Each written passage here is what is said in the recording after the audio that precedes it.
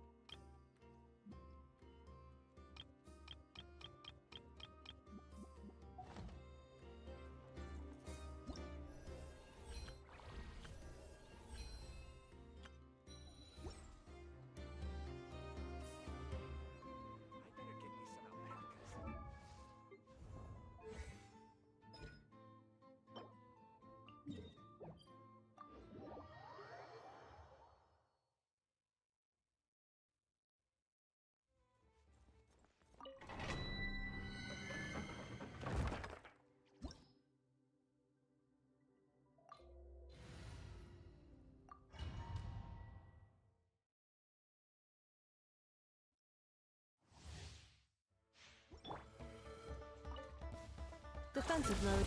Kerplunk! Look, right? By the frost moon of old. Observe. Be silent. To dust. Observe. Installation chamber deployed. Annihilation mode. Ding dong!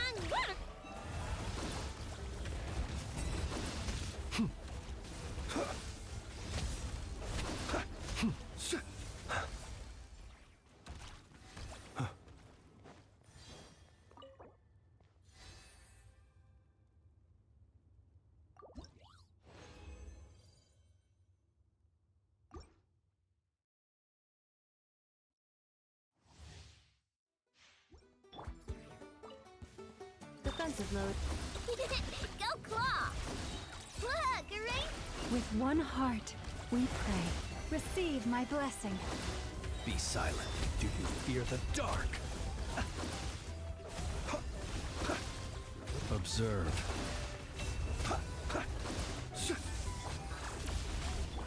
Chew on this! You poor lost. To dust.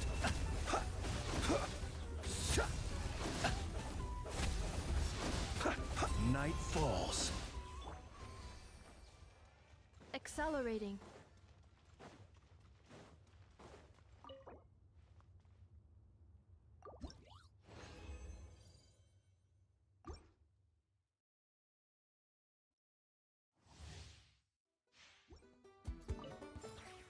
Cleanup sequence initiated.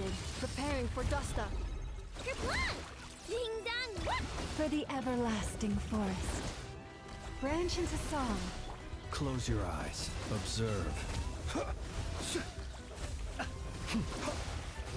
Close your eyes. To dust. Defensive mode engaged. Flash attack! Leave this place. Observe. Close your eyes.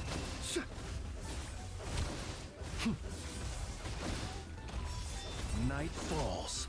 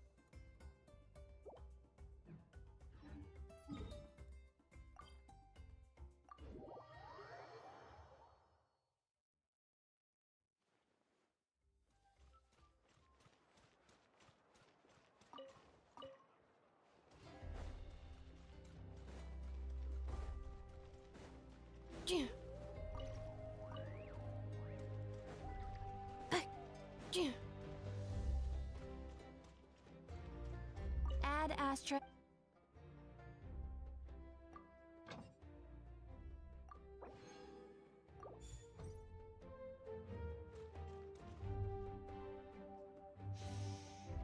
You might want to get a guide if you're not familiar with the area.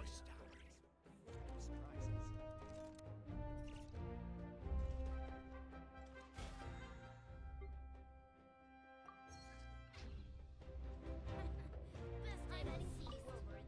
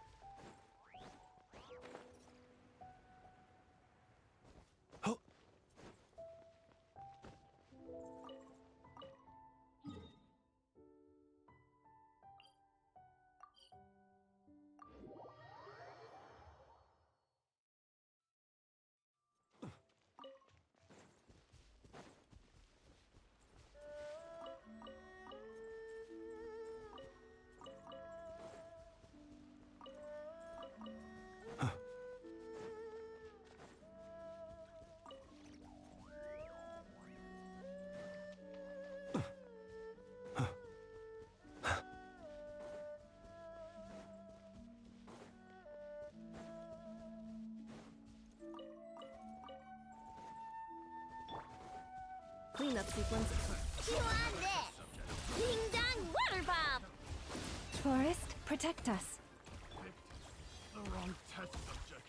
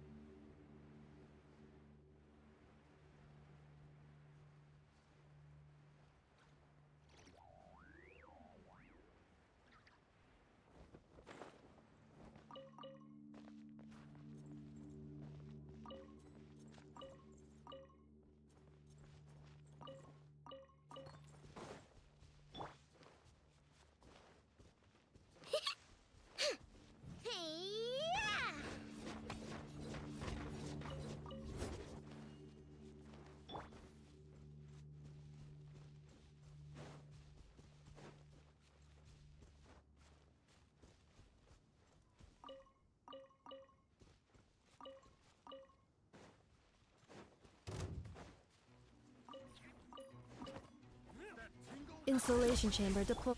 Go claw! Flash attack! With one heart, we pray. Receive my blessing.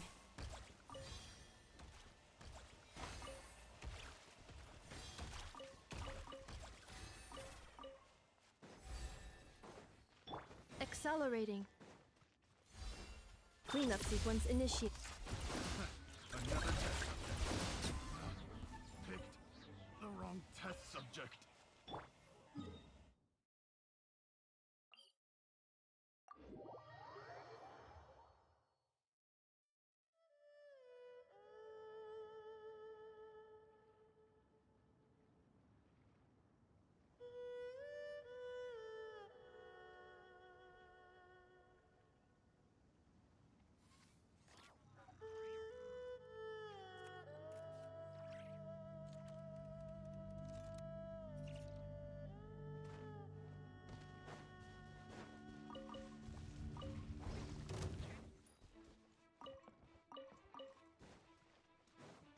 Insulation.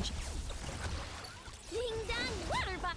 By the frost moon of old, you poor lost lamb.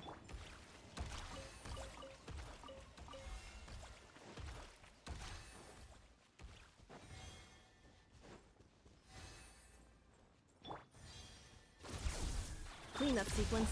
Chew on this! Flash attack! Observe.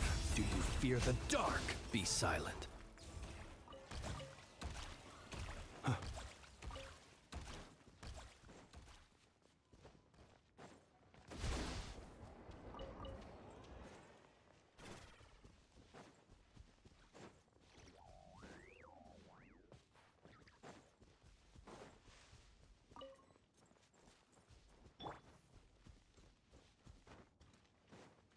Defensive mode engaged.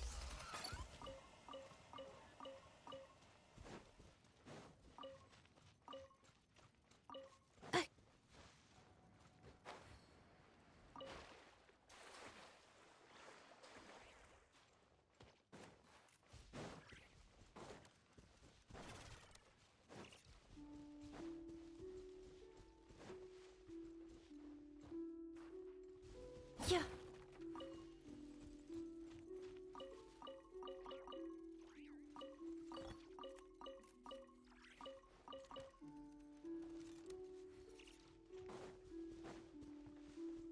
Yeah.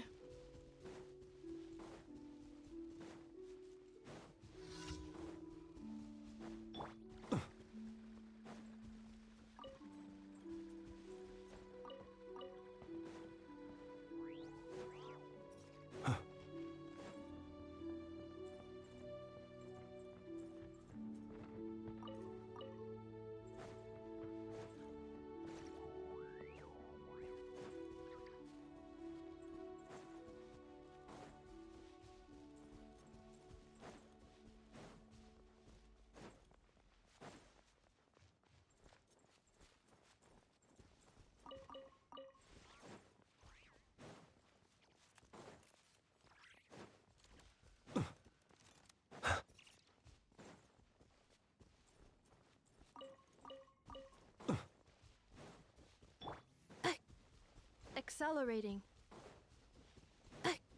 Cleanup sequence initiated.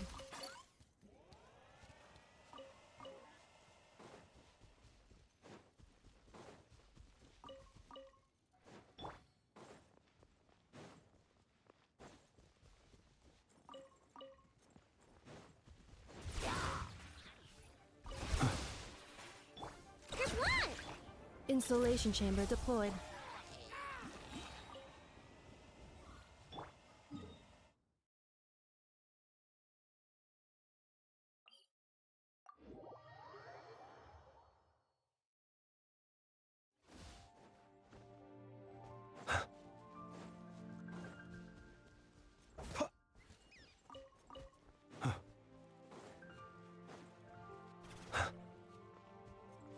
Defensive mode engaged.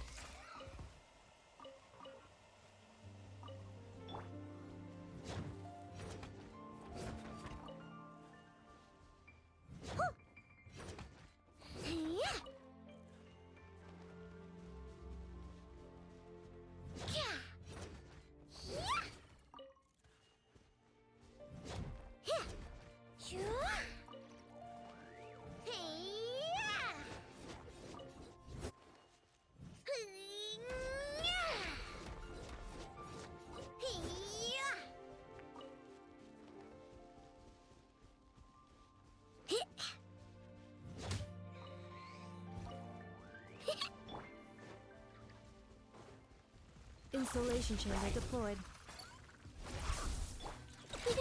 Go claw!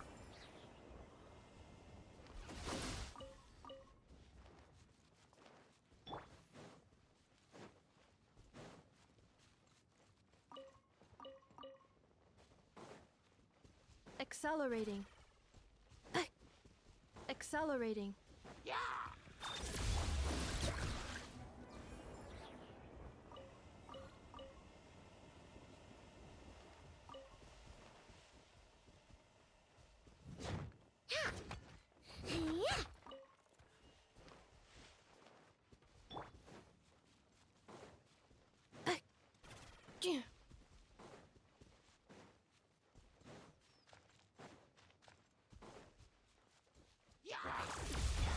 Chew on this!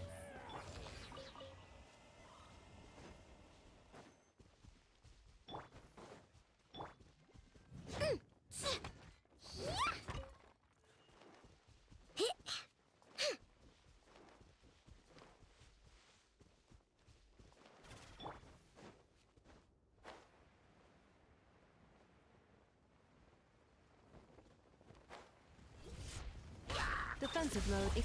Good luck!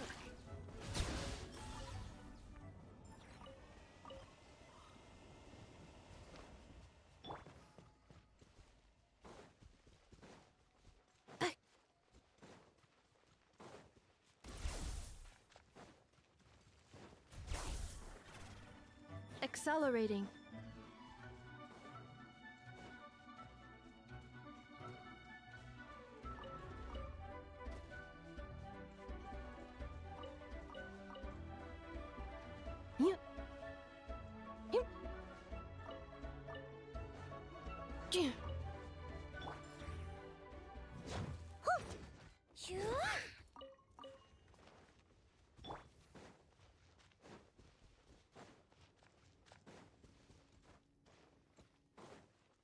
Accelerating. Insulation chamber.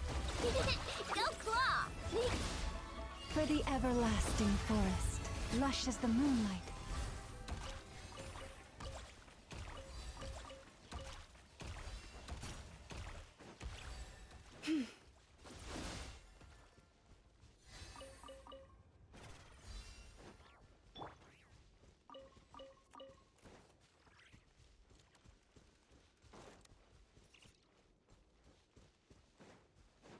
Defensive mode. Good luck! Yeah! Look, a rainbow!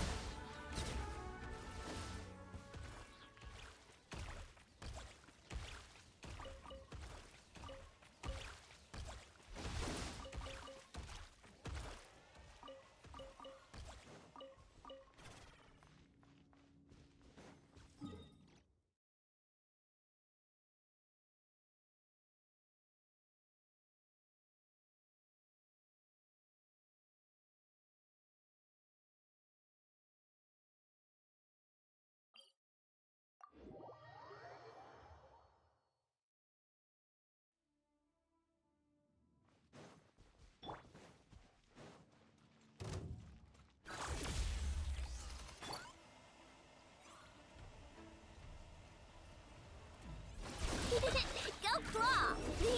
By the frost moon of old,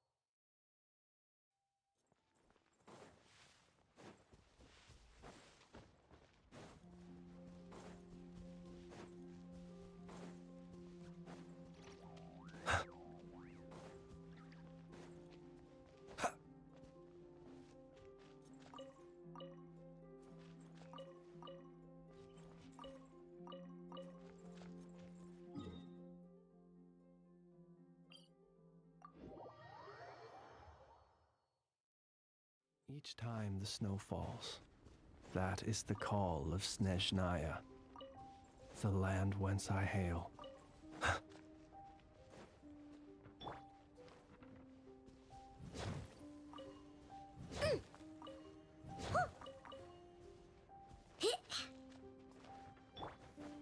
Cleanup sequence initiated. With one heart, we pray. Branch into song.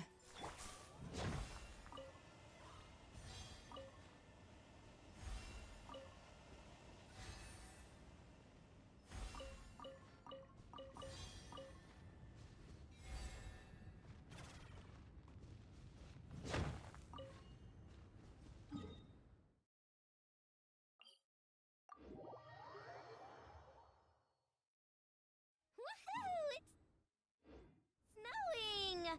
Here, you can have my boohoo snowball maker. It makes a crying sound when you make a snowball with it. Fun, right? Me? Oh, I'll use this tee-hee snowball maker instead. Anyway, come on, let's have a snowball fight.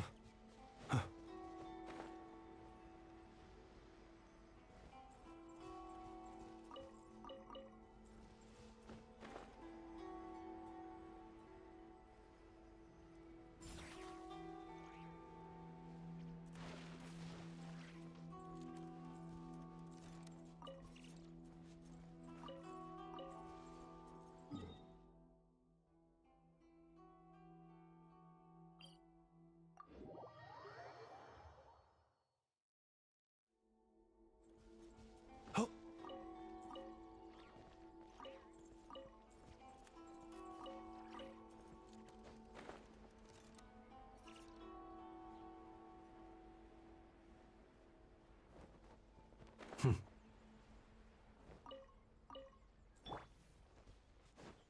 Defensive mode.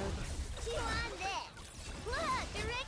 Forest, Observe. Do you fear the dark? Be silent.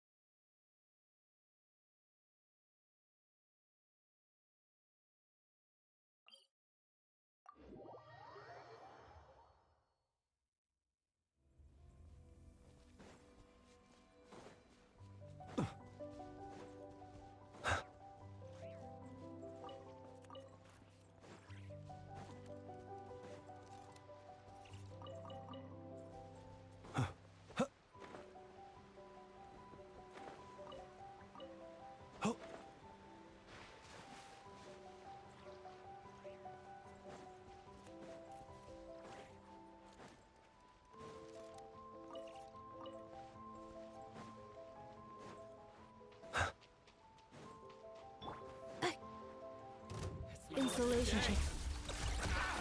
Flash attack. for the everlasting forest.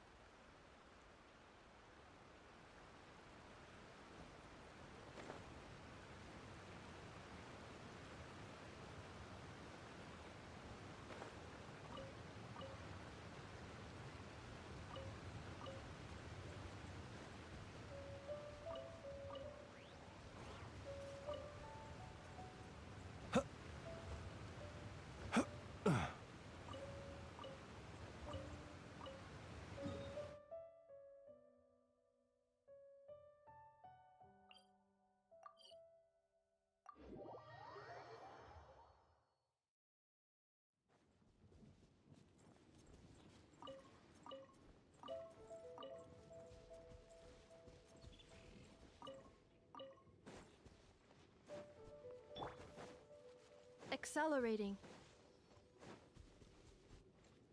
Defensive mode. Go claw! Ding dong work! You poor lot. Close your eyes. Night falls. Be silent.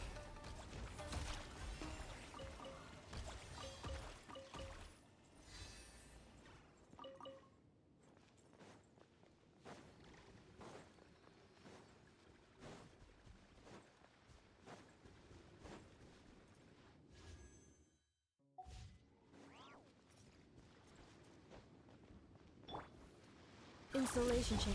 Chew on this! Look, a rainbow! Forest, Close your eyes.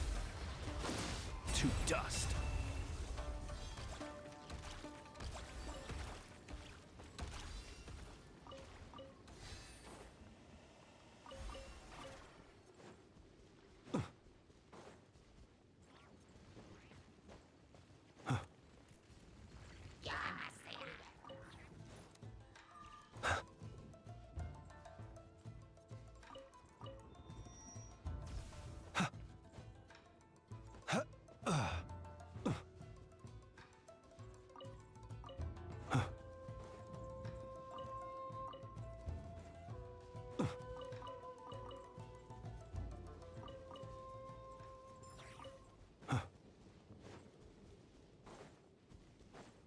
Defensive mode engaged.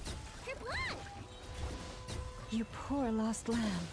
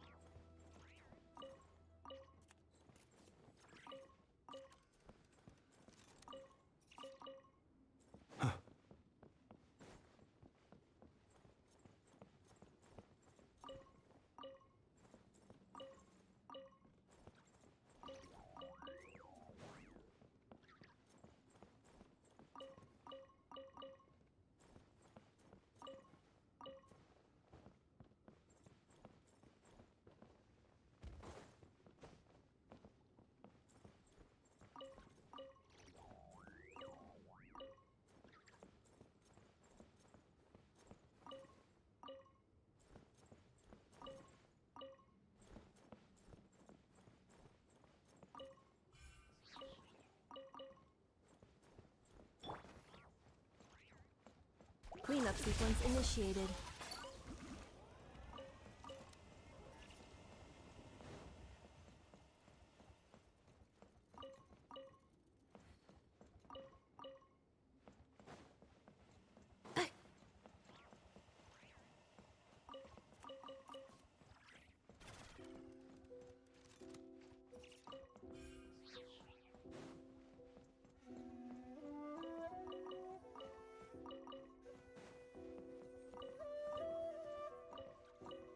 Accelerating.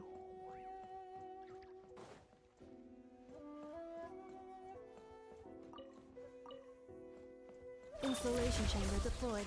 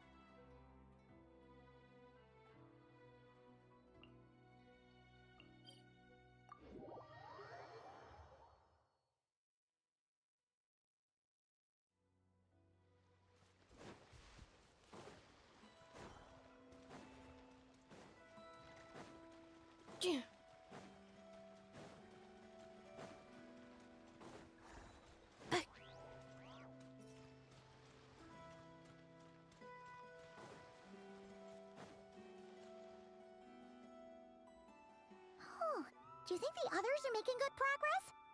Hope it's all going smoothly. Oh, hey look! They made it back as well! Flint's, Llama! How did it all go? All is well, thank you. Nefer and Yehuda had to stay at the curatorium to wrap things up, so they won't be joining us for now. I ran into Miss Anefa and Miss Aino on the way back. Their work is still in progress, so I suspect they won't be back for a while either. You seem rather cheerful today, Mr. Flint's. I certainly am. I achieved what I set out to do and came away with more than I bargained for.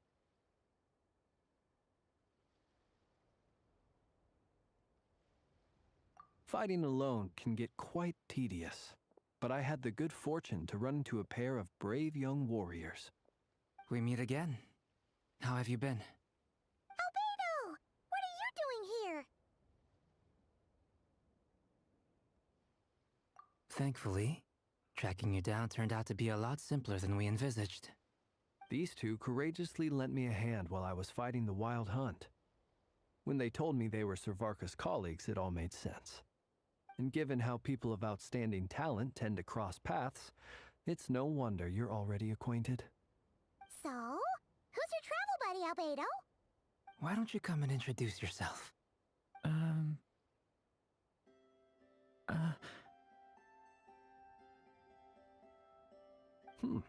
A gentleman of few words, I see, and a rather stern countenance.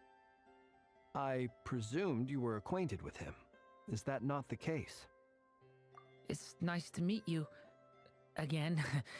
We've technically met before. Wait a sec! You're Minnie Durin! That's right. It's me. I'm glad to see you again.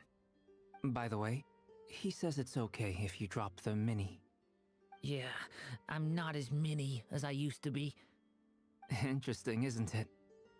The first step towards blending into human society appears to be reflecting on whether one's name really reflects who they are.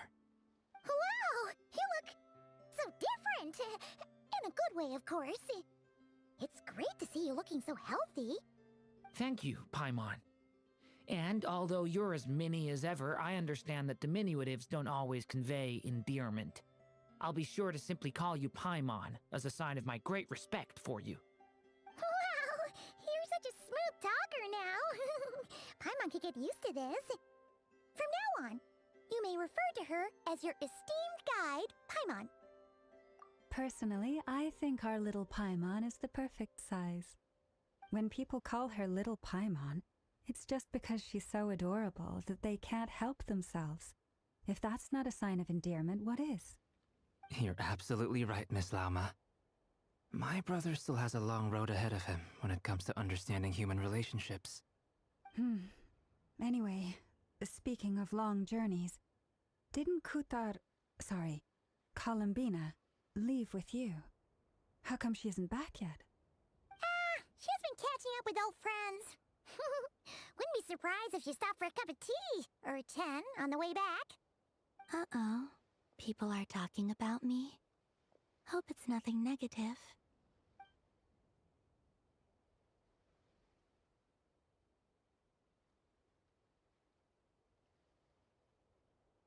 Judging from your expressions, I'm guessing it all went well?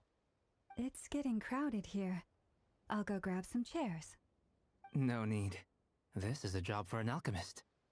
I'll whip some up momentarily. Thank you for your hospitality, ladies and gentlemen, but I was merely escorting my friends back. I'll be meeting Sandrone shortly, as we still have some things to discuss. It's been a pleasure, everyone. But this is where I'll say goodbye. We really appreciate your help. Oh, come on. Spare the formalities. I'm just glad I could help out some true friends. I understand. Well, bye for now, Harlequino.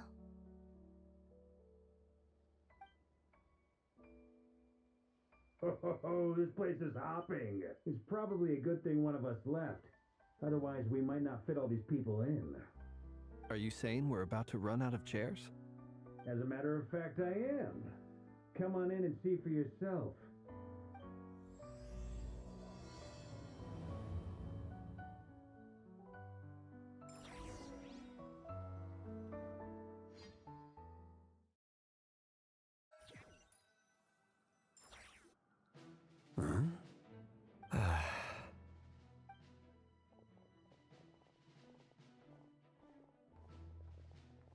I overheard your little chit-chat outside, by the way.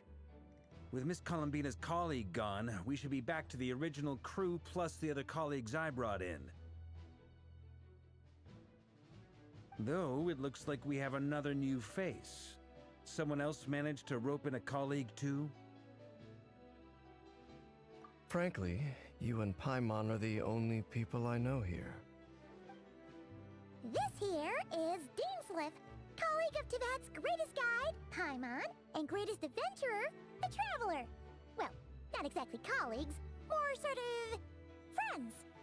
When someone else jumps in to do the announcing, you know you're speaking to someone important. Let's hear what he has to say. Note to self. Once Paimon knows your name, the rest of the world will soon follow. When he comes looking for us, it's usually something important. Paimon's guessing you've heard about the Wild Hunt, then. From the looks of it, you're about to hold a meeting. If I were to say that the Wild Hunt is our mutual enemy, would that earn me a seat at the table? As the saying goes, the enemy of my enemy is my friend. Mr. Dainsliff, there's a seat with your name on it. Though, I can't promise the same for everyone else. Hey, Albedo, think you can rustle up a couple more chairs?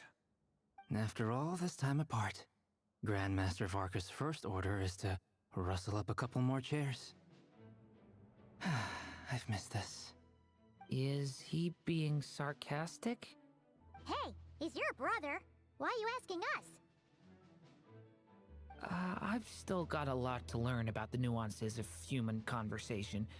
Trying to decipher Albedo's way of speaking has been like jumping in at the deep end. Oh, good point. Paimon gets you now. sweat it. There are people who go their whole lives without getting the hang of it. You're ahead of the game already.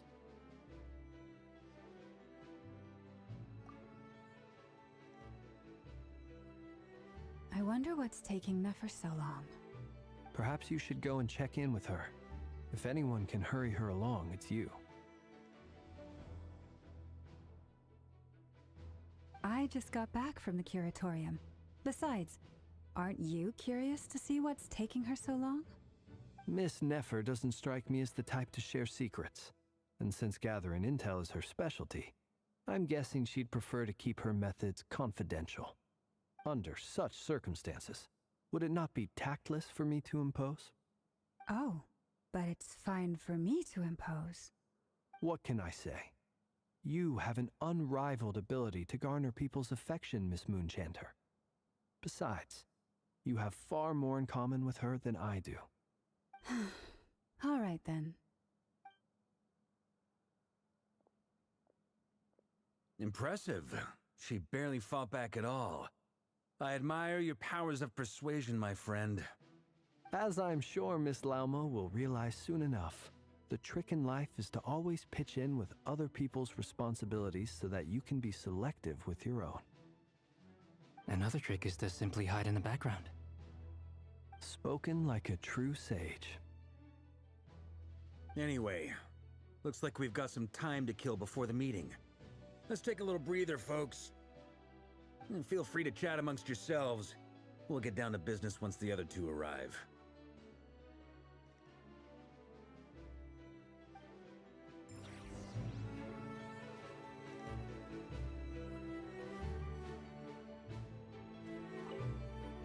You're both awfully quiet.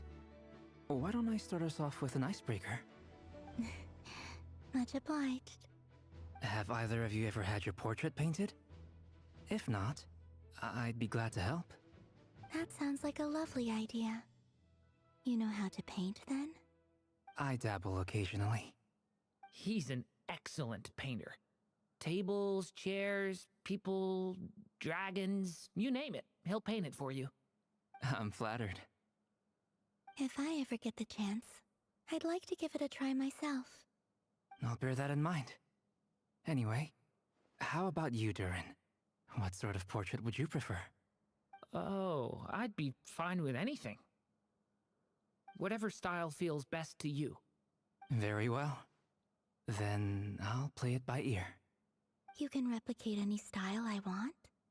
I can try. If you show me a sample, I'll do my best to match it. Thank you. In that case, I'll dig up some reference material for you.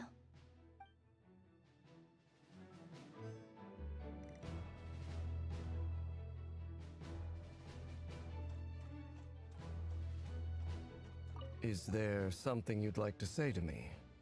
Yeah! For starters, why'd you just show up here without even giving us a heads up? If you think back to our previous interactions, you may recall that that's hardly out of character for me. You do have a point there.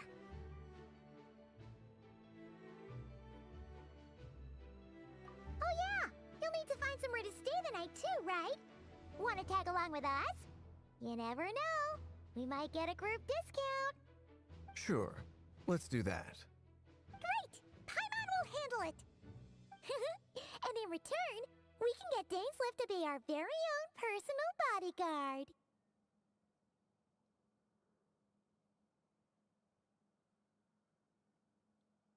If that's what you had in mind, you should have said so sooner. I'd be happy to help. Oh, okay then. Paimon was only kidding, but good to know. Anyway, since we're all here together, we might as well watch each other's backs. That's just what friends do, right? Indeed. Thank you.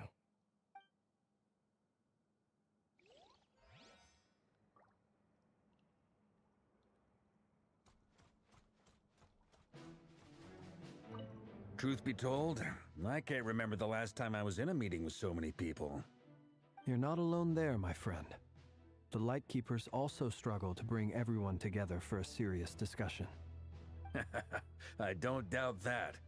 I've only ever met two Ratniki, one being you, and the other being that young guy, Itlua.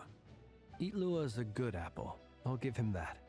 He's kind, honest, and regularly delivers supplies to my lighthouse. A true Ratnik to the core. In that sense, he puts me to shame. So you're what? A fake Ratnik? That's what it sounds like you're saying. But I get the feeling that's not quite what you meant.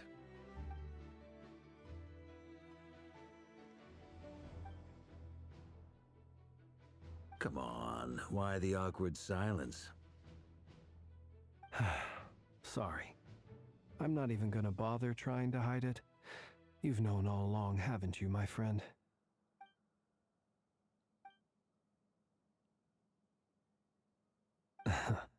Now that was an awkward silence. Let's just keep this between ourselves. Probably best if Itlua doesn't know, huh?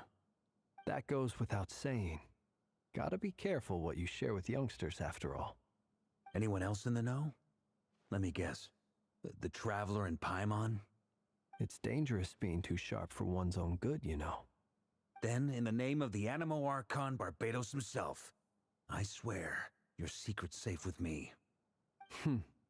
When we went for drinks, you said that you and Barbados were practically best buds. In the light of that claim, do you really expect me to take your oath seriously? Of course. Just as long as you don't go spreading around the fact that I'm close with Barbados, all right? Fair enough, then. Nothing like a bit of mutual leverage to seal the bonds of friendship.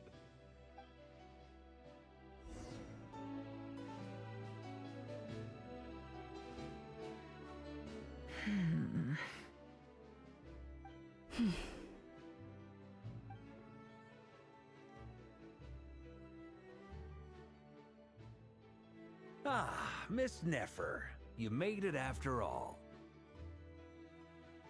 But what about Yehoda? I'm here to give you an update on how things are going on our end. Once this is over, I'll be heading straight back to continue my work. I left Yehoda back at the curatorium to watch over things while I'm gone. Huh. So much for just this once.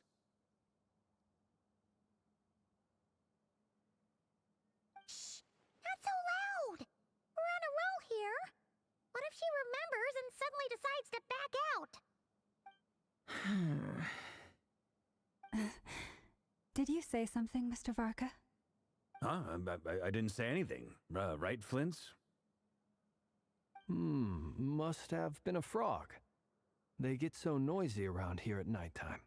It's like they're putting on a concert in the background. Anyway, before we begin, there's a few introductions to make. Let me start by saying that it's an honor to be speaking before so many distinguished colleagues and collaborators. First up, we have Miss Lauma. As Moon Chanter, she's the leader of the Frost Moon Scions, a local religious community in Nod-Krai. Then there's Miss Nefer, boss of the Curatorium of Secrets, an intel gatherer extraordinaire. Nefer is leading the investigation into Rerer's background, assisted by Yehoda and Lauma. From the little I've heard, they're making some great progress. Over here, we have Mr. Flints, a Ratnik and guardian of the abandoned lighthouse. In our last operation, he courageously distracted the Wild Hunt to buy time for the rest of us. For those of you who've never met, this is Mr. Albedo, a renowned alchemist and captain of the Knights of Favonius investigation team. By his side is a new face for us all, myself included, Mr. Durin, who has come to lend his aid. Next up, we have the Moon Maiden and former Fatui Harbinger, Miss Columbina. Then we have the Traveler, who's earned more titles than I could possibly hope to list out, so I'll spare you the rundown.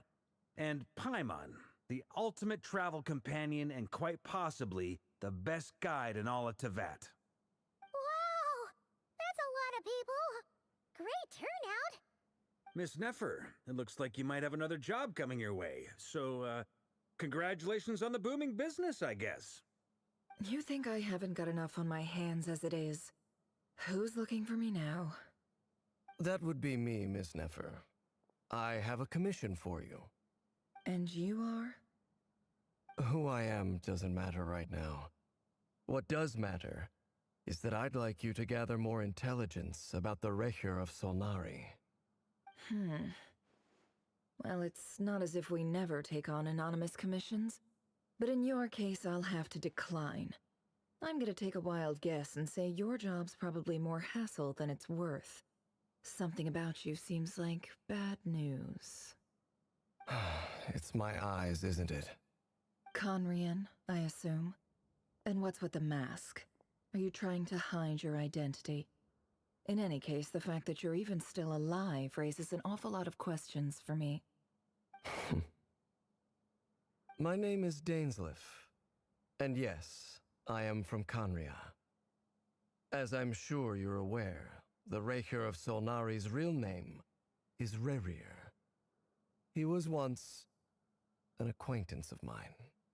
Really? Then you must have been quite an influential figure yourself. You flatter me, but none of that matters anymore. My point was simply to clarify why I have asked Miss Nefer to investigate Rerir's background. So you're both from Conria, and it sounds like you used to be friends? What am I missing here? Surely you already know how he became one of the Five Sinners. I'll tell you everything I know. The history of Conria, the names and identities of the Five Sinners. I remember it all like it was yesterday. I have never spoken openly of this before, but the truth was exactly as people say.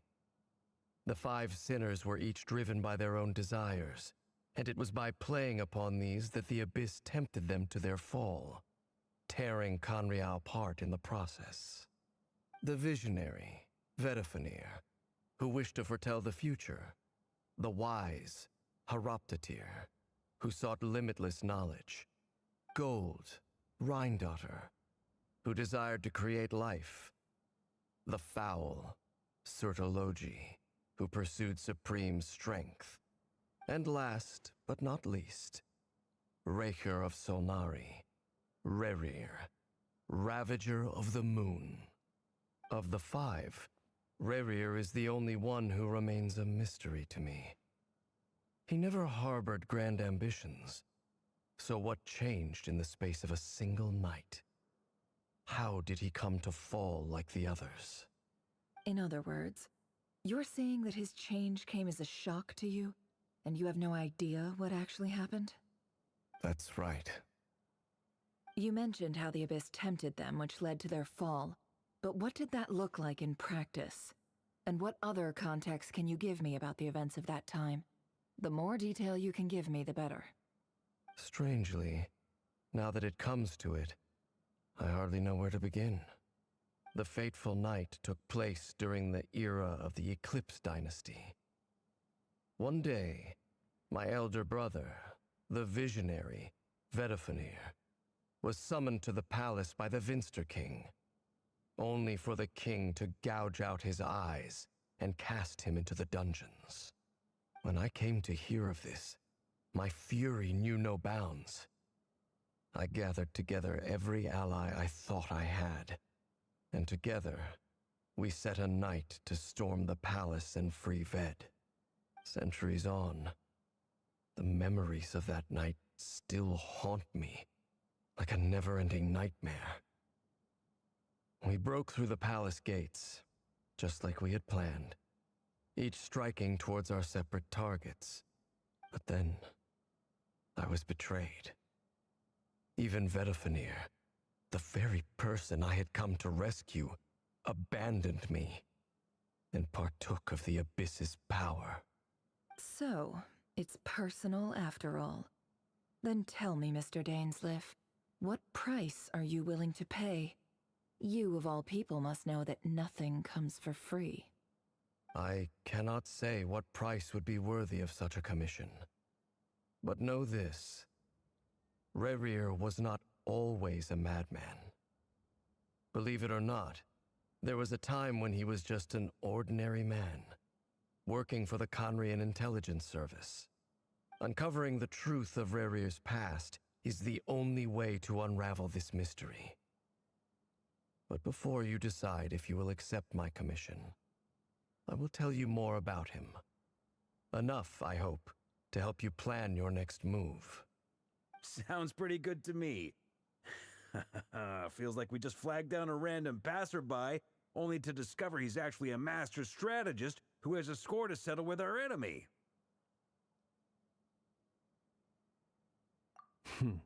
Can I borrow your halo? It could be useful in the lighthouse. Hey, enough with the wisecracks! Besides, isn't that lamp of yours bright enough already? Relax. It was meant to be a compliment. If that was a little over the top for your liking, I'll make sure to tone it down next time. I'll give your proposal some serious thought, Mr. Dainsleif. Let's speak in private once the meeting is over. Before that, there's a few things I'd like to share.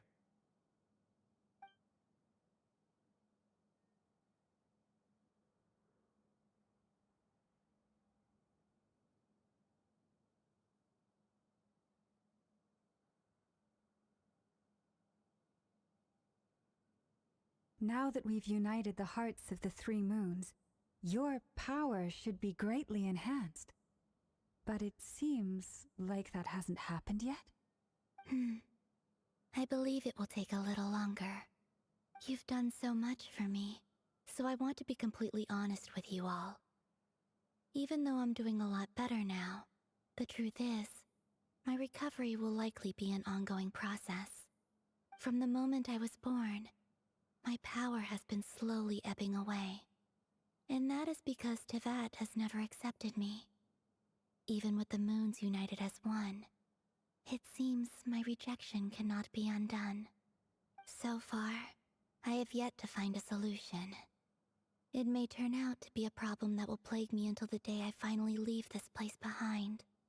Even so, I will do everything in my power to help you drive out the Ray here of Solnari. As Arlecchino put it, this is not about chasing the spoils of victory. It's just a gesture of heartfelt gratitude. Kutar.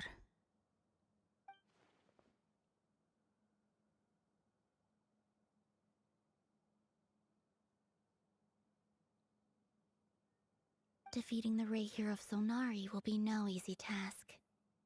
While my strength slowly recovers, we'll also need to gather more intel. Naturally.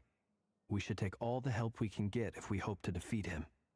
We've considered several viable plans now, but our choice hinges on the answers to a few key questions. Is it even possible to kill Rerir? What experiences shaped the person or monster he became? And what's he really after? Given Albedo's expertise in alchemy, I think we should leave him to try and answer the first of these questions. Understood. As for the other two, I'm afraid we'll have to count on you again, Miss Nefer. Believe me when I say it's not my wish to burden you. But right now, relying on your skills is our only option. So you're placing all your hopes on me, huh? We can't thank you enough for agreeing to help us. Honestly, I can hardly believe how lucky we are.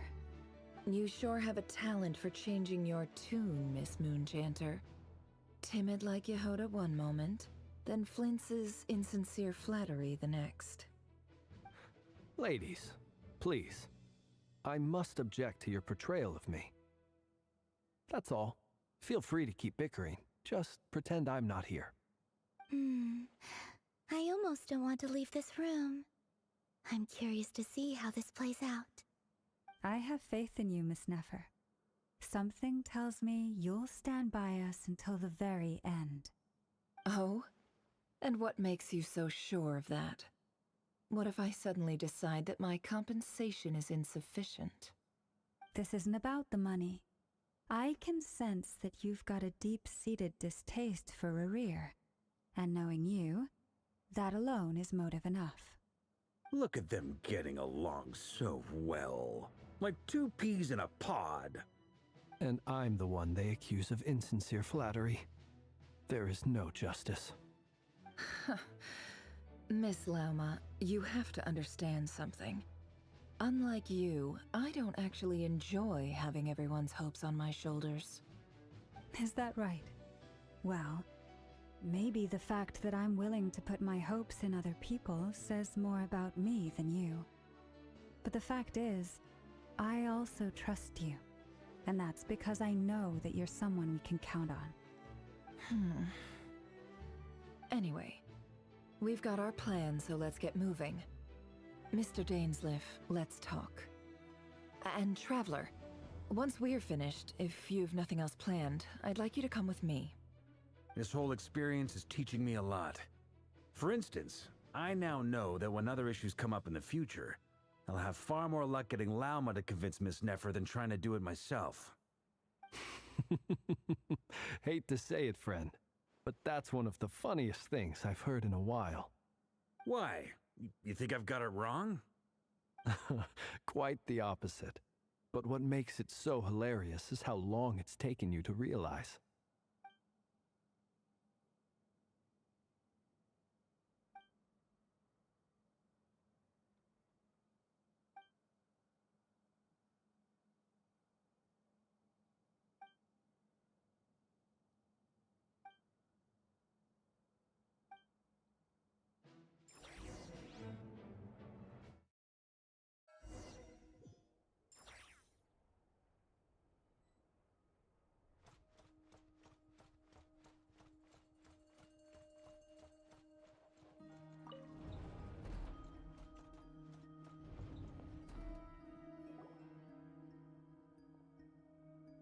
Thank you for waiting.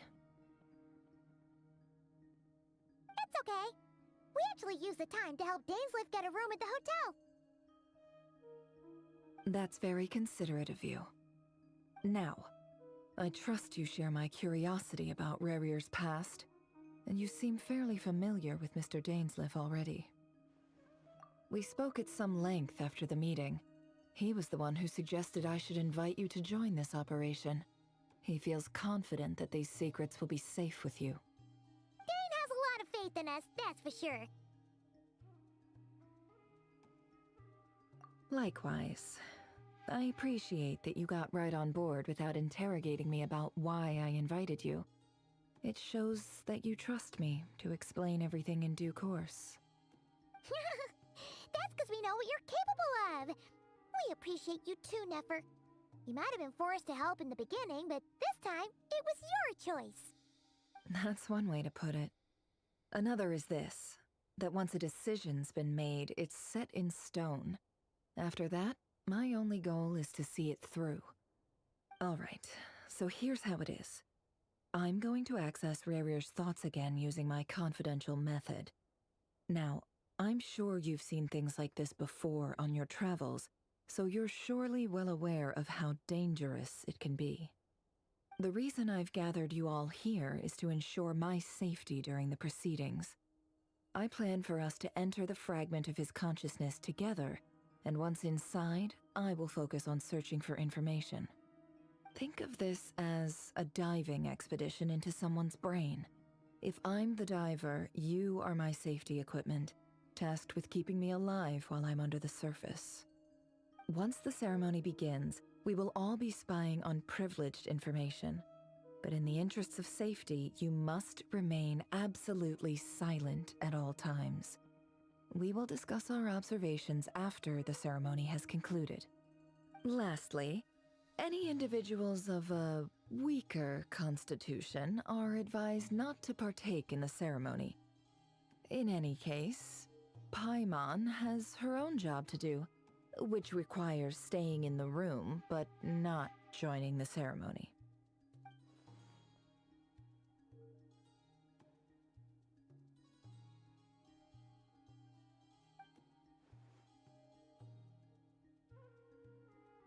Well, good luck, everyone. Sounds like all Paimon can do is cross her fingers and root for you guys. There's a little more to it than that. I was being serious when I said you have a job to do. While the rest of us are inside Rarier's mind, it's imperative that we have a team member on the outside. In the event that something goes wrong, you will be our first responder. I don't anticipate any issues, but the extra level of safety will be greatly appreciated. I second that. This is a dangerous operation here, and you're our whole rescue team. That's pretty much the most important job in the crew. So, Paimon's like the lifeguard? Yeah, that makes sense. All right, got it. Good. Please, take a seat. We'll get started momentarily.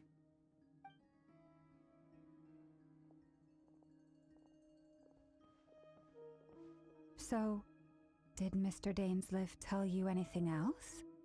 He told me that he believes Rarier kept some big secrets in his life. He's not sure that they were the cause of his eventual downfall, but he's asked me to uncover what those secrets were all the same. But surely you're not planning to go through with this, no matter the cost. If you think that, you'd be overestimating me. I'm a businesswoman, not a mercenary. But I do have my own professional reasons for taking this job. You think I'd turn down the opportunity to get a first-hand glimpse into Conrian history? No chance. Well, as long as you don't let morbid curiosity get in the way of safety concerns, we're good. We'll do whatever we can to help you. You're such a killjoy.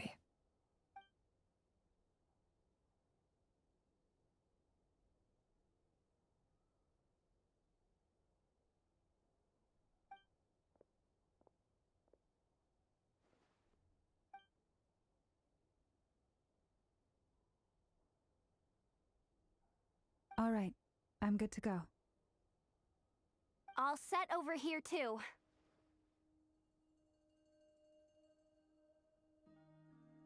Promise, Paimon, you'll be extra careful.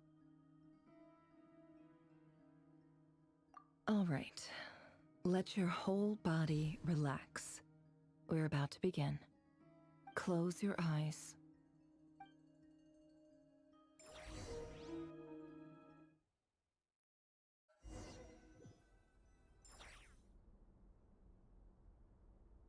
Phew.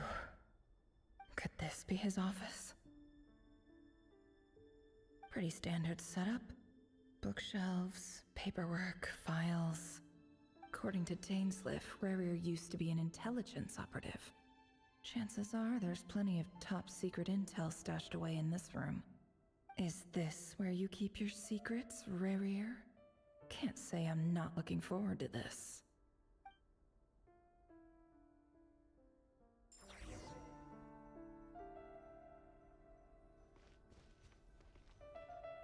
He looks even gloomier than last time. I wonder what's changed.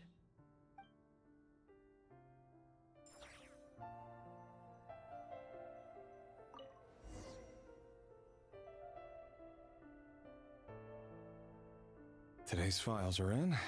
Time to wade through them just like usual.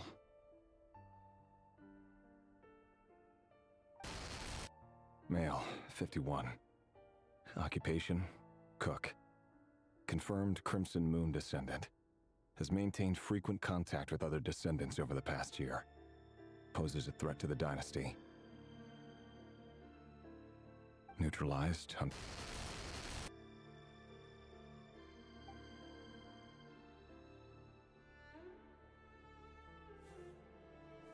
This one should be archived under purged targets.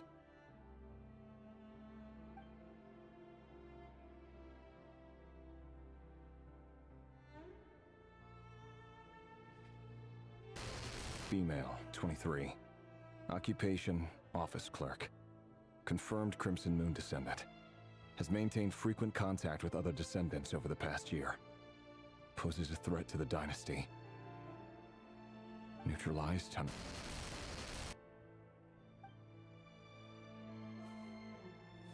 Another one for purged targets. Sounds like she was that other man's daughter. Never mind. What's it got to do with me?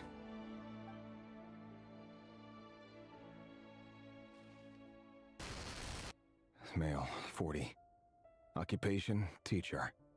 Confirmed Crimson Moon descendant. Has been observed making contact with other descendants during the past year. Poses a threat to the dynasty. Neutralized on...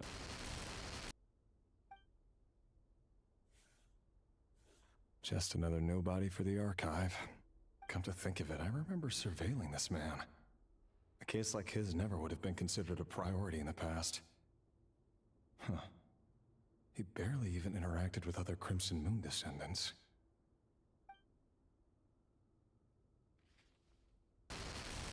Female, 16.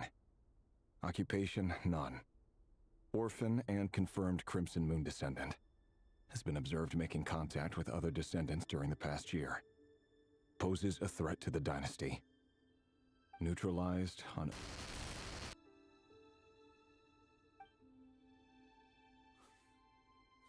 Filed.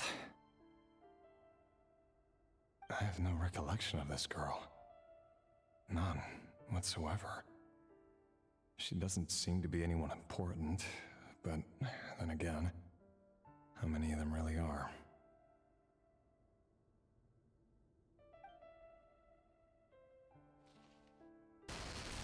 Female, 13. Occupation, none. Orphan and confirmed Crimson Moon descendant. Has been observed making contact with other descendants during the past year. Poses a threat to the dynasty. Neutralized and...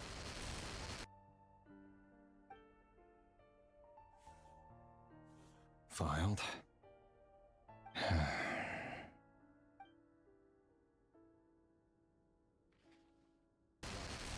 Male, 11. Occupation, none. Orphan and confirmed Crimson Moon descendant. Has not been observed making any contact with other descendants during the past year. Poses a threat to the dynasty. Neutralized and...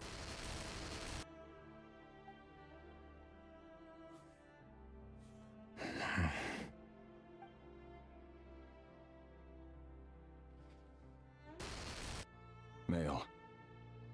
6. Occupation, none. Orphan and confirmed Crimson Moon descendant. Poses a threat to the dynasty.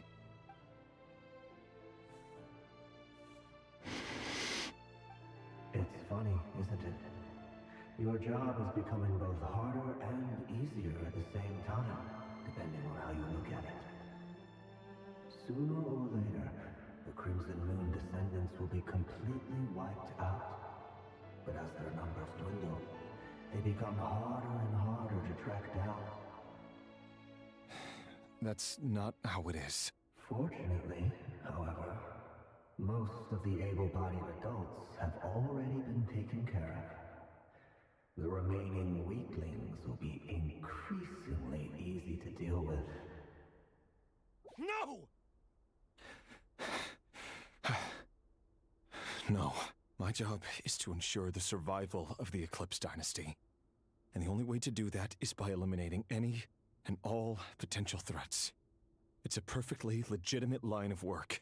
Every single one of my colleagues can attest to my fairness. And if my friends were aware of the facts, I know they'd back me up too. Assuming, of course, that they were aware of all the facts.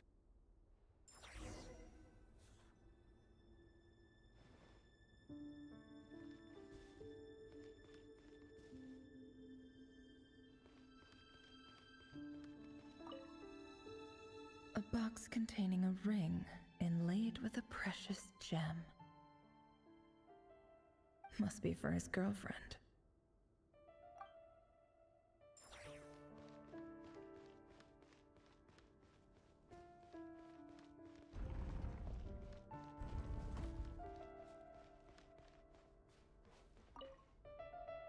A file tucked inside a folder.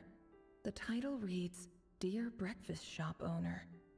It's a list of names, but at this stage I have no idea who any of them even are.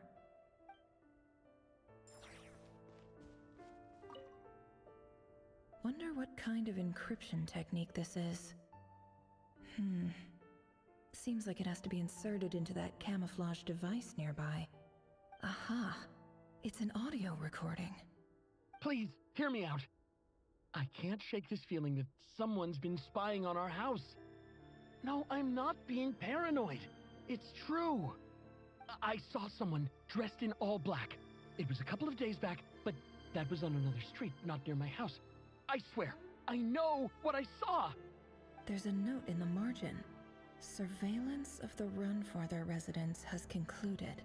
We apprehended the target and filed the mission report last night. Could the voice in the recording belong to one of Rarir's targets?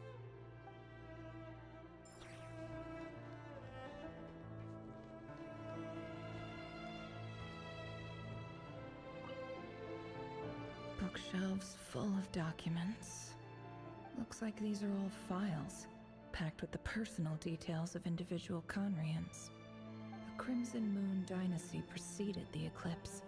Since Rarir worked as a secret agent during the latter, it stands to reason that he was tasked with purging remnants of the old dynasty.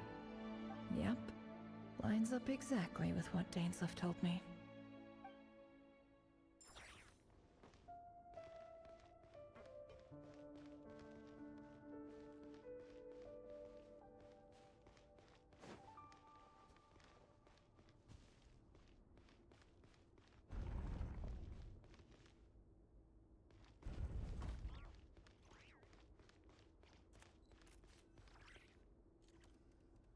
Mr. Vedifalnir? It's been quite some time since we last met. Rarir, I trust you're here because you have something important to discuss. Forgive me. I wasn't tuning out, it's just, I noticed you didn't even phrase that as a question. As if you knew I was coming. Tell me, does someone in your position ever feel the need to ask questions at all? It is indeed within my power to foresee certain things. Things like your arrival. I was just thinking. It won't be long before I'll be inviting both you and Dane to my wedding. That isn't a lie, but nor is it a fact as such. It's a wish, isn't it? No fooling a prophet, is there? Ever since that day we met for drinks, I knew it was only a matter of time before you came looking for me. Does it feel good? Knowing how the future will unfold. I'm afraid the notions of good and bad fail to capture the complexity of what such a power entails. Once you've seen what will come to pass, it can be all too easy to succumb to fear and melancholy. Unless, of course, you learn to abandon these feelings.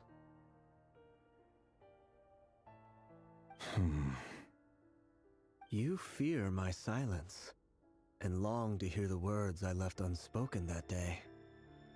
That's right. You must have noticed my reluctance to broach the subject, and the reason is simple. Because the truth could never have lived up to your hopes. For both our sakes, such words are better left unsaid. The burden of prophecy was never meant for your shoulders. So who exactly do you deem worthy to hear your prophecies? None but our exalted king? Or rather, our king as he once was. You're closer to his majesty than I am. You must know better than anyone how much he's changed. You say that as though it is to my benefit. Yet precisely because of that, I dare not speak rashly. A king can turn out to be the most virtuous of rulers, or a tyrant more terrible than the most vicious of dragons. You are so wise and far-sighted, yet still you would have me live in fear of the unknown? You make a fair point. Especially given my silence alone was all it took to send you spiraling downwards. Very well then. Let me offer you some advice. And I say this not as a prophet or a visionary, but simply as the brother of your friend. For many reasons, there is very little chance of your marriage ending in happiness. If happiness is what you seek, you should find another fiancé.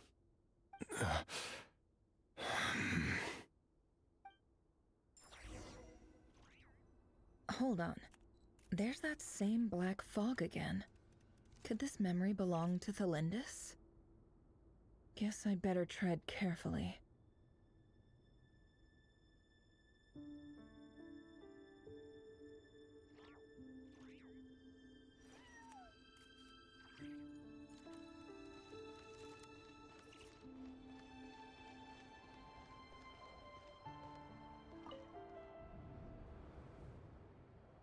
Wait. Hear me out. This time we finally got a clear look at his face and learned his true identity. His name is Rayrir, and he claims to be one of the king's guards. What did you say? A cruel irony, isn't it? The man you're set to marry leads a double life as a brutal executioner. Why are you telling me all of this now? Simple. It's because I want you to kill him. You are the only person he would never suspect. No, absolutely not. I would never dream of doing such a despicable thing. So you'll just stand by and watch him slaughter us to the last? Do not forget that the blood of the Crimson Moon flows in your veins too. The blood of the Crimson Moon? What does that matter now? The dynasty has long been dead and gone. You think that alone is reason enough for me to throw away everything I have? Why wouldn't it be? You two were once a child of the Crimson Moon, just like me. Don't tell me you've never felt so much as a flicker of fury for the way we were trampled into the dust. As long as you promise to abandon this pipe dream of restoring your dynasty, I can try to persuade him. Or have him persuade the Vinster King. Persuade the Vinster King? Do you even know why he's so obsessed with hunting us down? Why he keeps trying to force us to hand over our secrets? Over and over again? Or why we refuse to give up on restoring the dynasty? The Vinster King. A blind fool. His eyes clouded by powers from beyond this world. A petty little man with a miser's heart. And he dares to sit upon the throne? Mark my words. Sooner or later, Conria will fall. And it will be his doing. If you can't bring yourself to do it, so be it. Just you watch. It won't be long before calamity descends upon us all. The Rayrir of Solnari. That really is quite a secret you've been keeping from me, Rayrir. But who am I to talk? Am I really any better? I've kept my own past a secret this whole time too. Love should be built on honesty. But ours was born from lies. And yet, is it really so wrong to hide things that would only make life harder? If we don't cover up the parts that no one else should see, how can we go on pretending to be normal? Vedifulnir must have known all this. And that's why he made his prophecy. In the end, nothing stays hidden forever.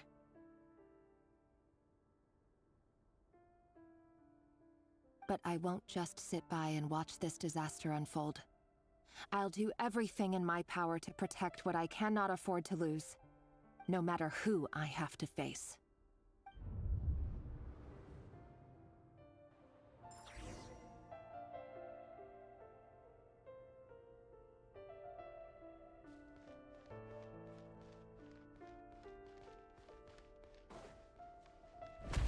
Huh? Was that Rayrir who just walked past the window? Doesn't it give you the chills that he still takes the same road to work every day? As if nothing ever happened. Those people at the deli. Enough already. They're clearly pretty taken by their own disguises, so just smile and play along. Pull the rug from under beasts like that, and you'll risk having your throat torn out. Deli? Oh. They're talking about those people from the opposition. Right. I'd almost forgotten they used to run a deli. People of no consequence always vanish so easily. And no one even remembers them.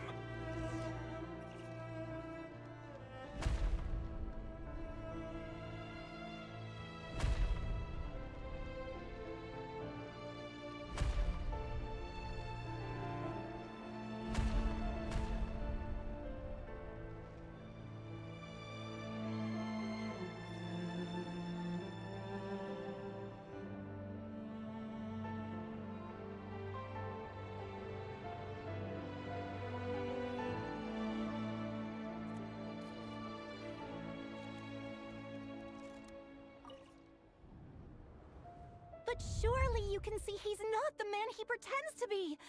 So many have died already, and they say that the king's madness grows with each passing day. We're not going to survive this, are we? But why does it have to be this way? Do we really deserve to die just because of the blood that runs through our veins? Felindis, are you even listening? Sorry, Freether. My mind was off wandering. I heard you, though. You're talking about what Rerir said. He's just following the king's orders. He's a secret agent, and it's his job to hunt down rebels and dissidents. By the time you first met him, he'd already taken lives. Maybe he was using you from the very beginning. No. Rerir has no idea I have anything to do with the Crimson Moon. My family are only distant relatives of the main lineage, and besides, my eyes are perfectly ordinary. Truth be told, apart from my teacher, pretty much no one knows I have any connection to any of it. It's been a long time since my family severed ties. But as Orlog said, who could possibly talk sense into that raving lunatic of a king? No one. I'll work something out. Trust me, I'm with you all. But for now, you need to keep yourselves hidden. Don't let anyone find you, anyone at all. Don't forget that Rerir is an Eclipse operative. You need to be extra careful when he's around. And when I am too. For now, don't come looking for me. And if anything happens to me, just act like we've never met. If even you can't escape this, what hope do the rest of us have? But after all this time together, surely he wouldn't lay a hand on you. I won't speak in his defense, nor can I give you a clear answer to that question. But I'll do everything I can to put an end to this. Here, hold on to this. If an opportunity to escape presents itself, take it. You'll be glad you took some spare change. You called that change? But what about you? I've got a job, and there's still money coming in. But you can't go anywhere right now. Please think about yourself for once.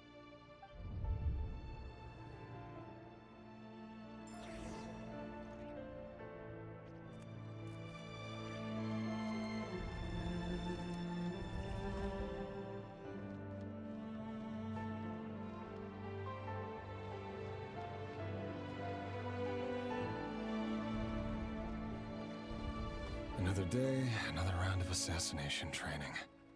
Training ground is just beyond this hidden passageway. When you kill a person, doesn't it bother you when you end up covered in their blood? Why would it? Aren't we all just walking blood bags? But not everyone is accustomed to hunting down others like prey. You've been a hunter for so long now, you seem to have forgotten that most people don't just go around killing one another. Leave me alone.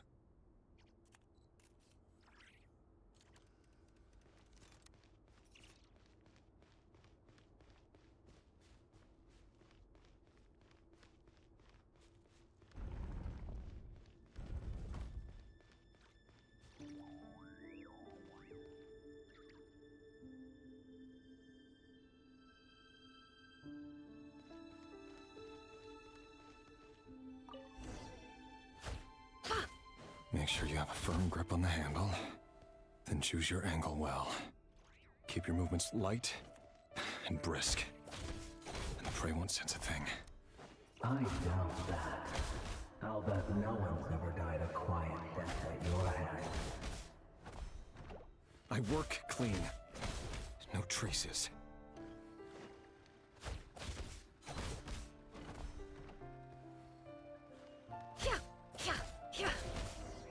That doesn't make it open and above board, though. The king just happens to need you right now. What if someday he doesn't? That won't happen. You say, ever since he fell under the spell of that power, in the beginning, he only had to take out a handful of the guilty. humans I've dealt with have always been guilty, and I've carried out my work flawlessly.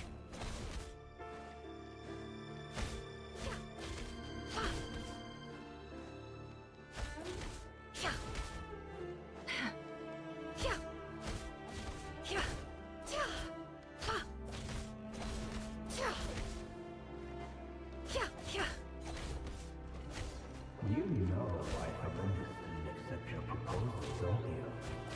Was it because she didn't trust you? Or something else? Enough!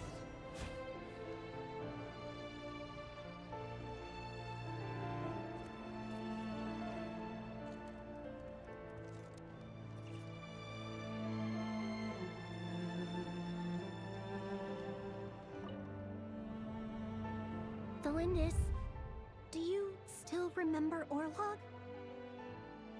Orlog. The boy who was pretending to sell flowers.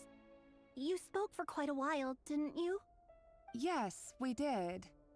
What about him? He was arrested 2 days ago. Chances are he's already dead.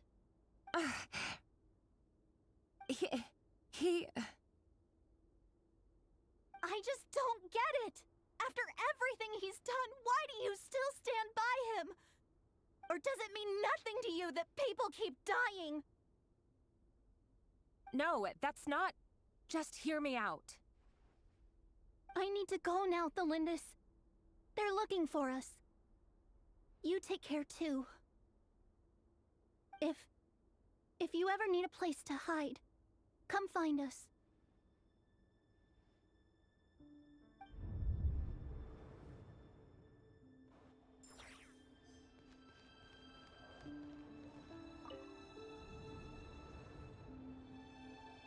Author Thalindis.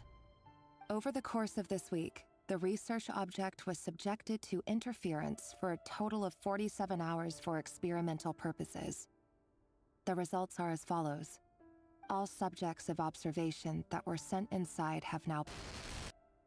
The situation within is proving more problematic than anticipated. No progress whatsoever. What now? Won't you give me even a glimmer of hope? Things are getting worse by the day. I have to find a way or we'll all be in danger.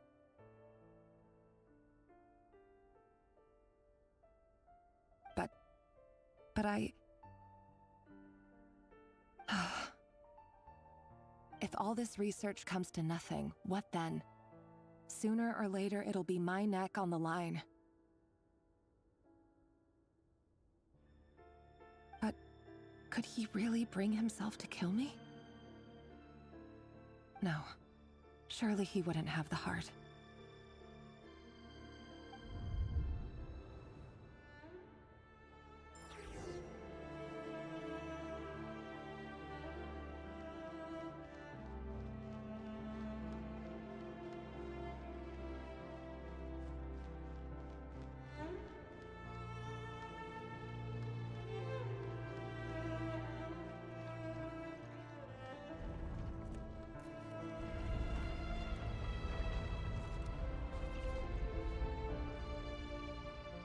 Why won't you just let us go? We don't even know each other. All we want is to live ordinary, peaceful lives. You want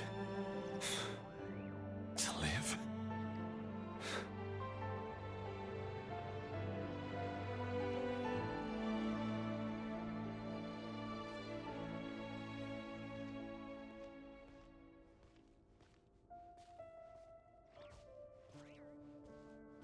Yes. I just want to go on living. Is that really such an unforgivable crime?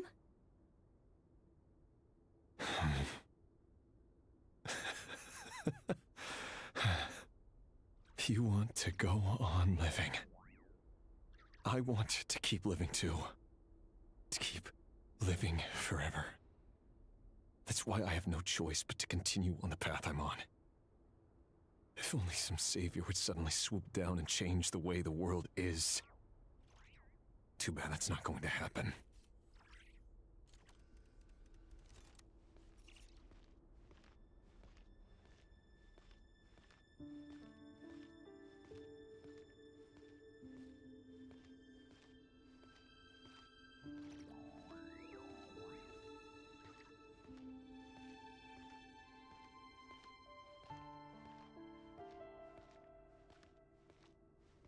Imagine that.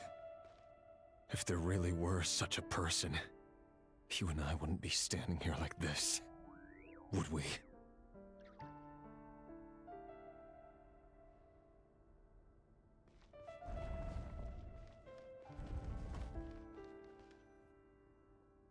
Today's files are in. Time to wade through them just like usual. No, I don't get tired of it. It's my job. And not only am I lucky to have it, I'm good at it too.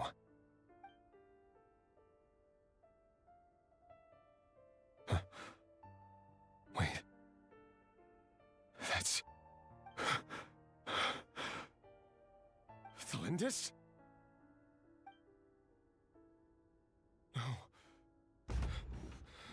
No. No! Why? But you bear no mark of the Crimson Moon. How could you possibly have anything to do with them? It cannot be! A diluted bloodline. Carefully concealed. I see it now. You've been living in the shadows just like me. What a fool I've been. Numbing myself with talk of justice. Even imagining my friends would back me up. But in the end, Irminsul. Finster King! How far are you going to take this? From the direct bloodline to secondary offshoots? And then what? Today it's the descendants of the Crimson Moon. Who will it be tomorrow? Will you not rest until everyone down here is dead? No. This cannot go on. This is where it ends.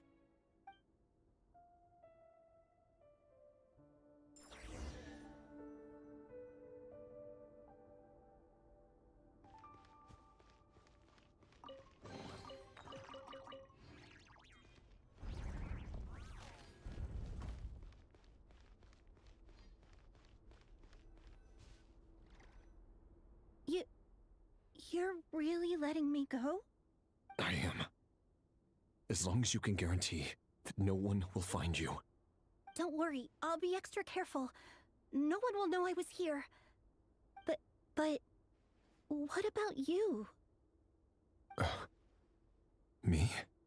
If you let me go, you won't be able to complete your mission, will you? Good point. In that case, maybe you should stay. No, please!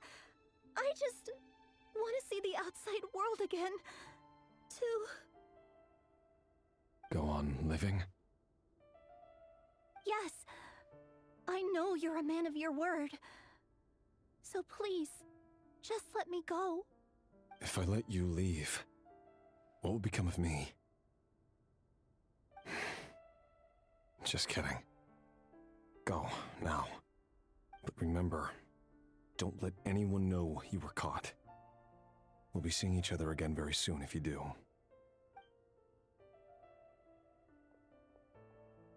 Even shadows in the dark must live by a code. But you can't save everyone. You've been whispering in my ear for days now, Vedifalnir. What are you trying to do? Break me down? I only say this because you long for an answer to your problems. Let her go, Rerir, or you risk losing everything. I will not abandon Thalindis. Then you'll need a little more vigilance and a lot more power.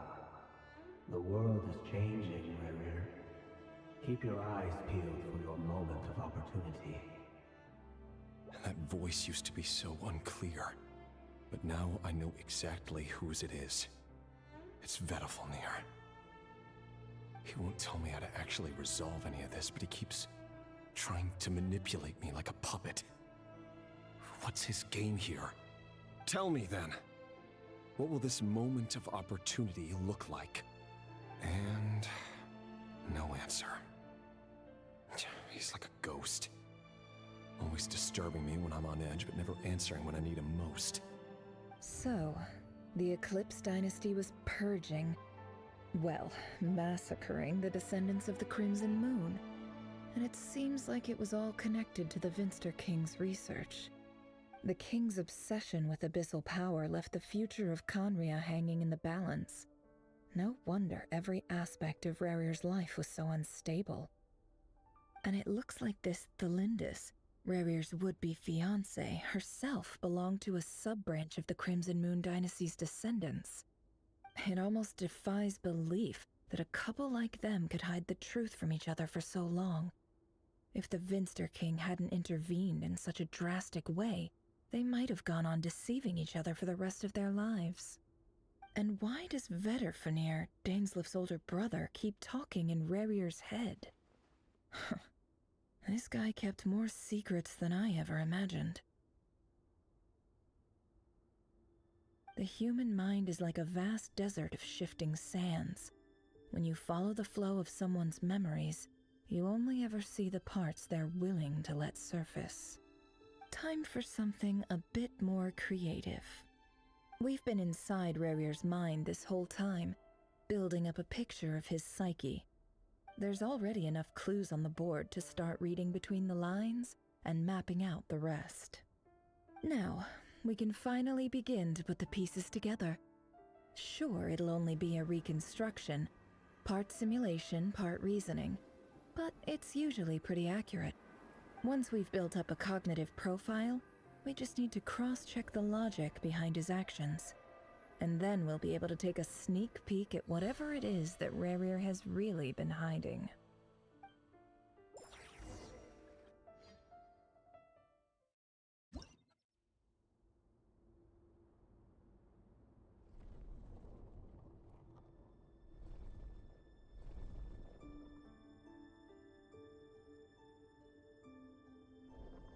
Rarir, are you there?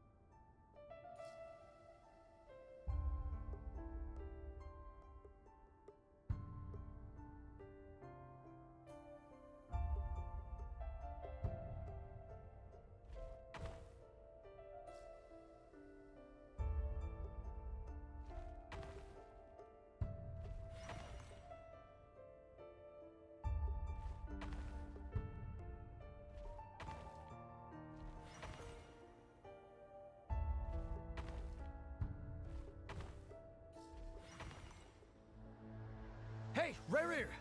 Come out, it's urgent! Dane? What's wrong?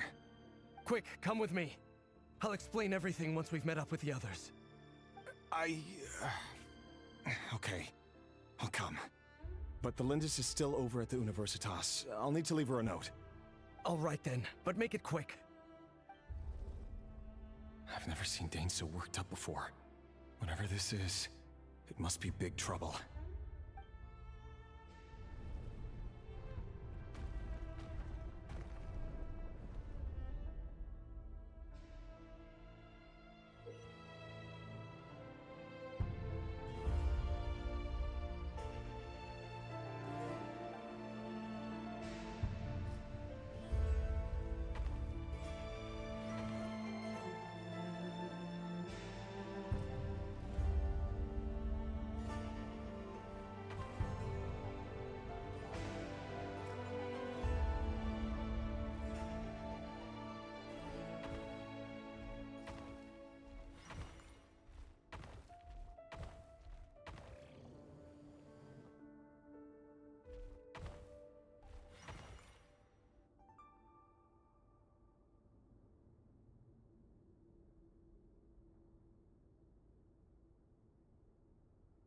Well, this is a nice change, meeting you all at this hour.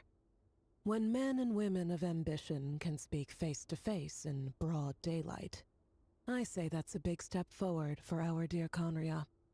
Don't be ridiculous. We do not fear the day. Why would we seek refuge in the night? You might ask your blade that same question.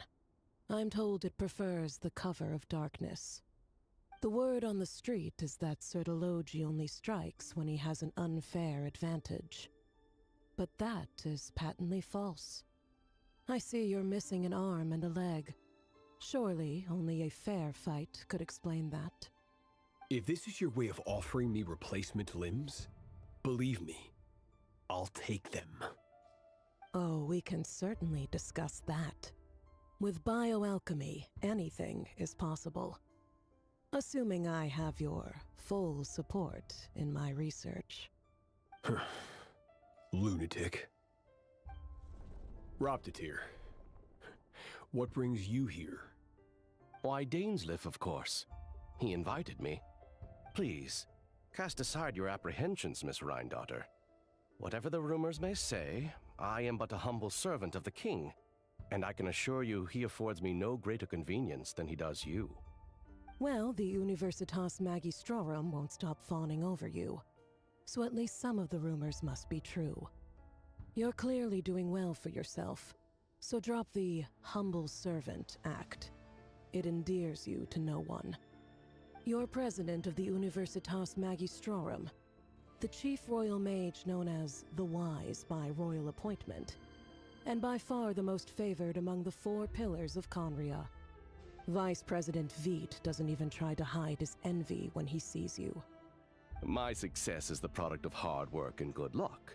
It's as simple as that. Were the king not such an extremist, I hardly think I would have received a senior post at my age.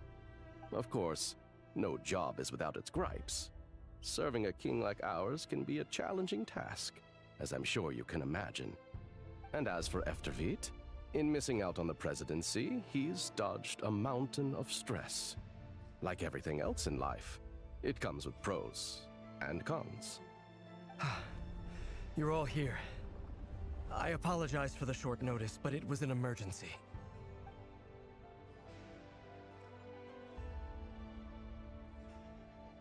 You must be Rarir.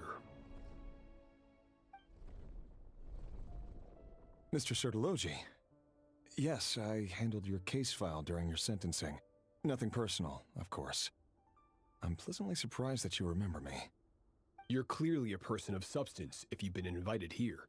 But Dainsleif, you'd better have a very good reason for convening this little gathering. It's my brother, Vedofenir. After he spoke at the court this morning, the king was so infuriated by his words that he had him blinded in both eyes and thrown in prison. Vedofenir in prison? Strange. I thought the king trusted him and Roptatir more than anyone else in the world. Does this mean the king's circle of trust just got even smaller? It has nothing to do with trust. It's about what the king wants, which is as clear as day to anyone paying attention. I simply appease him, because it's in the best interests of the Universitas Magistrorum. And also because you're slimy. Vedofenir, perhaps less so. But still, a visionless visionary? It rather inclines me to think that qualifications are not what get you ahead in Conria. Do you honestly think this is an important discussion to be having right now? Dane, what are you planning to do? Rescue Vedofenir, I assume. Correct. It will mean storming the palace by force. Tonight. I need all of you on my side. That's far too dangerous. And don't forget, Dainsleif, you're captain of the Royal Guard. You swore an oath to the throne. You've been planning this for a while, haven't you? I have no desire to commit treason. But whatever critique the king may have of Vedofenir, disfiguring your most loyal subject for putting the best interests of his court and nation first, this is not the conduct of a wise ruler. My blade will force the king to see the error of his ways.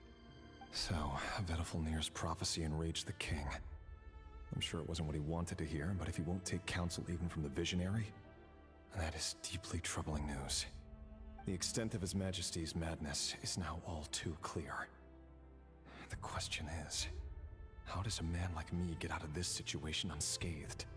You have noble ambitions, Dane, but I'm afraid they don't do much for a guy like me. I'm not interested in saving the world. All I want is a letter of pardon. A letter of pardon? For whom? Thelindis? The chances of the Vinster King issuing a pardon for anyone connected to the Crimson Moon seem vanishingly slim.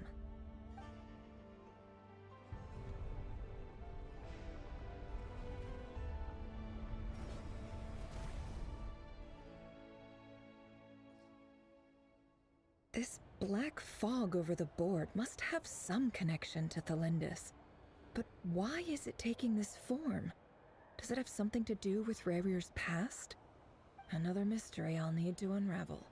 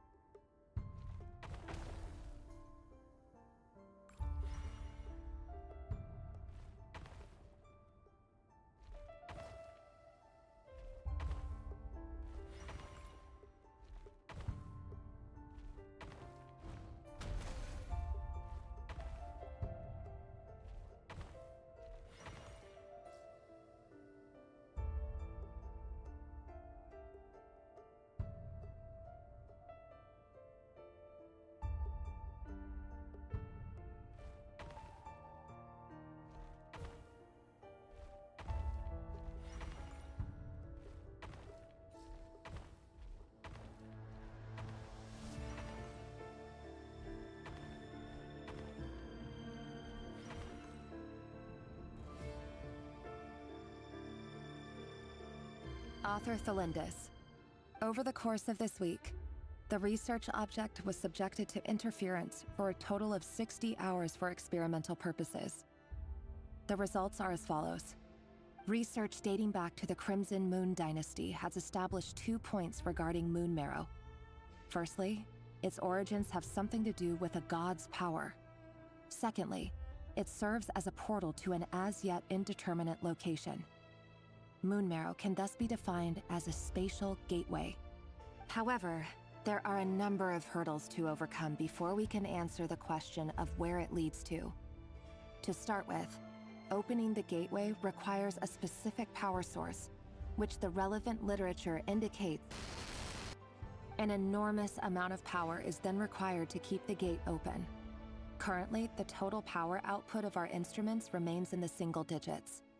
To make matters worse, I am now the only staff member remaining in the Moon Marrow lab.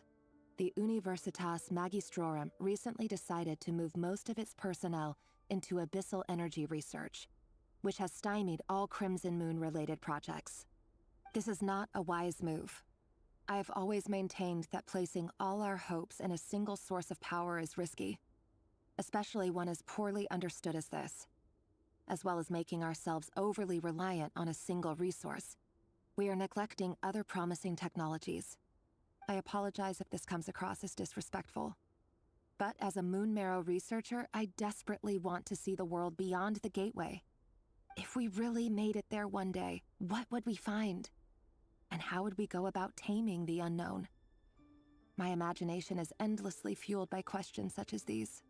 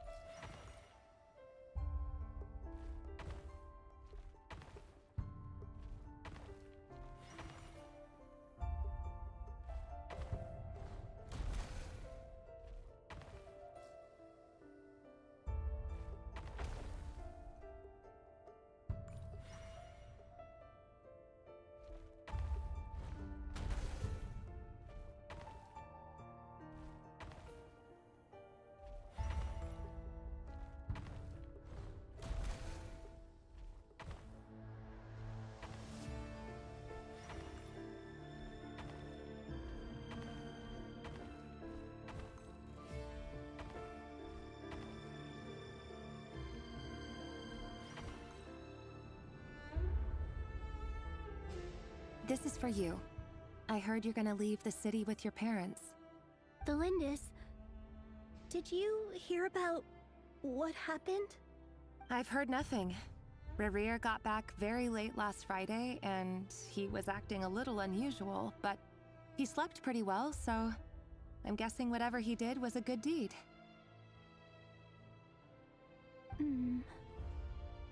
You never saw him, and I don't know what he did. And this conversation never happened. You understand? What if he finds out that you pried into his secrets? Don't be silly. I don't know what secrets he does or doesn't have.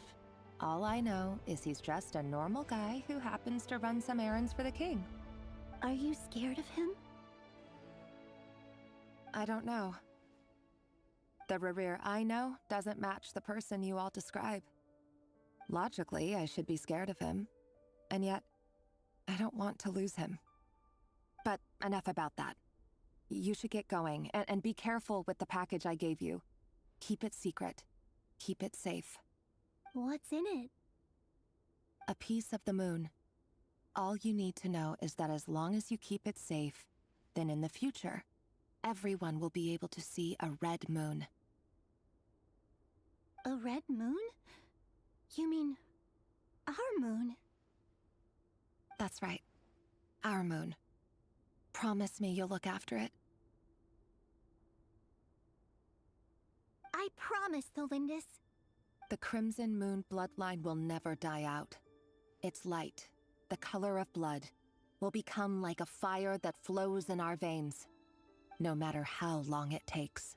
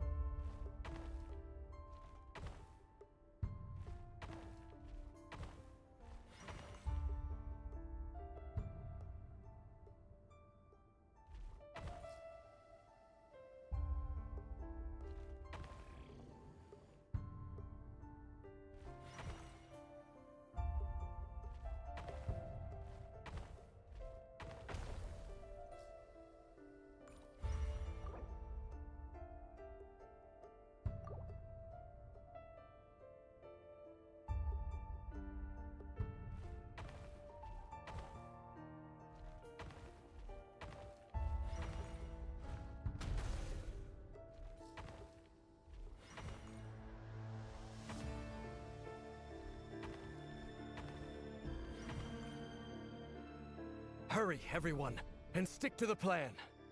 Sir Dainsleif, what are you? Is this treason? You know what happens to those who betray the throne. Please, don't do this! It is the king himself who has betrayed the throne. He has betrayed all of Conria. If you have any love left for justice in your heart, you should join me. It's showtime. Dane and his group will handle the troops in the palace. Then Hraptatir and Rhindaughter will disarm the security measures. My job is to enter the prison and rescue Vedifalnir. Stay safe. Wish me luck. Look after my brother. Draw your blade. It is time for justice to prevail.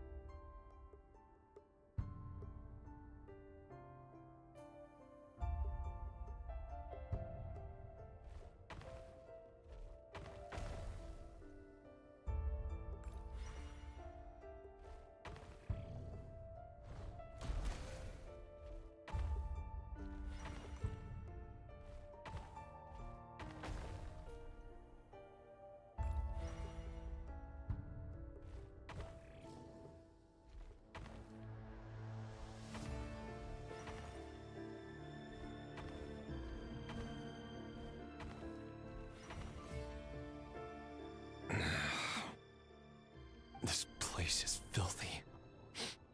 And the smell is abominable. Clearly, the king doesn't allow his prisoners a single shred of dignity. This is dire. Found you. Hello, Mr. Vedifalnir. Ah, it's you. Surprised? Oh, wait. I guess surprise isn't an emotion that prophets feel very often. I certainly felt some surprise in the moment when I was blinded. Surprise at the king's sheer ignorance. Surprise at just how unfairly this world responds to words of earnest remonstration. I'm curious. What did you prophesize this time? It wasn't a prophecy. It was a word of warning. Someone had to say it. The king has forsaken all reason in pursuit of his obsessions. I simply told him that if he continues on this path, Conria will surely fall. But he didn't listen. Worse still, he stabbed you in both eyes and locked you away. Dane asked for my help. The court is in complete chaos now, but I'm sure you predicted that. Everything is transpiring as I foresaw, yet I am powerless to change it. Fate is an immutable force. I can but lament as the inevitable unfolds. I do wonder whether giving a man the power to see the future does nothing more for him than slowly crush his spirit. Forgive my curtness, Vedifalnir, but the king did not suddenly turn on you today. His suspicions have been brewing for a long time. You can't have wisdom beyond the reach of your fellow man without attracting his fear and suspicion. There are things the king does not want to see. So, he doesn't want you having visions of them either. He blinded you because he thought this would make the visions stop. He wasn't entirely wrong. I did indeed lose my power to see the future. Right up until... Until what? Just now. I believe I saw something new. Well, tonight could go a lot of different ways. 5 of us banded together to storm the palace, also we could rescue you. This will go down as the most tumultuous day in Conrian history. I sense hatred in you, but also hope. A desperate hope that with the tyrant deposed, that will be the end of the story. But this is not the end. It is the beginning of a new chapter, in a whole new story. There are many men of honor and courage in this world, Rerir. But you are not one of them. You're not here for justice, are you? You're here for yourself. Is that a dagger? Interesting. Why not the polearm? It was always your weapon of choice. With your abilities, I don't doubt that you were able to recover some of your sight. But I also doubt that you want to make an enemy of me right now. Of course not. We're on the same side, aren't we? We could be. But I need you to be honest with me, Vedafilnir. At this point, you're my only hope for the future. You mean your future? With your beloved, Felindis? Yes. And I know there are bigger things at stake here. A dynasty, a nation, maybe the entire world. But forgive me, I care first and foremost about myself. I can't abandon the one I love to save myself. I just can't do it. But you see a broader picture of the future than I. You see the solutions to the biggest problems of our age. So tell me, what is my solution? What's the answer? In matters of fate, answers are either right or wrong. What will be and what will not. Maybe you are willing to pay a certain price in the pursuit of happiness, but unfortunately, fate does not negotiate. That is the cruelest thing about fate. It is unmoved by your sacrifices. That can't be true.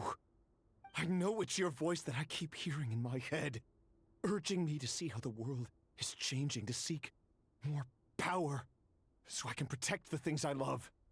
You show me disaster, but you won't show me how to avoid it? Why? Why are you doing all this? My voice. In your head.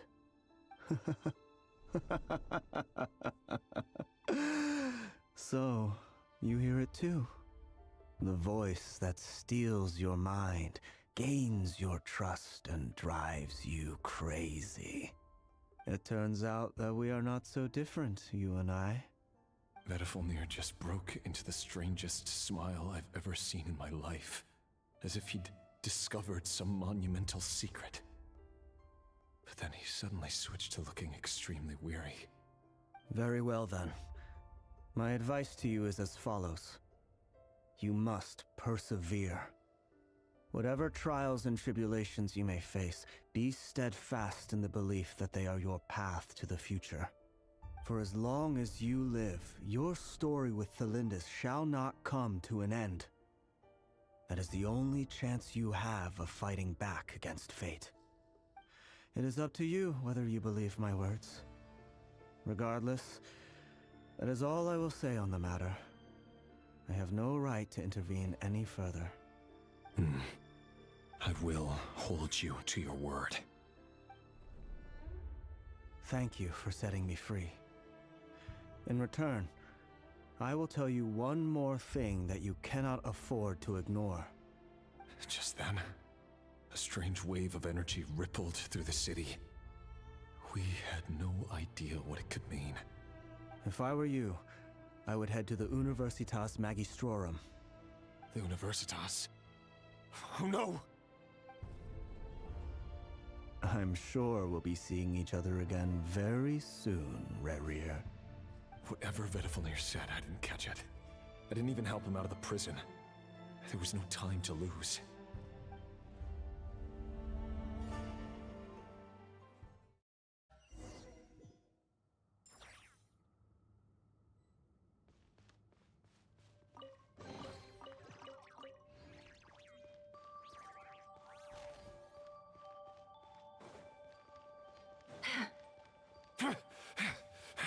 Monsters?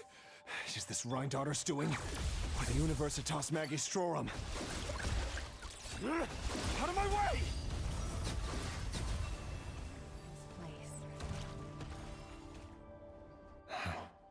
The Universitas. That reminds me of a rumor I once heard. Allegedly, the king installed secret mechanisms in the palace and around the city. No one knows where they are or what kind of power they hold. But if they were ever going to activate, it would probably be on a night like tonight. Help! Help! Hold on! Don't let them anywhere near you! Save me! I can't! Ah! That sounded like an explosion. So, the rumor is true? The king really went through with it? What other means does the king have at his disposal? They must run on power from the Abyss. And given it's a major center of Abyss research, anyone over at the Universitas will be in grave danger. I have to hurry!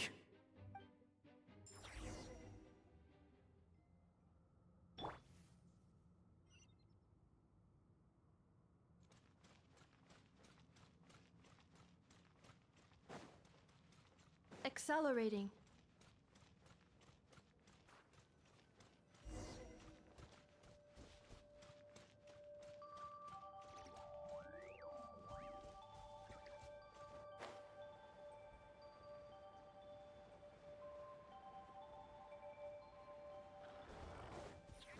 Defensive mode is... Go claw! Ding dong! Observe to dust.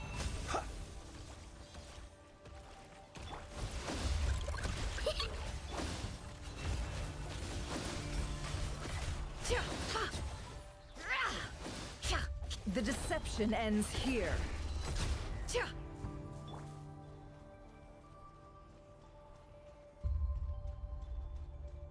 Cleanup sequence initiated. Look, a ring! By the frost moon of old. Close your eyes. To dust. Observe.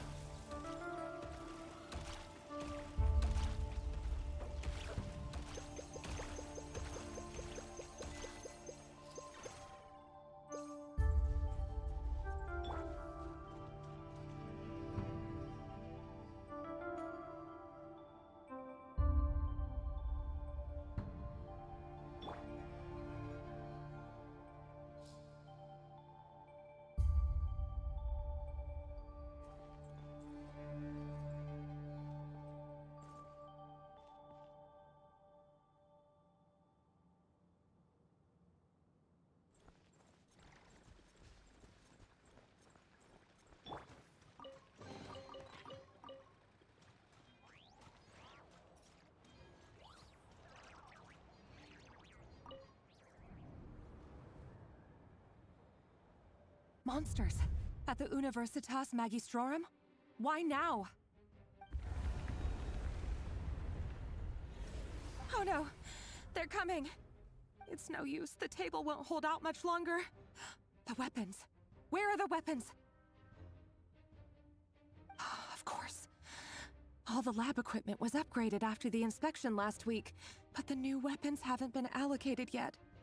I'm done for. Is anyone there? I need help! Ah!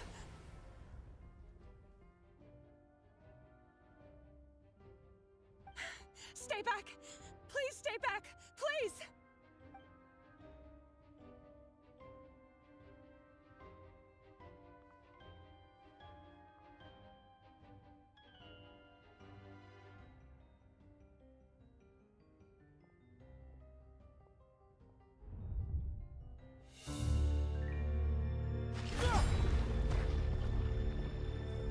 What's that?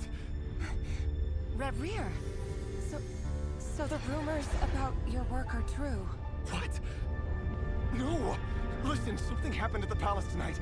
We have to leave! You don't need to lie to me anymore. What do you mean? I know why you're worried, and I will respect the decision you've made. But it's okay, because I found a solution. I know how to end all this. You can have it back. The normal life you so desire.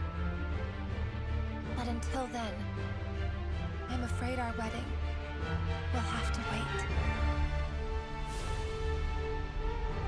Celindus? No, don't do it! Celindus! Celindus!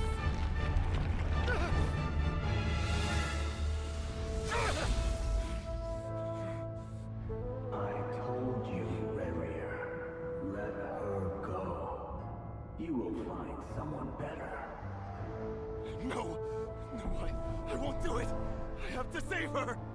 By what means exactly? A lowly pawn. You lack the power and the strength of will. Do you know a way? Tell me! Come to the palace. Join us.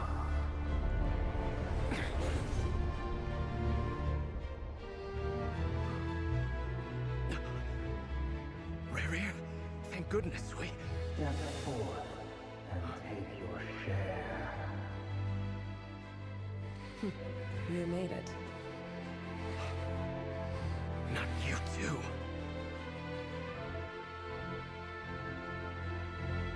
Hatred or grief, despair, desire.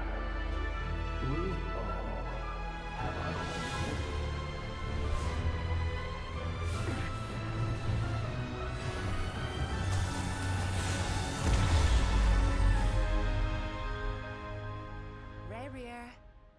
Rerir. Celindus? Were you daydreaming?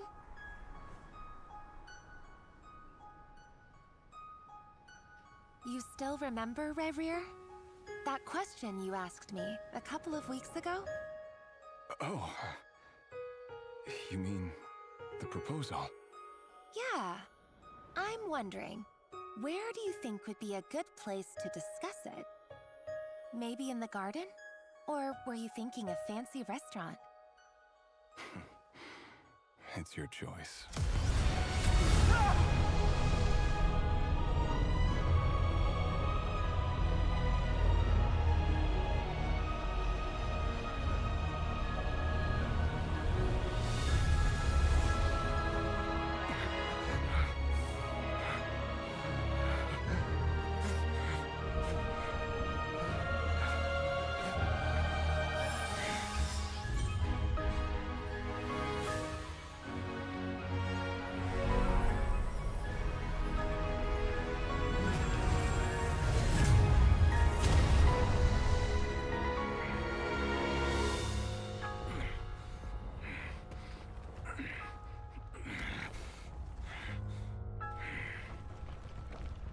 I will find you.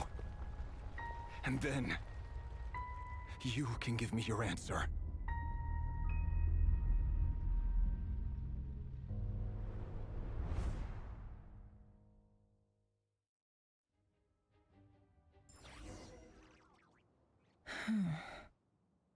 So that's how the Raker of Solnari was born. A monster created by circumstance is a monster all the same. Viewing other people's thoughts for too long can get uncomfortable. Right now, I'm feeling a strong sense of loathing.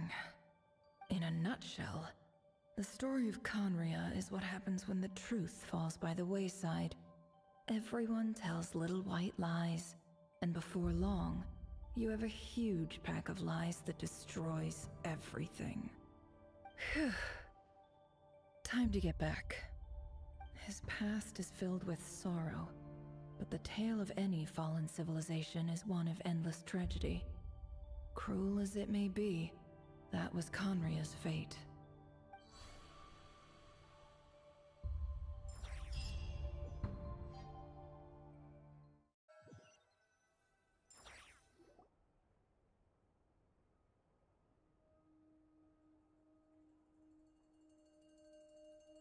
Everyone, I'm back. Can I get a standing ovation? Never! How are you holding up? Feeling okay? She's fine. Boss is a pro.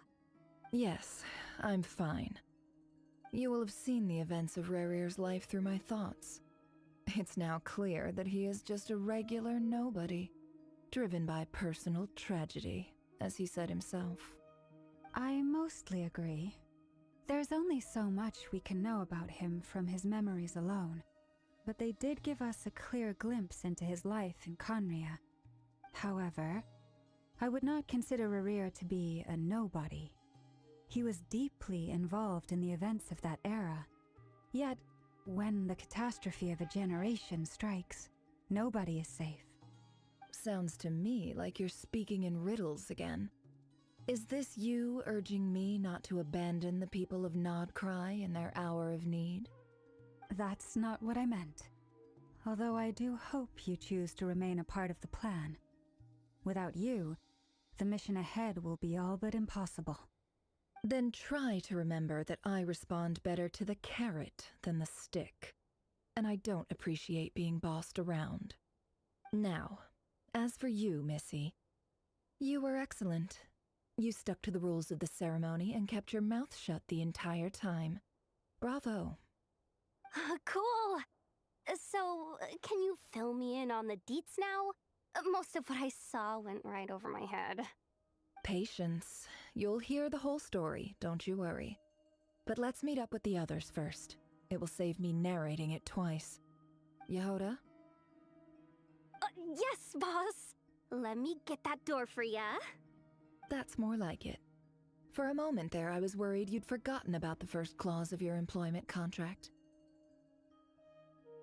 Forgive my curiosity, but what does the first clause say? It says I gotta do the annoying stuff that boss is too lazy to do for herself. Like opening the door, pouring the tea, yada yada. Is that right? If something is in the contract, it's because she willingly agreed to it. Rest assured that the Curatorium abides by the very strictest of labor policies. You don't seriously think I'm cruel enough to treat her like my slave. In any case, I've hardly shied away from my share of the work today. Hope I don't catch Flintz and Varka lounging about in their chairs, enjoying a leisurely cup of tea. There's nothing I dislike more than other people enjoying themselves while I'm hard at work.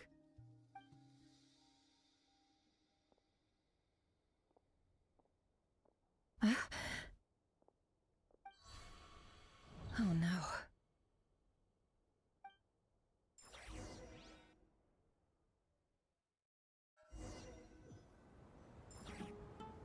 Sorry to disturb you, but we seem to have run into some trouble. Evidently so. Don't worry, I'm not about to leave you to fend for yourselves. I'm not that kind of boss. And it would go against the Curatorium's labor policy. I'm sorry? What did you hear me say? I wasn't talking about labor policy. Wait. How long have I been standing here? Not long. You just appeared by the door a moment ago.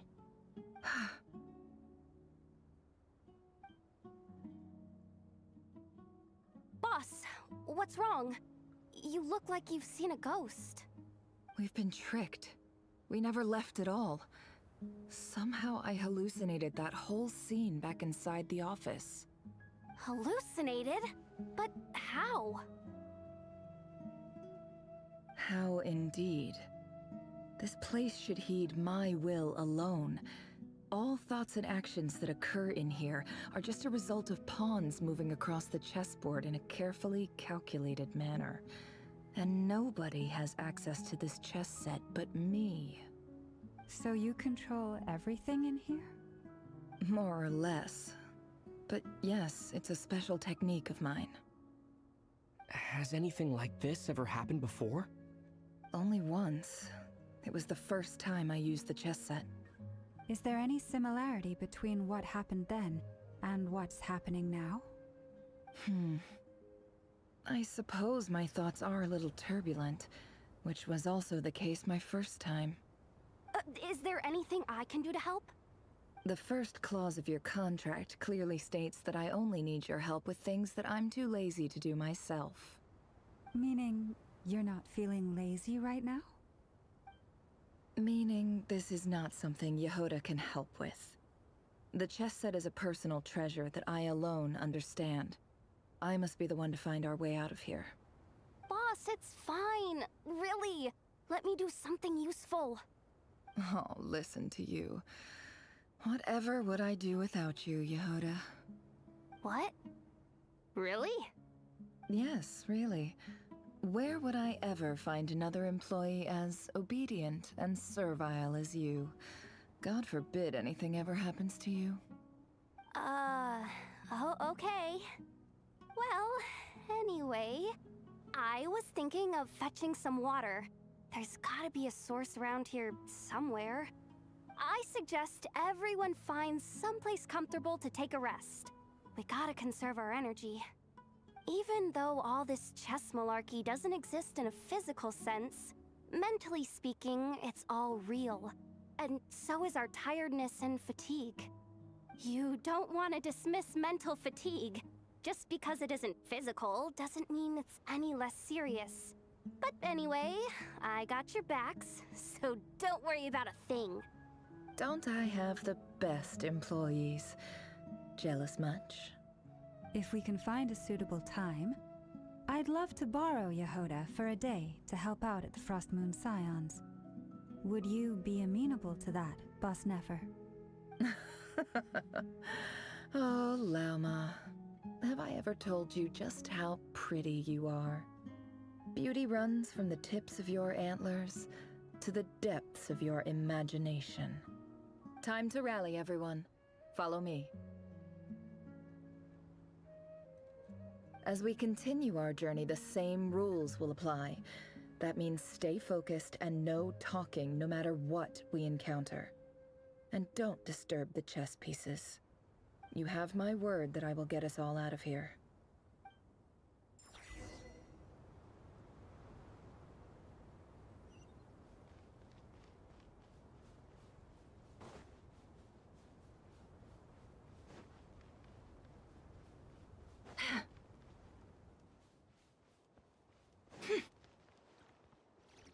This place looks familiar. That's not a good sign. There's someone up ahead. Time for a little chat.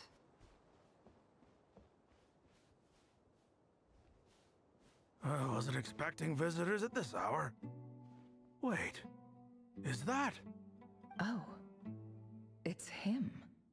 There you are! Sinue's been looking for you all day. I think he has some news for you. Oh yeah? What were you doing just now, Uncle Retinue? Hiding away some more loose change? I know I saw some Mora. What do you mean, loose change? Oh, come on, I'm too old for this. Just pretend you saw nothing.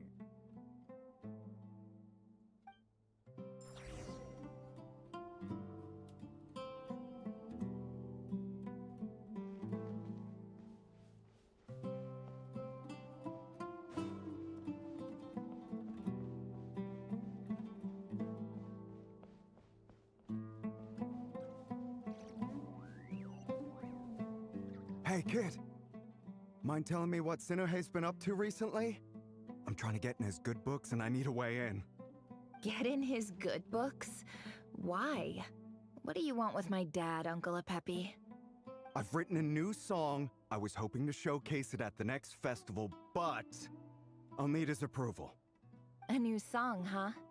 I'd love to stay and listen, but unfortunately, Uncle Retinue says my dad's looking for me. Well, there's plenty of time and I'm not going anywhere. See that pile of stones? I'll be sitting there warming up my vocal cords. Come find me when you're done. Pile of stones. Got it.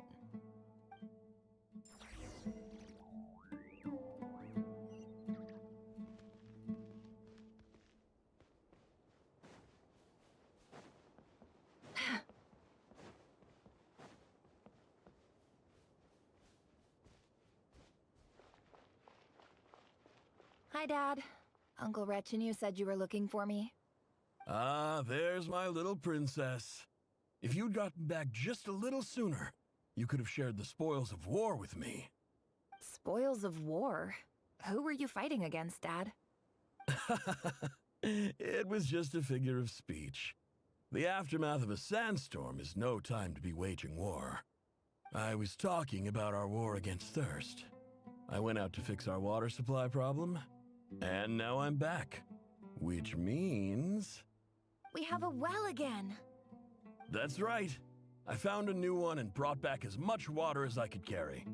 It should last us for a good while. If it wasn't for these blasted sandstorms, our wells wouldn't be caving in. You wouldn't be spending all your time out searching for new water sources. As the chief of our tribe, I'm supposed to be leading us out of hardship and poverty, onto better things. You know how prosperous our ancestors were. I've told you all the stories. And look at us now, squeezed into these hovels. No one would choose this, if it wasn't for the endless wars over the years. But things are looking up. I started working with some folks from the academia a few months back. They gave me some contacts in return for my assistance in the desert. So you're the academia's helper now? Special ambassador, they call it. Think of it as a partnership. It's nothing bad, okay? We've been isolated here in the desert for too long. Seeking opportunities elsewhere is the best thing for us, and the fastest way to progress. So, do you get anything good out of being a special ambassador? Of course. My luck's improving all the time. One day, I swear I'm gonna lead us out of this place. We'll find somewhere new. Somewhere better.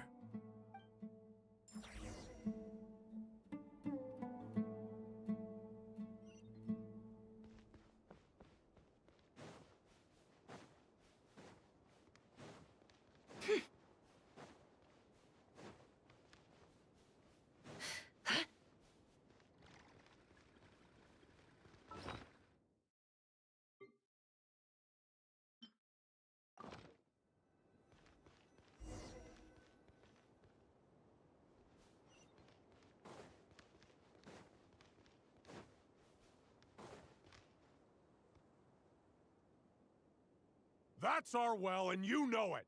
You stole from us. Well, you've gone from chief to thief, and now you have to face the consequences. Did you really think you could take our water without permission and get away with it? You're either brave, stupid, or both. And that special ambassador act? Yeah, nice try. We spoke to the academia. They said it was all news to them. You're a liar and a cheat!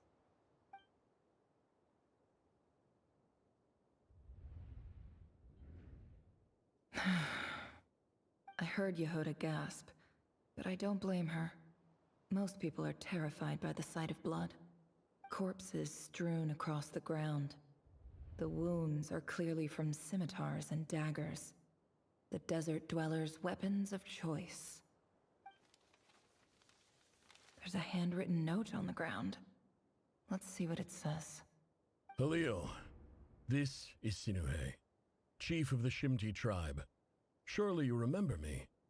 I was the one who helped you and your colleagues avoid the quicksand in the desert. This is my second time writing to you. I assume my last letter must have gotten lost in the mail, as I didn't receive a reply. I hope this one makes it to you safely. I'm writing to you because I need some help. That sandstorm the other day completely blocked up our well, forcing me to look for another water source in Iab and Unut territory. It was a matter of survival. Praise the gods. The well of the Iab tribe was intact. It was my last resort. I drew what water I could and left, but not without being spotted. I fear they will retaliate. You told me to write to you if I ever needed help. You said you'd be my ally in the academia. I urgently need you to formally recognize my title of Special Ambassador and send some of your people to assist me for a few days. It's the only way I can convince them that this was the academia's decision and prevent them from retaliating. This is an emergency. Please send help as soon as possible. Looks like this letter never got sent. The writer died a grisly death, and the letter was trampled into the ground. It's badly defaced. Some parts are barely legible. What a ridiculous lie the surviving Shimti tell. Their whole village was butchered over a sip of water.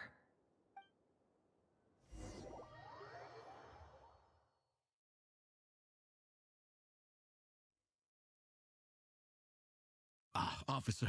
Welcome. Welcome to our humble village. I thought you would at least have the courtesy to provide some respectable libations. This is the finest wine our village has to offer. I promise.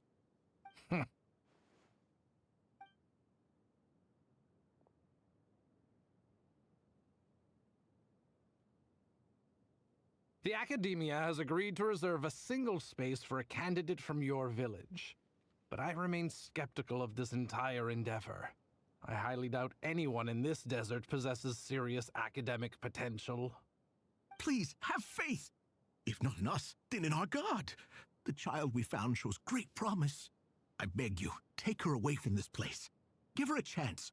Don't let her talent go to waste. I don't recognize her. New arrival? She showed up here a few days ago and we took her in. She's a really bright kid. Please help. I'm begging you. So, where are you from? Nowhere special. Just a sand dune. What about the rest of your family?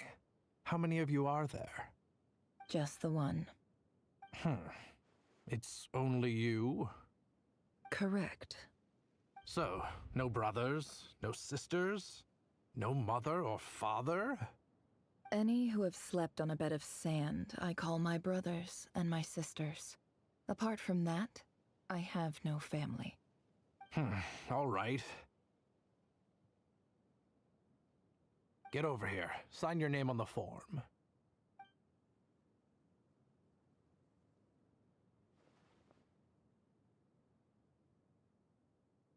Never? You're rather fair-skinned for a desert dweller.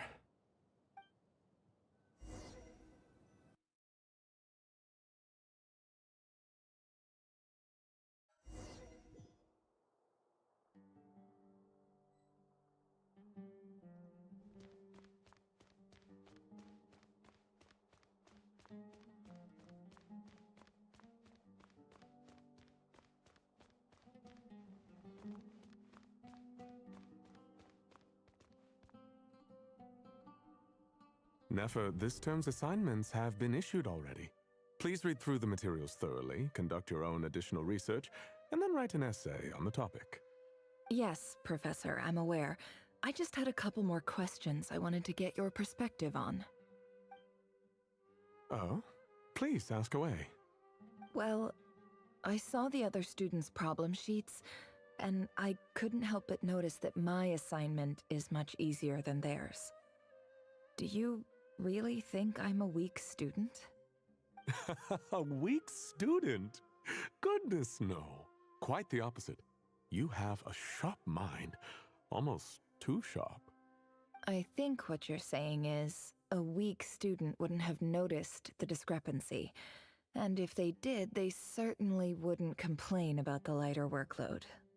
You see, sharp as they come. You see things the way they are. And I'm sure you know why they're like that. Because of where I come from. Because I'm different.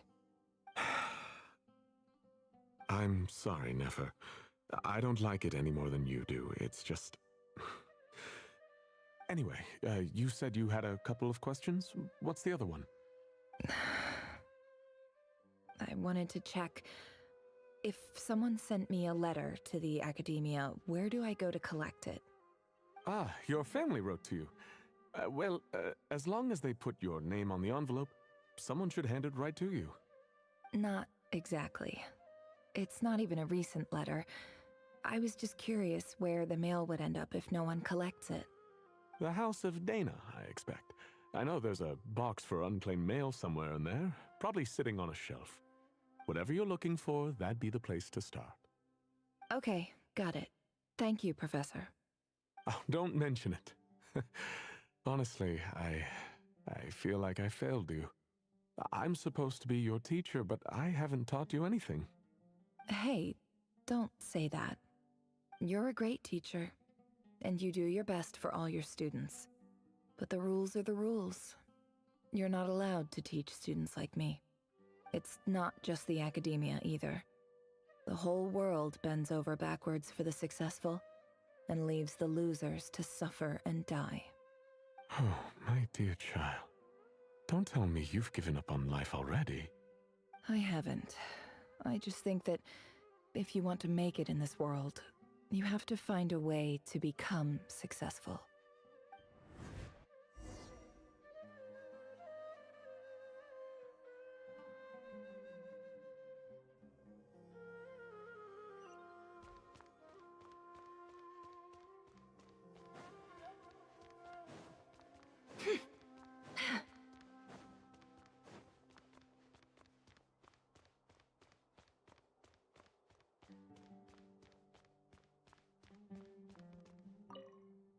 This must be it. A big cardboard box full of unclaimed mail. And probably some letters that ended up here by mistake, too. Let's take a look.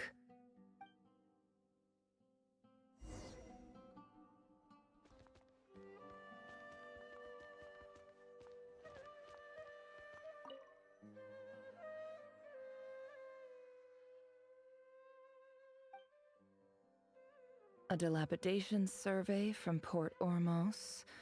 Looks like it's from a Corps of 30 representative. What a strange thought. A bunch of mercs losing sleep over rundown buildings. This one was never even opened. I guess the recipient didn't care what the Corps of 30 had to say about anything. Who was it addressed to? I don't recognize the name. But it must have been a Kasharawar professor. This one is addressed to the Amorta Sage. The title is Changes Observed in Satyavada Life Symptoms. Why do all these letters read like full-blown dissertations?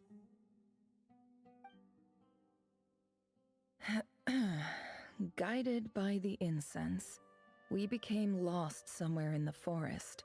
All the barriers between levels of consciousness disappeared as our minds soared around in circles, looking for a branch to seek refuge on.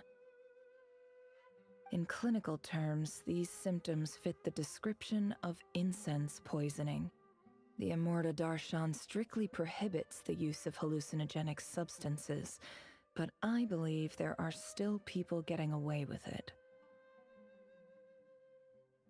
For example, my neighbor who always breaks out into song and dance after using incense.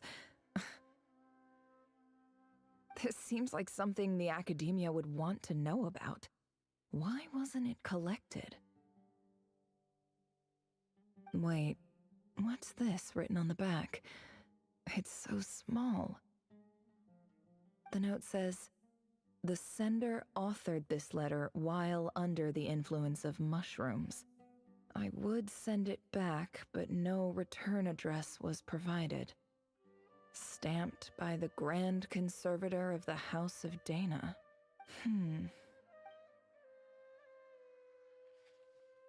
This next one is addressed to Grand Sage Azar? A few words of protest regarding recent changes in Sumeru's educational policy. In recent years, the academia has taken on a small number of students from the desert region, as per the policy to this effect. However, it appears to me that these students have not, in fact, been provided with educational opportunities that are, in any meaningful sense, equal to those enjoyed by their peers, as well as receiving dumbed-down assignments and perfunctory tutoring. They do not even have full access to the Akasha system. Education is the fundamental purpose of this institution, which should go without saying in a nation whose founding virtues are knowledge and wisdom. I ask you, is the lip service we pay to the policy of education for desert students truly the standard of pedagogy to which the academia aspires? As Grand Sage, policy decisions are your prerogative, but do not forget your roots. You and I were once students too, as was everyone else in this institution. I do hope you will give some serious attention to this matter. I encourage you to discuss issues like this with myself and others, and listen to some alternative opinions. Great letter. Shame it didn't get to where it needed to go. And the sender is... Huh? Sage Cyrus of Spontamod. I didn't realize anyone else even knew how bad students like me have it in this place. So this is where letters from the Sage of Spontamod end up? Nice one, Grand Sage. Really enlightened leadership. Whatever. This isn't what I came here for. Moving on. I'm not exactly holding out hope that a letter sent from the desert would even make it here. But if it did, where else would it end up if not in this box? I can't believe how much discarded mail there is. Must have been years since someone last went through it all. And this is just one box. The whole House of Dana is boxes on shelves. I don't believe for 1 second that any human being has sat down and read through all the documents in this place. Who has that much free time on their hands? Wait, could this be it?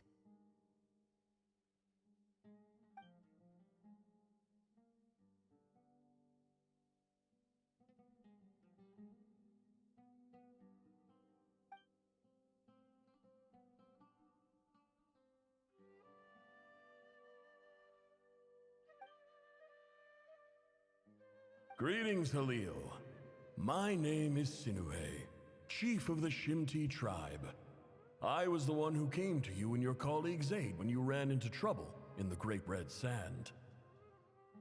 I don't know how well you remember it now, but I brought you to safety and gave you some water and other supplies. You seemed very pleased and told me your name. In my tribe, learning a person's true name is serious business, and I therefore see you all as friends. You were kind enough to leave your contact details, so we could stay in touch. The Shimti tribe lives a harsh, nomadic existence in the desert. You were sympathetic towards my plight, promising to make me a special ambassador of the academia and help us find a way to make a better living. This brings me to my reason for writing. Our tribe has fallen on particularly hard times, and I would like to ask for your assistance. There was a terrible sandstorm a few days ago, which blocked up the well in our land.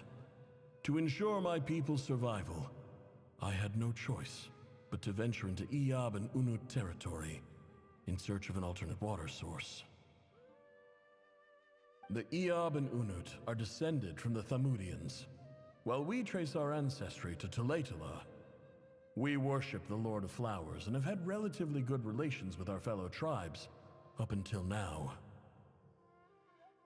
I found a well belonging to the Iyab tribe. They declined to help us, but I really had no other option. so I took some water to keep me and my tribe alive. My actions are certain to incur their wrath.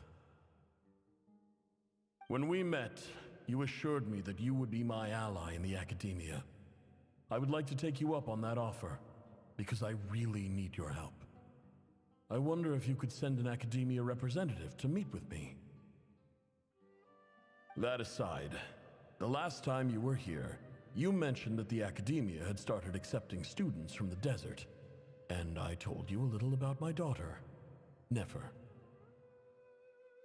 We have next to no resources here in the desert, and my power and influence are limited. Would you consider enrolling my daughter at the academia? She is a smart girl. I know she won't disappoint you. From the outset, the academia never took you seriously. Those things they promised were just empty words. I doubt they even remember the name Sinuhe. And you were so emphatic that your luck had finally changed for the better. You swore you'd lead us to a better place one day. You spoke with such conviction, like you were the most powerful chief in the whole desert. You liar. You lied about everything. You promised the world and delivered on none of it. And who fell for it? Just me, by the looks of it. Despite your best efforts. Which makes you a pathetic liar. You weren't even any good at it. I think I'll take over from here. Let me show you how it's done.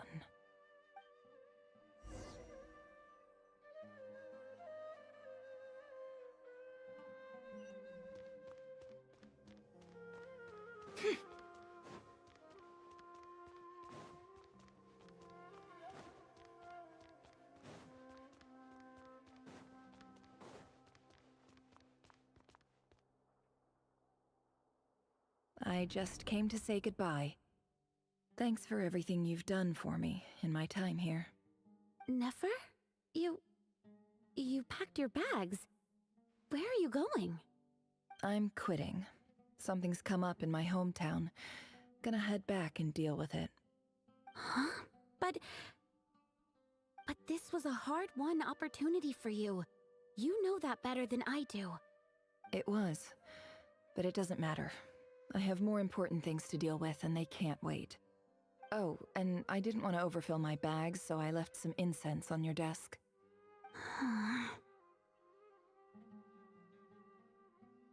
What's wrong? I thought you liked incense. Although, I did read somewhere in the House of Dana that it has hallucinogenic effects. Don't use it all at once, all right? Isn't this the stuff you brought from your hometown? You're just letting me have it? But you said it's a rare and valuable commodity. Yeah, about that. I lied. It's not rare at all. There's this bunch of ruins near my hometown that are practically overgrown with this plant. It's not worth much. Keep it, it's fine. But Nefer... All right, that's all from me. You take care.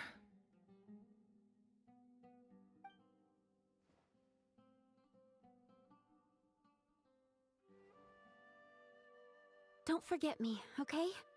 I mean, we're more than just classmates, right? We're friends. Yeah, I'll remember you. I lied again. That incense is worth a fortune, and it's a rare find even in those ruins. And as for remembering her, I have far too much to do when I get back. No time to reminisce. I'll be lucky if I even make it through this alive. But either way, I expect I'll forget you pretty quickly.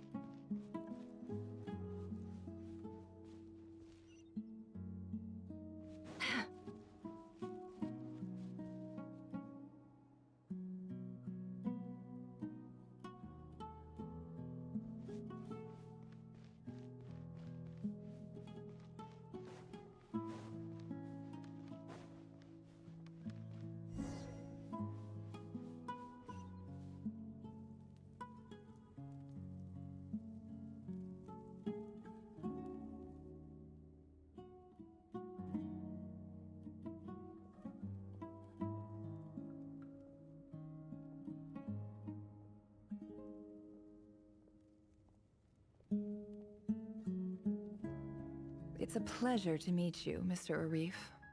So, what does the Academia want? Since they've sent their special ambassador, I assume there's a big business deal to be made. If not, I'd be very disappointed. Please, sir, lower your blade. You're lucky I'm the one they sent. Not all special ambassadors share my admiration for the Eab people. The ever-shifting balance of power in the desert reduced the once great civilizations of this region to rubble and sand. But the story of the Eab has a very different trajectory. Others grew weak, but you grew strong, beginning in obscurity and moving to prosperity. You're the only ones who defied the trend. Huh. So, you do know who you're dealing with? This well is the perfect symbol of your strength, is it not? It used to belong to the Unut, but it looks like you have control over it now. You're not wrong. But I'm sure you didn't come all this way just to flatter us. Of course not.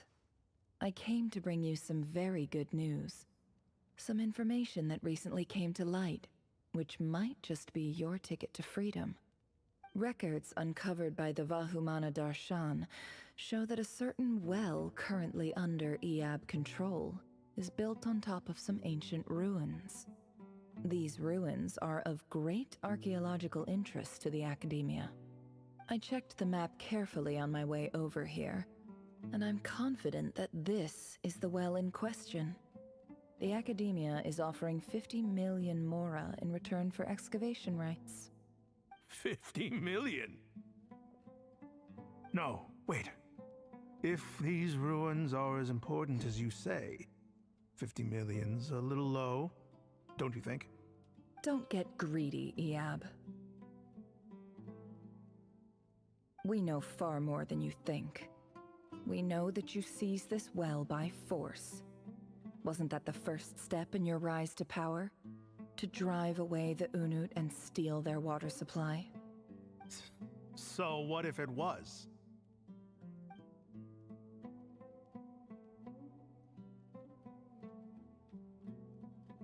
Don't worry. As unscrupulous as it was, it's something we're willing to overlook. The Academia is only interested in dealing with the de facto power holders in the region. I hope I am making myself clear. And I hope your words are the truth. If I find out the Academia is trying to play me, I'll hunt down every one of your people and make you watch as I cut their heads off one by one. I assure you, Chief, that would not be in your long-term interests. You don't want to make an enemy of the Academia. You see how I'm dressed, don't you? I appreciate that you've never been to the rainforest, but surely even you recognize an ambassador's attire when you see it. And what does a barbarian like you have to lose anyway? You really think the Sumeru Academia would bother to come all this way just to lie to you? We have more important things to worry about. All right, I take your point. The Academia is the highest authority in the land. I'm sure you're trustworthy people. In that case, we have a deal. We will sell you the excavation rights. I'd like to thank you, Ambassador. This is good news indeed. Excellent news. In fact, it calls for a celebration. Would you do us the honor of staying a while and enjoying some Eab hospitality? Gladly. I am partial to wine myself, and I trust you are as well. So let's indulge in a few drinks together, in celebration of this momentous occasion.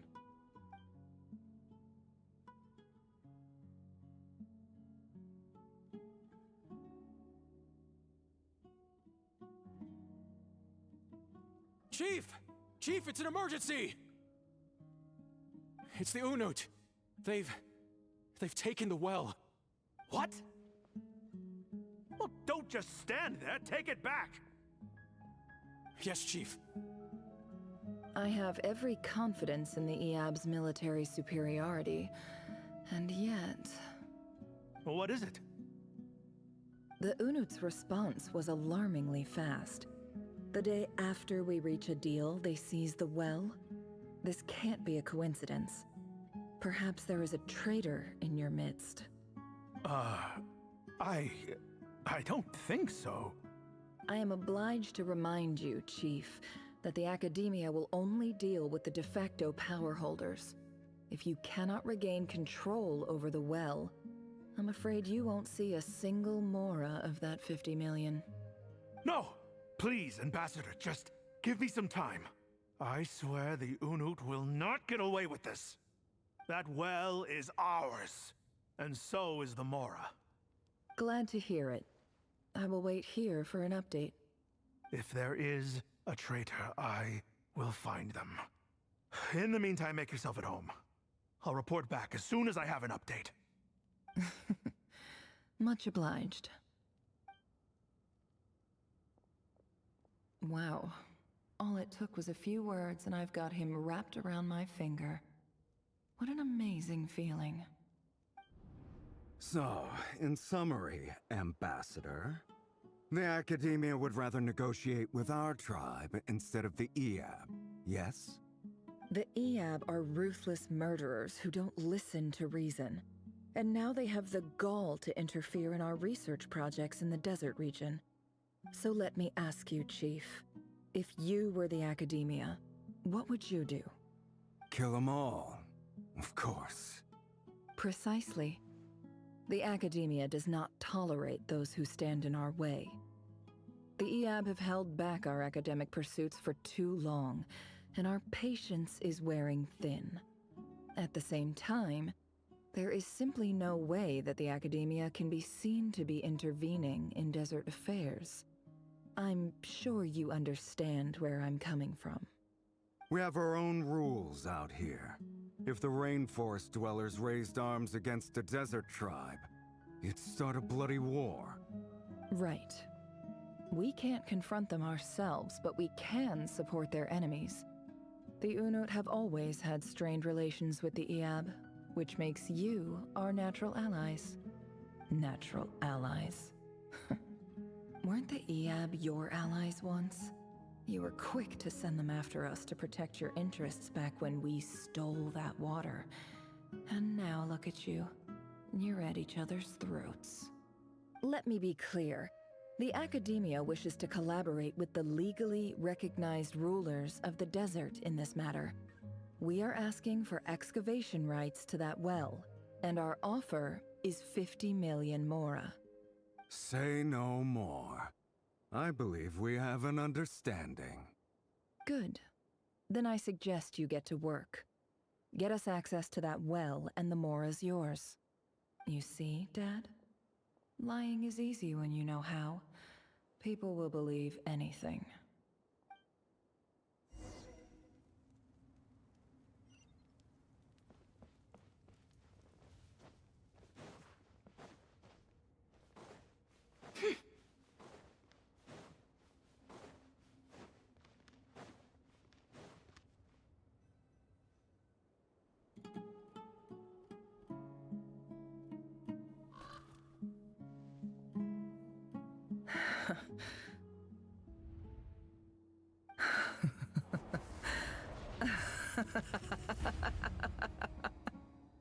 Look at yourselves.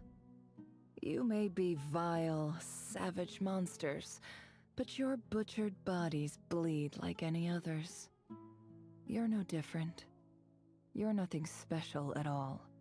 The monsters who destroyed my home, they're just ordinary, petty human beings. What a joke. I think we're even now. Maybe I've even done the desert a favor. It's a better place without all these people around. Oh, Sinuhe, my gullible fool of a father. Perhaps if you'd been as ruthless as I was today, our tribespeople would still be alive. In this dog-eat-dog world, a chief needs to be tough to survive. but you couldn't do what had to be done.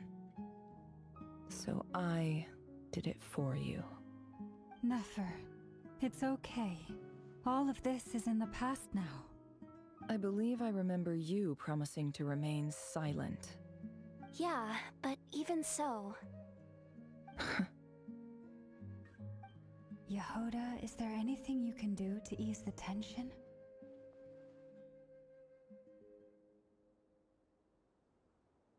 Alright, time for a sharp turn onto a completely different topic. So, anyway, that's enough of that.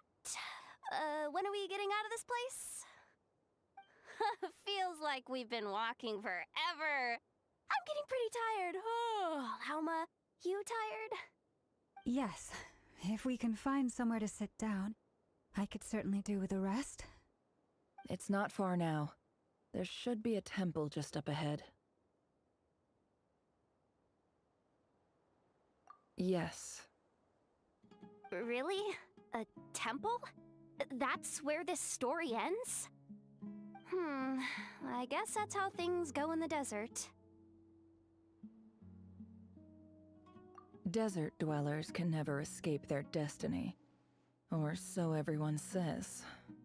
I never wanted to believe it, but looking back now, I'm as desert as they come. You mentioned a temple. What's waiting for us there?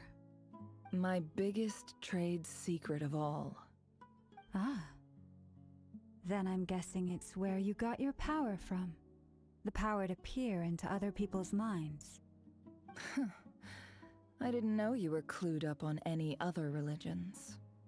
I'm no expert in the history of Sumeru, but since you come from the desert, I would imagine it has something to do with King Deshret. Sounds impressive. Ah, I know who you mean. General Mahamatra Sino. The spirit of Hermanubis dwells within him. That's Boss Neff for ya. She knows everything. Sino's hardly a figure of obscurity, but I know about Sethos too. What about him? Is he a big deal or something? Well, he's not a small deal, let's put it that way. Please, this is the bare-bone basics. Save the flattery. Thanks for your patience, everyone. I'm sure it's been a lot to take in. With any luck, that's our exit just up ahead.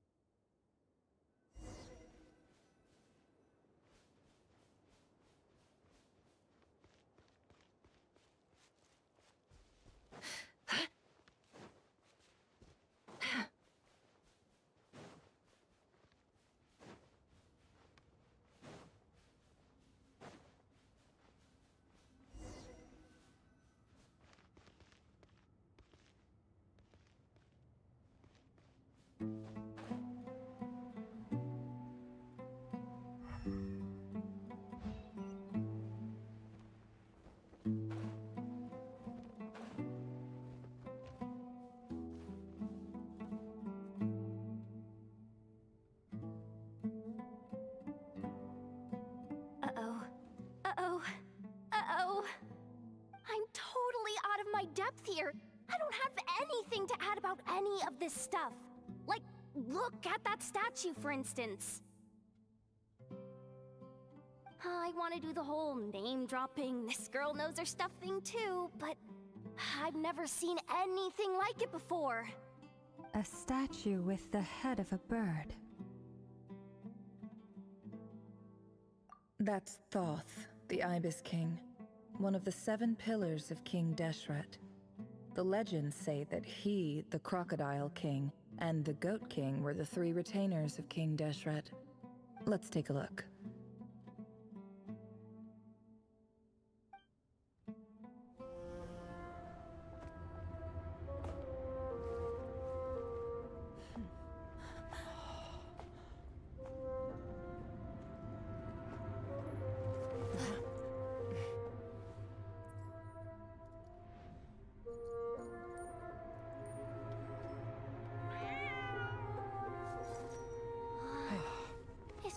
true. So, all is well?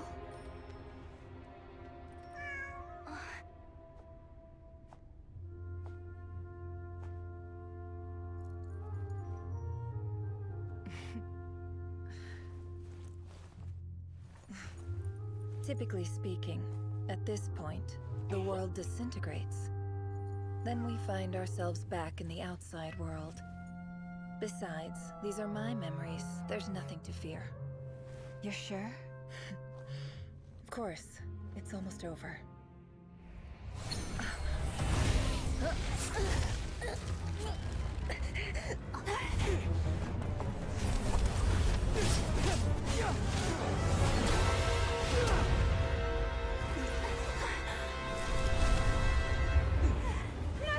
Hold on!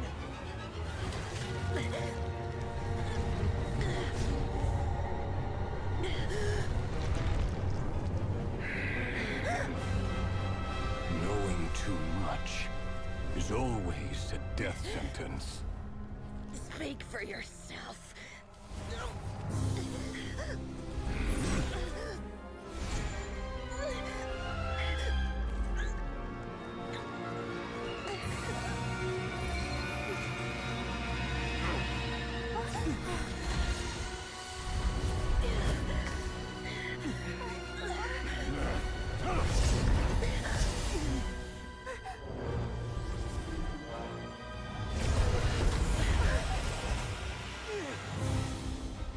How repulsive.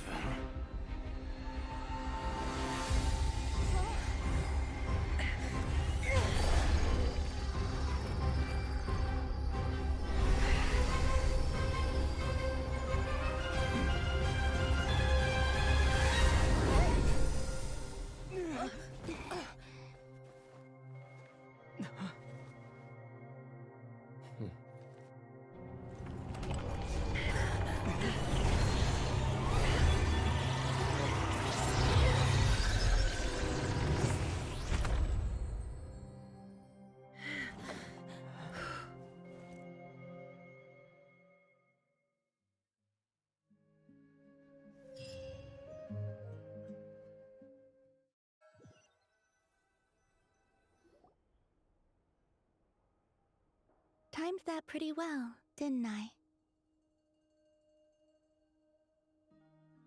It's okay. I'm just glad no one was hurt. Paimon noticed you doing something too, Dainsleif. Were you helping get them out? Of course.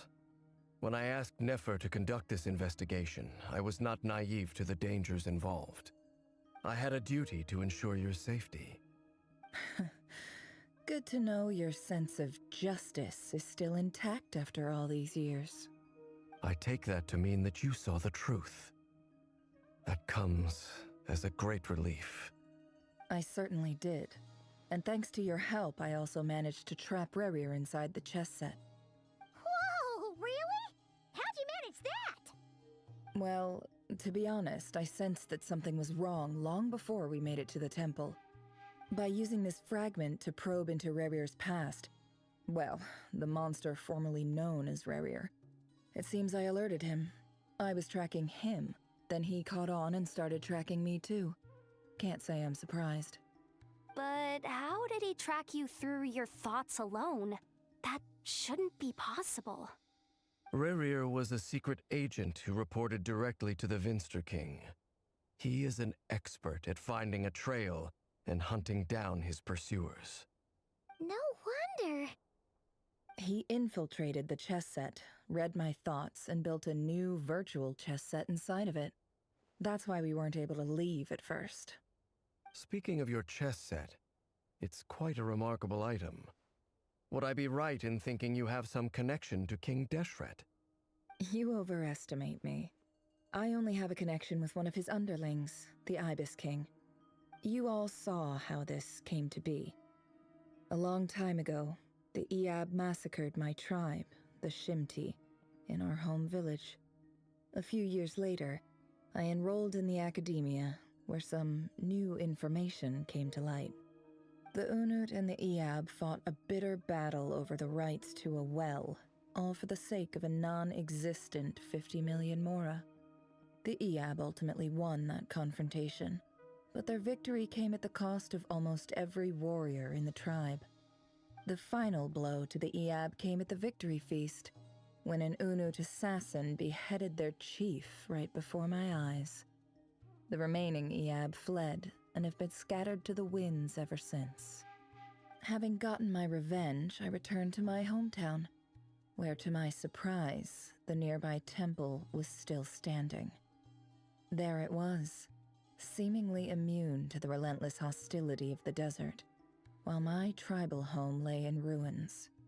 As I stood there gazing at the temple, I noticed a cat just outside. This cat, as it turned out, was home to the spirit of the Ibis King.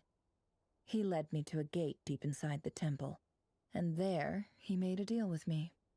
This chess set is my gift from the Ibis King. The chessboard within is made to the same specifications as the one in the mausoleum of King Deshret, and represents his power of piercing analysis. With this chessboard in its container, I gained a certain ability to perceive hidden secrets. Now, you could conclude that the Ibis King simply wanted to give the people of this world the power to seek the truth, but I don't believe that's the full story. Every god plays favorites. Their hearts are as fickle as any humans, full of secrets, perversions, egotistical tendencies. But precious few gods are willing to admit this. It is the same with all powerful forces, including fate itself. Their gaze falls preferentially upon a select few. As you rightly point out, this is an act of favoritism. If you're alluding to the Abyss, then yes, I agree. Gather the others. It's time to share everything I've learned.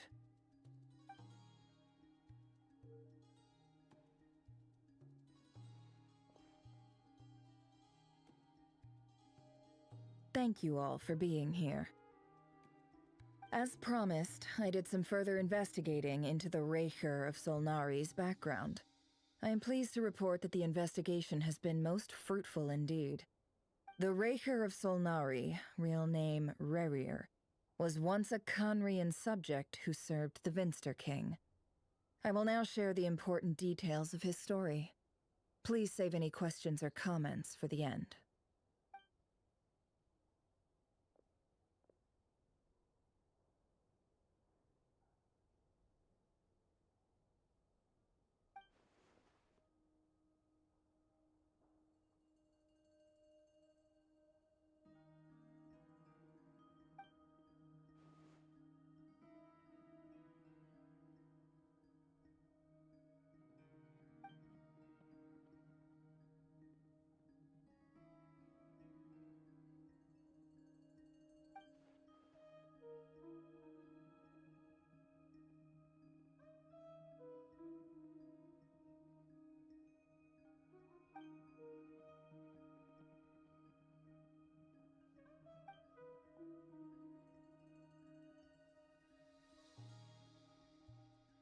So that's why he's so obsessed with the moon. A tragic tale, to be sure. But it does not excuse his many transgressions. No matter how much Rerir suffered in the past, the fact remains that he is what we know today as the Wild Hunt, wreaking havoc upon innocent lives in Nod-Krai. He becomes more dangerous with each passing day. If left unchecked, it is simply a matter of time before all of Tevat suffers the consequences. This is a threat that the Knights of Favonius cannot ignore. A question for Miss Columbina. Forgive me if this is presumptuous, but have you ever seen the spatial gateway that appeared in Rerir's memory? Never. But I have heard stories of something called the Moon Gate, and this seems to fit the description. Miss Lauma, any thoughts on this? In the lore of the Frost Moon Scions, the moon is believed to hold many secrets. Some sources speak of ancient knowledge, others of a gateway to the unknown. The term Moon Gate is one I have heard before. But as is the case with all of our legends, there are no records of any first-hand witnesses. We cannot know whether it truly exists. Then back to Miss Columbina. As a moon goddess yourself, do you have some idea of where the moon gate leads to? Not at this stage, sorry. I do hold the power of the Frost Moon, and my strength is recovering well. I can sense that the gate would open at my command, but... But there's more to the power of the Frost Moon than that? Yes. A moon goddess has the right to open the moon gate, since it is a path to the moon. But as Nefer mentioned, holding open a spatial gateway takes a huge amount of power. And right now, I need to conserve my energy to fight the Rayhir of Solnari. I'm afraid this is one mystery we may have to leave unsolved for now. I agree. Better to save your strength. But if you'll humor me for a moment, I have a bold conjecture of my own regarding the world beyond the gateway. I highly suspect that neither Tholindis nor Rarir made it through unscathed. The evidence pointing to this is the fact that the Rayhir of Solnari exists in the form of countless fragments. With the abyssal power he wields, no ordinary foe can touch him, let alone tear him to shreds. And yet, the wild hunt proliferates wherever his scattered fragments lie, drawing hordes of monsters to many different locations across the land. So your theory is that Rarir was physically torn to shreds by some powerful force? Hence, why the Wild Hunt is a distributed phenomenon, rather than a unified one? Makes sense to me. Explains why the Wild Hunt is so pervasive, and why he's been trying to piece himself back together. He was whole to begin with, and he wants to be whole again. Without the power of the Abyss on his side, he almost certainly would have perished the moment he was torn apart. But the Abyss, much like a curse, has kept him alive. I could not agree more. The power of the Abyss is most surely a curse. It is a compelling explanation, and one that accords with my present understanding of Abyss creatures. Whether the life form in question is primitive or advanced, if a curse has extended its lifespan unnaturally, it will continue to survive in spite of everything. This raises some interesting questions. I will run some experiments and see if there is any validity to my suspicions. That being said, regardless of whether my research bears fruit, I would like to thank Miss Nefer for conducting such a thorough investigation. Already, it has greatly enriched my understanding of the entity we face. My pleasure, Mr. Albedo. I too hope that the information I have shared today proves useful as we look to formulate the next stage of our plan. Hey! What is it, Dainsleif? You look really upset! It's just... when I think of the man I once knew as Rarir, I struggle to understand why things had to turn out like this. The two of you used to be friends, didn't you? I don't know if these words will bring any comfort, but my heart goes out to you. Mine too. We can never know all the hows and whys of the way things are. The moon and stars are full of untold secrets and lies, and the skies are host to many more mysteries than these alone. Yet, none of that can begin to compare with the complexity of human life. Those are the first comforting words I've heard in a long time. Thank you, both. Well, I think this is a good place to end today's meeting. I'm sure Nefer needs some time to recover. She's been through an awful lot today. That's very thoughtful of you, Lama. Of course. Sounds good to me. Take some time to rest and digest before we reconvene to nail down a plan.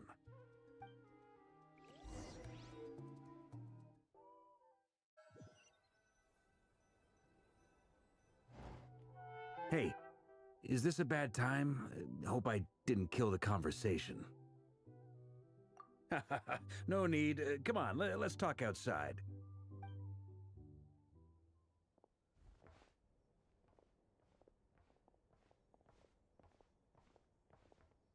Anyway, Nefer went back to the curatorium to get some rest. But before she left, she shared some things with me that I thought you should be aware of. Firstly, although she managed to trap the Raker of Solnari inside her chess set, there's no guarantee that the power of the Ibis King is any match for one of the 5 sinners. Their powers are beyond our comprehension. It's only a matter of time before he finds a way to break out. We have to come up with a plan and take care of him before that happens. Honestly, Paimon figured that might be the case. So, how long have we got? Well, I asked her that same question. She talked for a long time, but for the most part, it seemed like she was trying to convince me how precious her chess set is, and what a long and storied history it has. It felt like some kind of sales pitch, you know? The kind where you end up handing over Mora against your will? Anyway, after all that, she finally answered the question. 2 days, at most. 2 days? Holy moly! Can we even recruit enough help in that time? That remains to be seen. Which brings me to the second issue. Dainsleif is obviously conflicted about this whole thing. But given how little time we have, there's no way we can pull this off without his help. You have some history with him, right? Do you think maybe you could talk to him for us? Great. I appreciate it. All right, on to item 3. So, Albedo, Durin, and I put our heads together and came up with a plan. Can't promise it's gonna work yet, but at least it's a start. We figured we'd bounce the idea off you first. We'll explore it further once everyone's recovered. Oh, Paimon's dying to hear this. All right, so here's what we're thinking.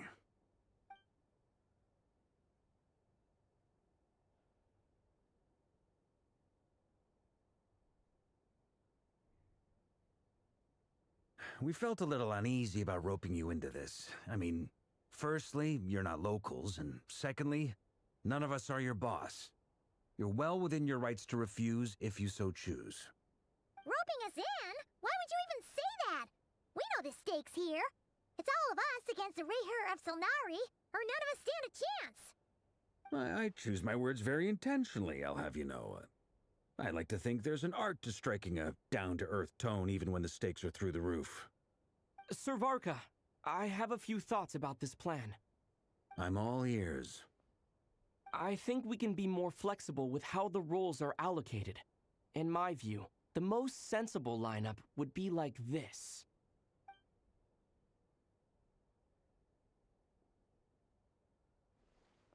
I see your point, yeah. But if that's how we're going to approach this, you'd better make sure you're ready. To be clear, I don't doubt your abilities. Far from it. I just want to make sure. Are you really willing to take all this on? I want to do everything within my power. The Rayher of Solnari is a truly fearsome opponent, and if I do my part, it'll greatly reduce the risk for everyone else involved. Well, that tracks with what I've heard. Jean's mentioned in her letters that you're so diligent it's almost abnormal. As in, most people weigh up the risks and rewards in situations like this. But you seem to just march towards danger without a moment's hesitation. Of course, everyone appreciates a fearless pioneer. But all that aside, I'm the Grand Master of the Knights of Favonius, and you're our honorary knight. I want to make sure your courage doesn't come at the expense of your safety. Thank you, Sir Varka. I should be the one thanking you. It means a lot to have you on board. I'll give some serious thought to your suggestions.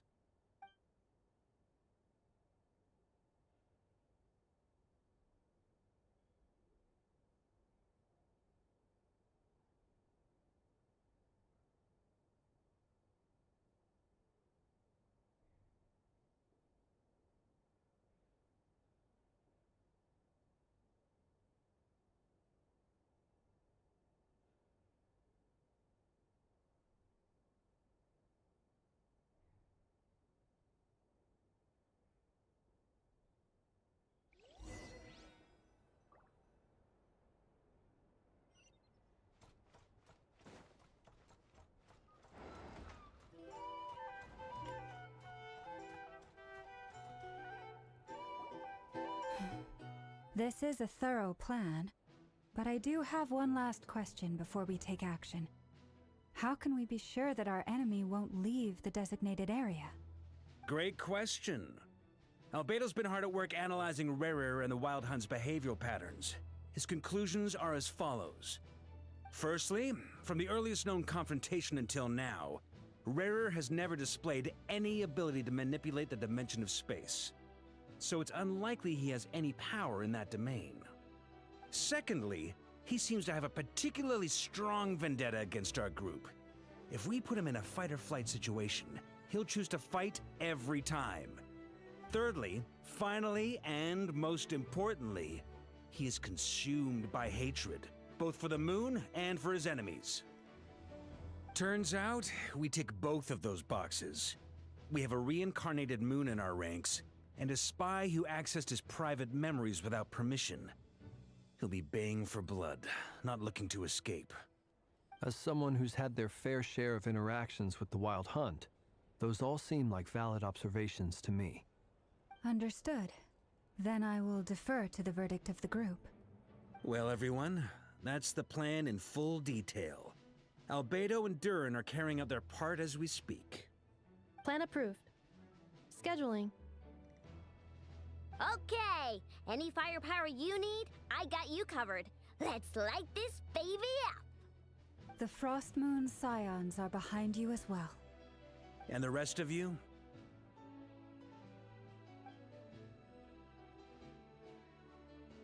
No objections? All right, then it's settled. This is the plan we're going with. Next up, an old tradition of mine. Anyone who wants to back out, now's your chance. Wait, we can still back out of this? Everyone says things they regret, right? I don't want anyone feeling trapped because their mouth said yes before their brain had time to think things through. A very people-first approach. I hear that's common practice in the Knights of Favonius. Heh. Who'd you hear it from? D-Luke? Shh. We don't use people's real names at work. This contact will be known only as Owl, please and thank you. This plan can only work if everyone does their part. Flint's and I will absolutely support it. We shall indeed. You'll be glad you accepted our help. Also, you are the last person I expected to see here, Miss Dory. It's not often I get called Dory in a work context. My peers usually call me Lord Sangamabe. So, the longer your name, the higher your net worth. Is that the idea here? In that case, Mr. Flint's here must be worth a fortune. That's right, I know your full name. It's... The walls are thin here. I'd appreciate you keeping that a secret. Okay, fine. I'm actually only here as a favor for someone else. Do you have any idea how much it would cost to hire me otherwise? Oh, does this mean someone out there actually has the power to boss Dory around? It most certainly does not. We have a long-standing and mutually beneficial business partnership. She's actually the mom of a friend of yours. Said mom supplied me with a great little trinket, but now that lady's ruined everything. If I don't start building a little goodwill now, my whole business in Nod-Krai is gonna go down the drain! Okay. So what exactly is so special about this pendant? It's a lucky charm that a great mage made for me. We have a business relationship, and she was worried that something bad might happen to me. So, she wanted me to have something that can store power to protect myself with. I finally got it all fully charged up with Kuvaki, and then never went and used it all up at once! Never lost so big in my life! You're right. It was all my fault. I didn't mean to drain all the Kuvaki in the pendant, but I'll make it up to you. You will? Well, in that case, how about you give me your chess set, and we call it even? I knew you'd say that. Well, it's yours if you want it. In fact, take it now, and I'll even throw in a free Raker of Solnari. Deal? You're putting me in a difficult position here. It's a very useful thing to have around, but I have a funny feeling it won't be around much longer. I guess we'll see in a couple of days. Looks like bankruptcy for me. Hey, don't be so pessimistic. See this through and you never know. You might find a new business opportunity on the other side.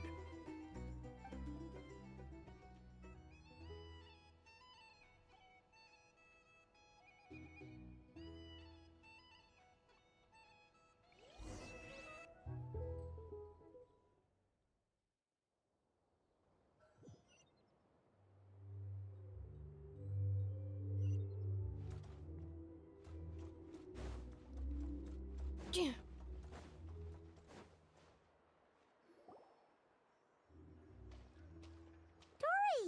How are things going? Feeling ready? Oh, I was born ready. We only have 2 days. You think Lord Sangamabe would let an opportunity like this slip by? Don't forget, when something's in high demand, the people with the goods on hand get to charge the highest price of all. Even higher than the sellers taking advance orders. Ta-da! See? It's right here! Oh, it's so pretty! Did you make it? No, I have a supplier. We go way back, so he made me a very attractive offer. Aha! No wonder you were talking about Lucky Charms at the meeting. You've been getting Kaveh to make them for you. That's not the full story. It actually started a while back as a project between me and the Dendro Archon. Mage Alice once warned me that this world won't stay safe forever. There may come a day when everyone faces a great crisis. I passed this on to the Dendro Archon, and she secretly brought together a research team made up of Sumeru's top scholars to invent a technology that could keep people safe. I won't go into the details because it's all very complicated, but if you want to know more, you can ask the Dendro Archon about it sometime.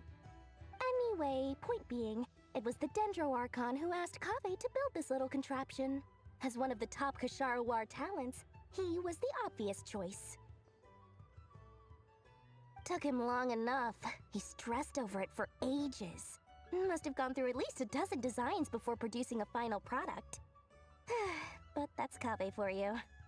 Marak delivered it to me a couple of days ago, along with a letter from Kaveh. Could I ask why I'm sending this technology to you? And what's your proposed use case? Has it been approved by the relevant authorities? So nosy. My fault for sending him the research permit to begin with.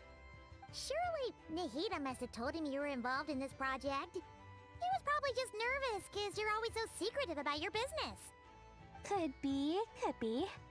Anyway, I just replied, let's hope there never has to be a use case, because it would involve grave danger. Fair enough. But it sounds like he was just being cautious. He probably felt responsible as the one who made it. Or maybe he was asking as a favor for his housemate. He's done that before. Not sure why, though. His housemate doesn't seem to really care that much about this kind of stuff. Either way, all's well that ends well. I'm just glad to finally have my hands on the product. I wouldn't want to be without it, given the potential dangers that lie ahead. Huh? What does that look mean? Paimon's just super surprised. This must be the first time we've ever seen you actually get serious about something.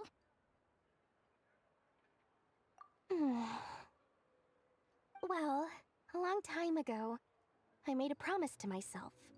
I promised that I was gonna live every day of my life with a big beaming smile.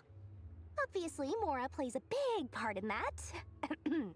But there are always gonna be times in life when you have to give something back. That could mean paying back a debt, returning a favor, or showing some kindness. Alice has been a huge help to me over the years. She was the first investor I ever had. And I want my investors to know that Lord Sangamabe is the best in the business. And more than that, no one knows what the future will bring. Whatever happens, I want to make sure the Dendro Archon and all of Sumeru is prepared to face whatever comes. Oh, that? I was just making sure Nefer and I are square. Don't be thinking it was some sort of benevolent act. I'm no saint, so don't treat me like something I'm not. My priority is doing the business that I want to do, so long as my conscience lets me, but it usually does. That's the Lord Sangama Bay business model. All right, if you say so. I do say so, and that's the whole point. I'm a businesswoman. Don't go trying to figure out what kind of person I am. You'll exhaust yourself. Much easier for everyone involved if you just take my word for it. Oh, and could you two help me get this stuff where it needs to be? Thanks so much. You're my favorite assistants.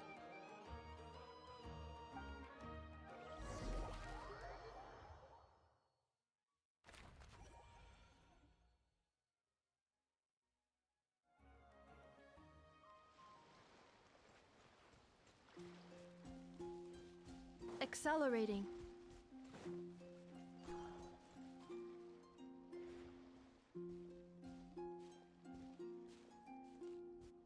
Traveler, Paimon, it's good to see you.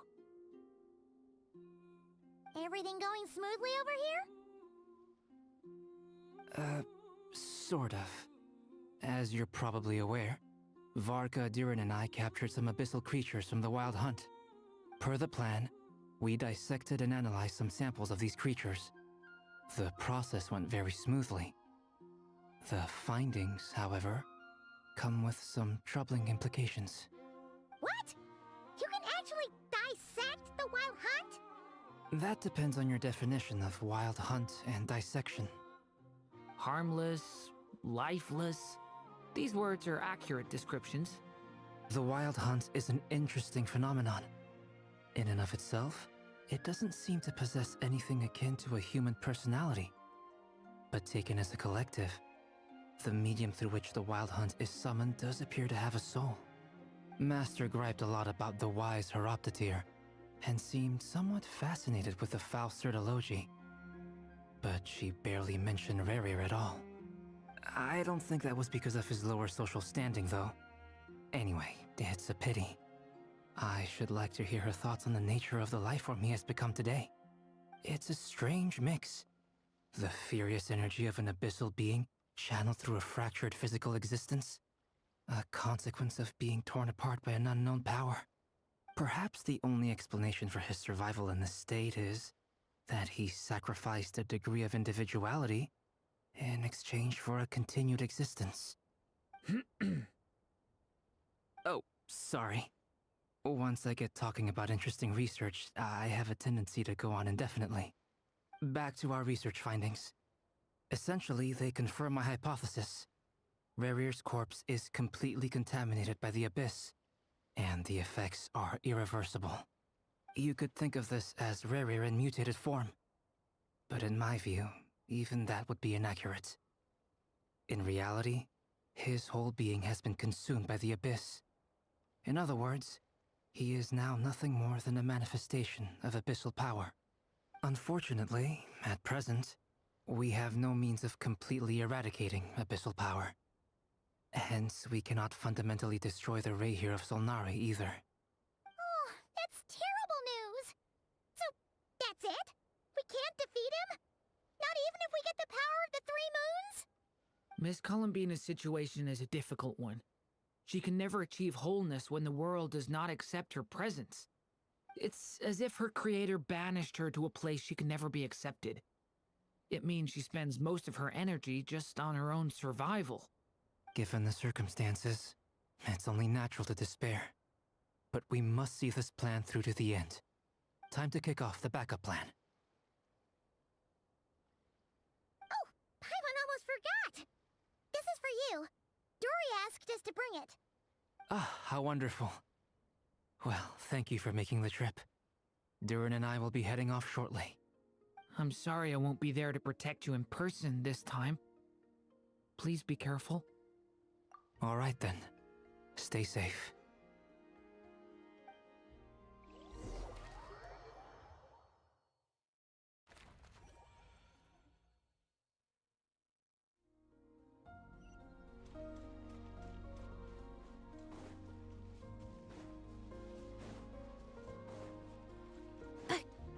Accelerating.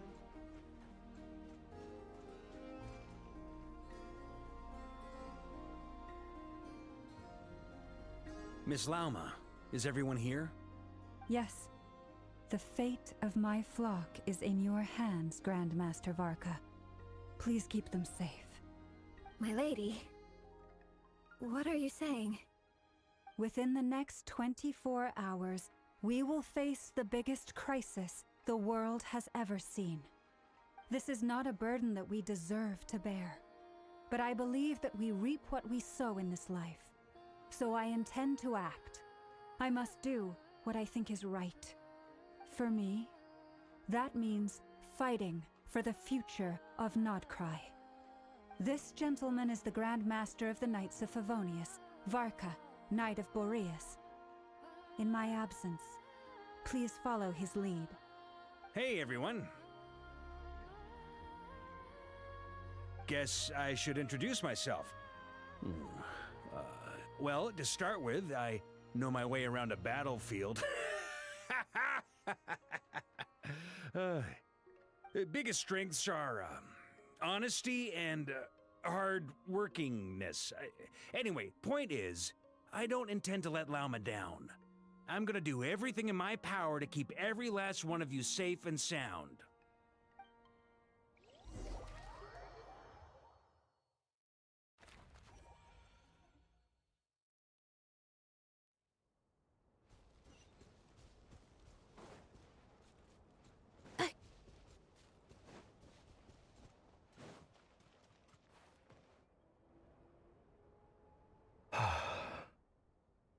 Something on your mind?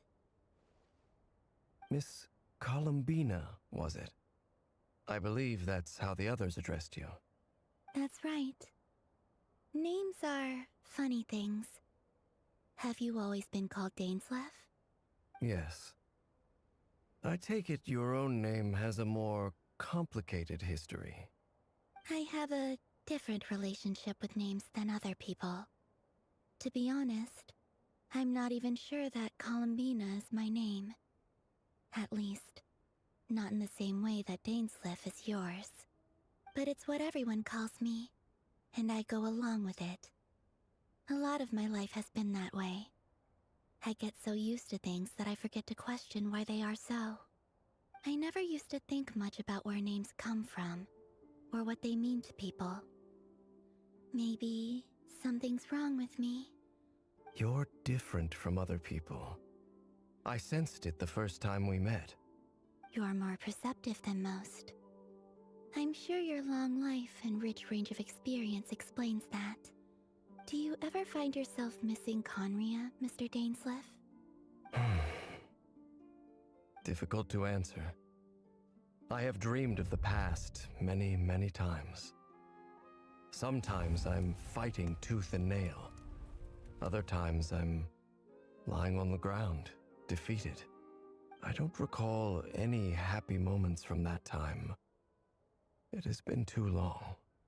Is that because hatred survives longer than love and affection? That would not be for me to say. I make no excuses for the grudges I bear. But whatever the reason, I remember little that was beautiful or sentimental. Thank you for your help with the Rerir situation.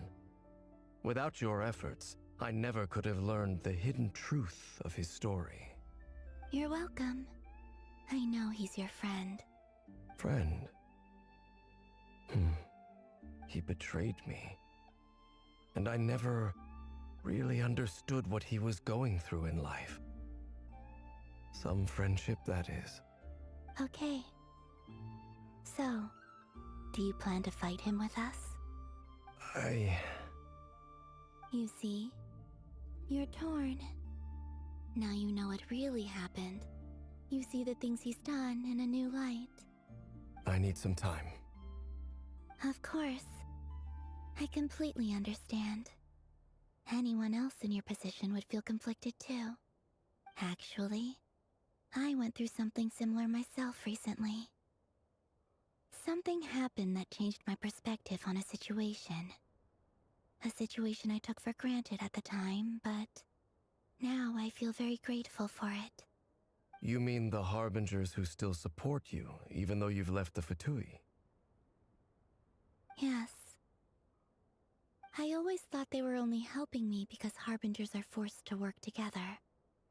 But then I abandoned them. A warrant was even put out for my arrest.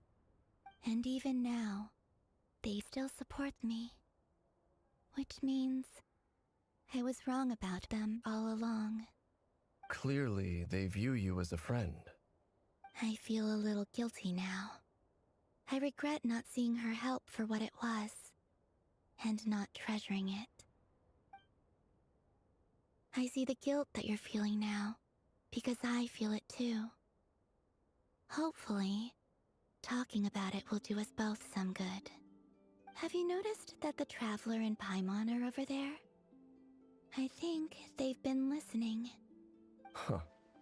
Shall we say hello? Sure. Hello. Ah! They caught us!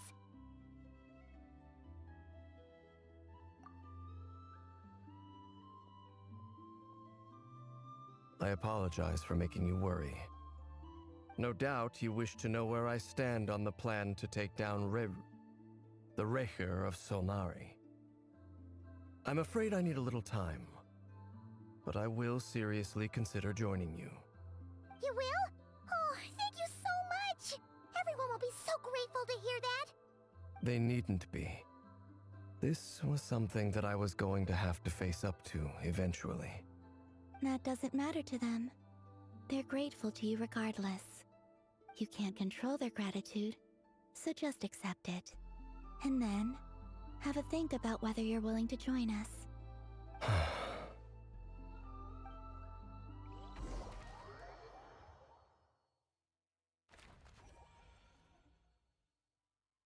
It's nearly showtime! Let's go rendezvous with the others. You know the place.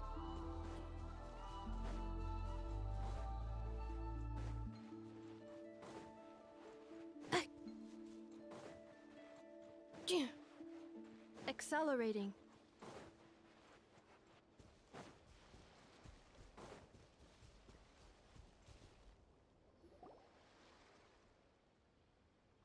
Ah, you're earlier than I expected.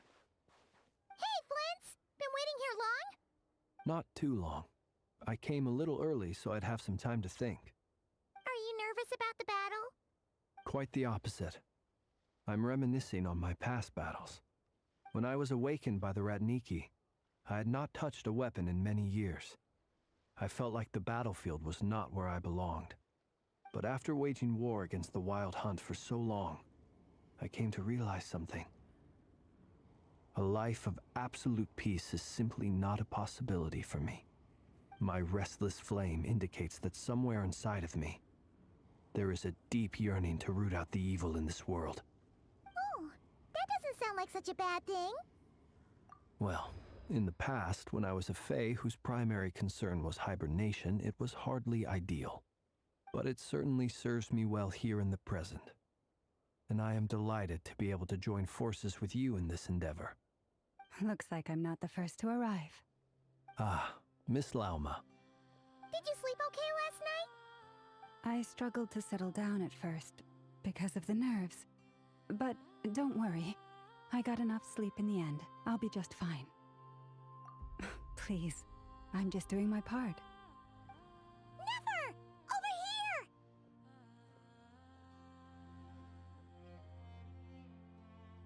here! Aino asked me to relay a message. She said Anefa will be on high alert and keep a close watch over all secondary districts where defense is required, providing support as necessary. Meanwhile, Aino herself will provide range support to us directly, using her latest invention. Excellent. My thanks to all involved. The chestnut's looking a little unstable. It won't hold him much longer. We should be prepared to engage at a moment's notice. No sense sitting around waiting. Let's make the first move while we still have the option. I agree. Paimon, find a safe hiding place. Got it! Be careful, Traveler! I will.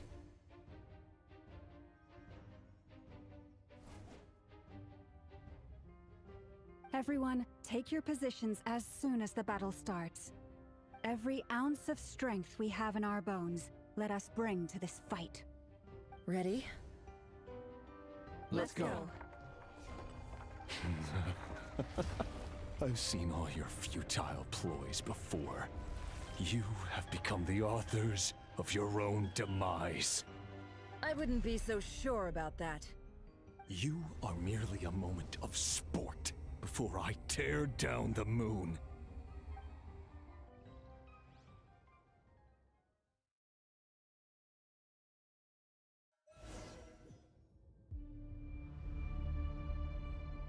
Stay on your toes. Yep, you too.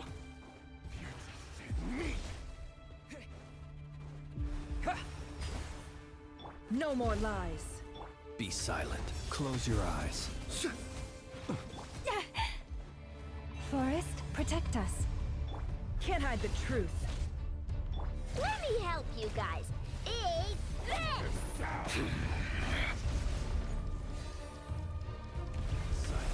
Are you quite finished? Keep your distance. Observe. Be silent. No more lies. The moonlight betrays you. Can't hide the truth. Seek within. Absurd. You poor lost lamb, with one heart, we pray. Betrays you. It all adds up. It all falls into place.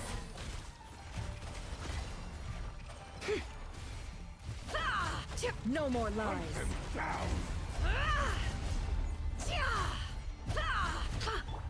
Forest, protect us. Futile.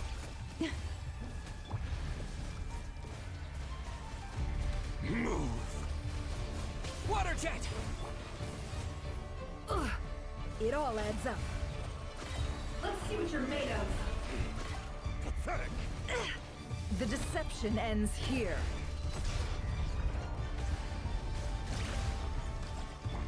Close your... Futile. Hunt him down. To dust. It began with the moon, and so shall it end. The moon will protect you.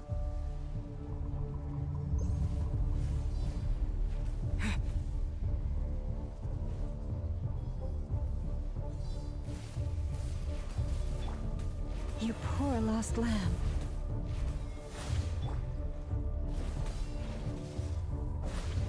Be silent. Close your eyes. Observe. Forest, protect us. A grave transgression. Can't hide the truth.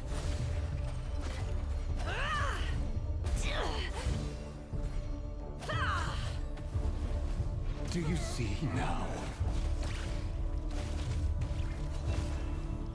You poor lost lamb. Fedifon, when will it be as you foretold? The moonlight betrays you.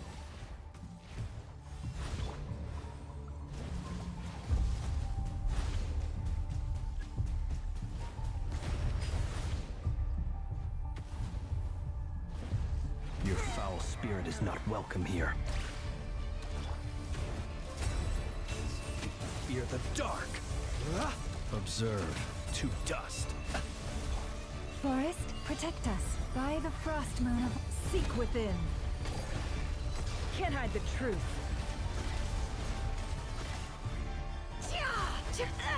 Futile. Hunt him Wipe out! down.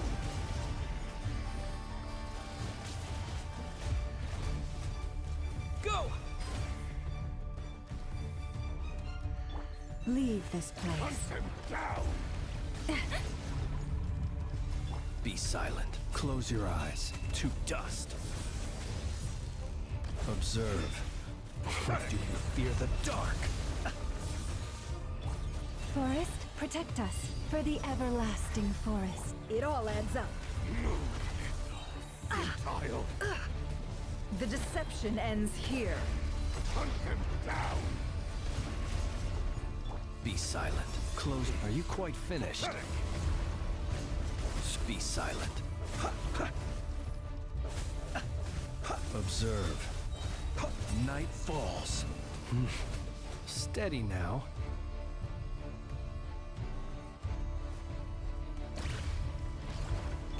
You poor lost lamb. It all falls into place. Your little game of heroics is over. Moonlight, Gray wants to go first. move!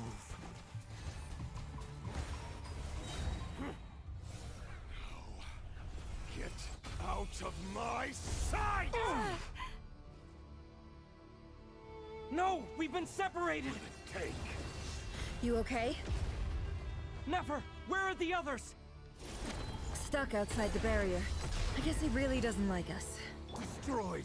I told you before. Knowing too much is always a death sentence. Be careful what you wish for. You are separate. Are you okay? Lauma! Can you hear me? Hold on, where? Silence. Their voices are gone. But at least I know they're still there. I need to focus. Stick to the plan. Remember my most important task. Just keep stalling him. If I can stall him for long enough, the moment will come. Time to come clean. The mystery unravels.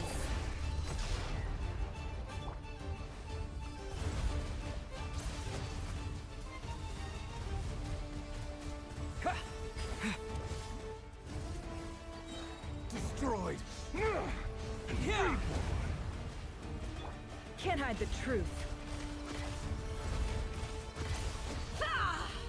It all adds up. The deception ends here.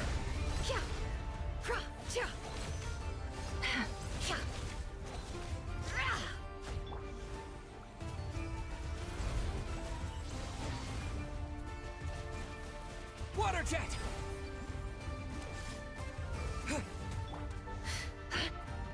No more lies.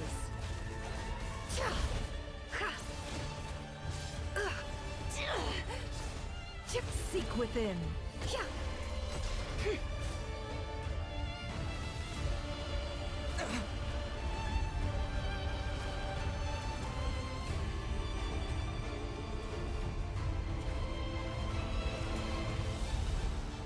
I've got this!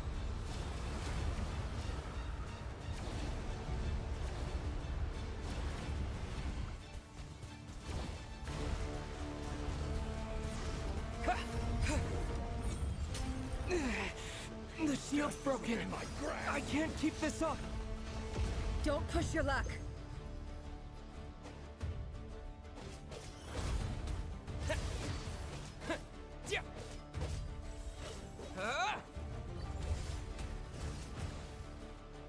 It all adds up.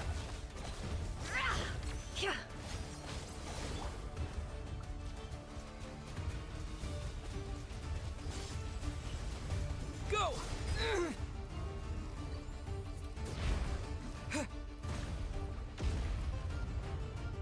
No more lies.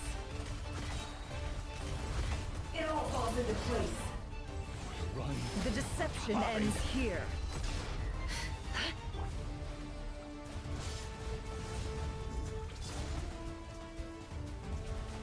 Go! Destroyed.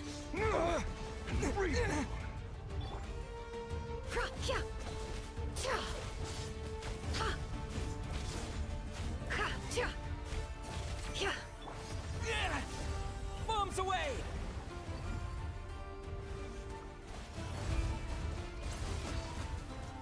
Water jet!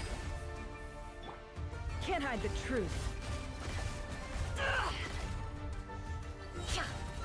Let's see what you're made of.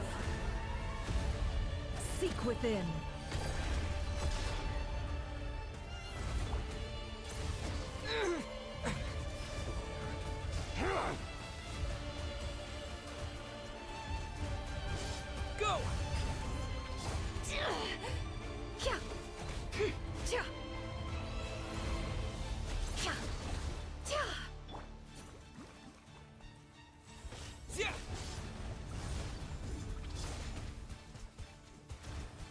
Water jet! It all adds up. It all falls into place.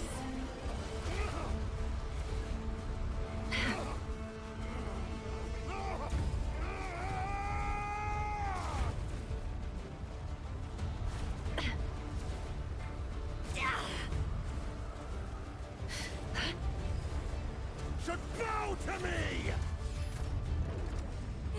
The sands of time got me. How much power will it take? Water jet! Yeah! The deception ends here. Destroyed! Shameless.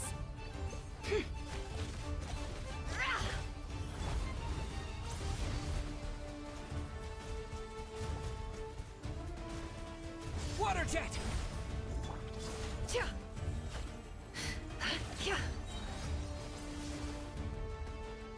Seek within. No more lies. Let's see what you're made of. It all adds up. The deception ends here.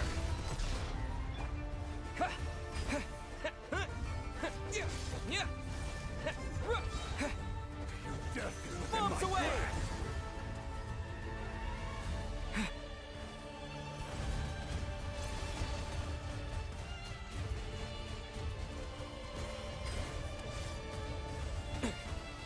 Destroyed! And reborn!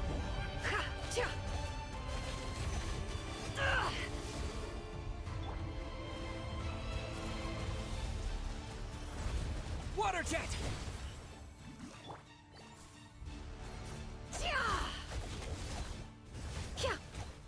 Destroyed! And reborn!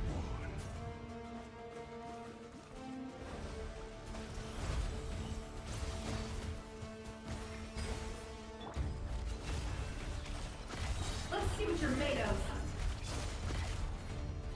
Seek within.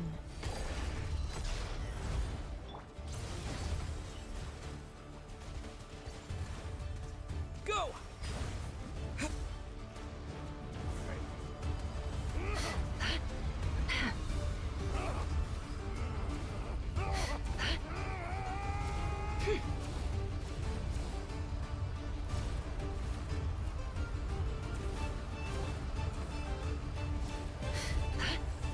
Should bow to me!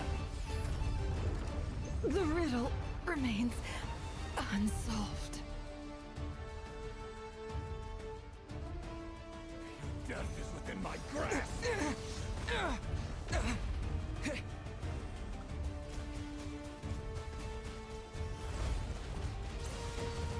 Go!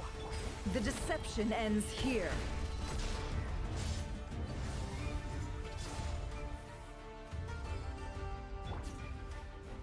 Wipe out!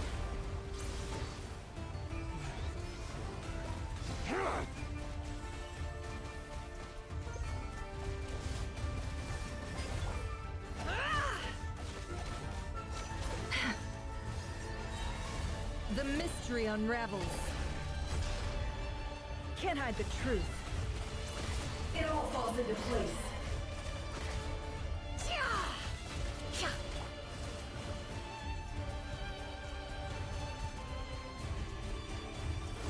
Water jet!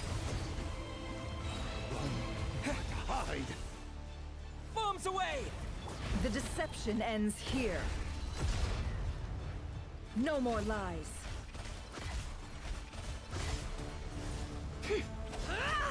How much power will it take?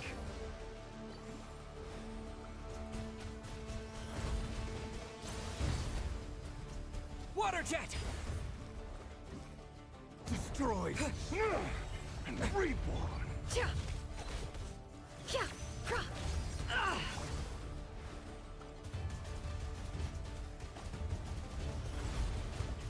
Go!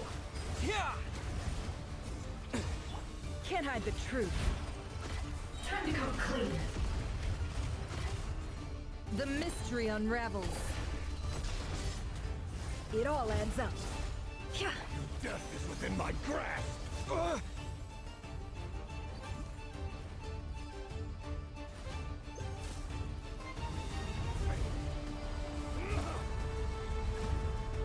No more lies. It all adds up.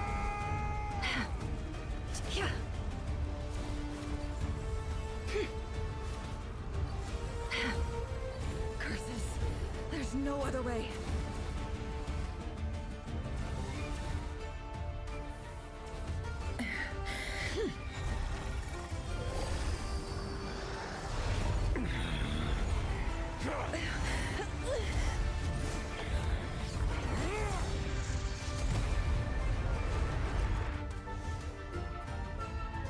The only way to defeat Rarer is to borrow his own power. That means Columbina will have to disappear while you two bear the brunt of his attacks. You have to hold on. Find a way to keep him focused on killing the two of you.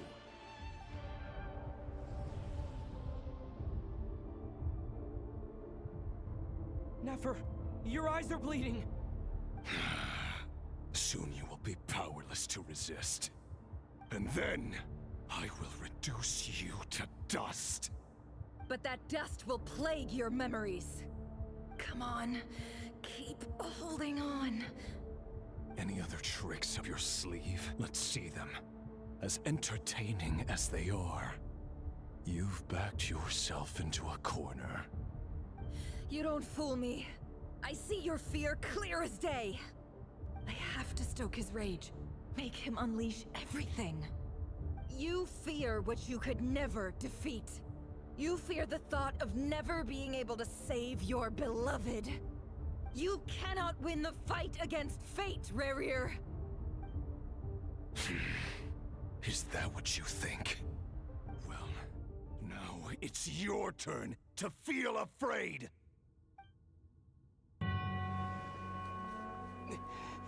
You fear the sound of your own name? Is it us you hate? Or is it what you've become? Let's see what becomes of you!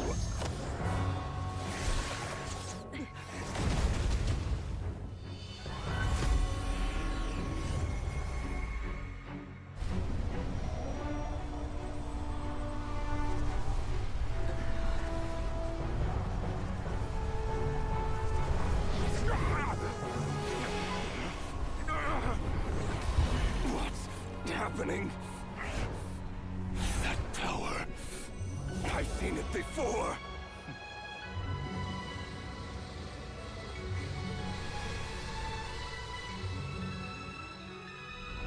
His power is on another level. We'll need to use an alchemical array to convert his power into a usable form. Then quickly channel it into Columbina, rendering her powerful enough to compete with him. I'll join you. I can help. If I release enough abyssal energy into a confined space, it'll create a potential difference, allowing us to extract a huge amount of elemental energy. Next, I'll synchronize with everyone's minds using Pyro, then give you temporary access to their abilities and fields of view. But it won't last long. Can you see? Well enough.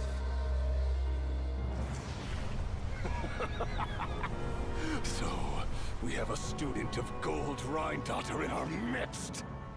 How about that?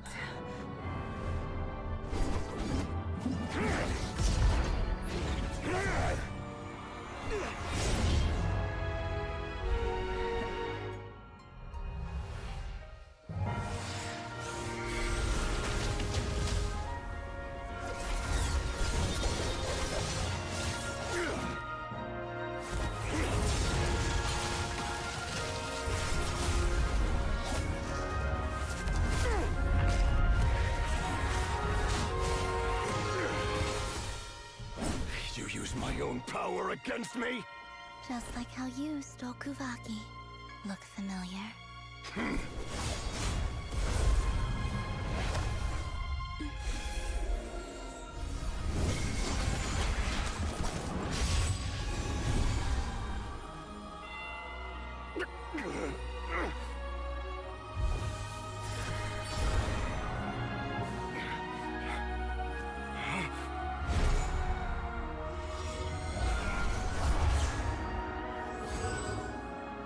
Don't you realize?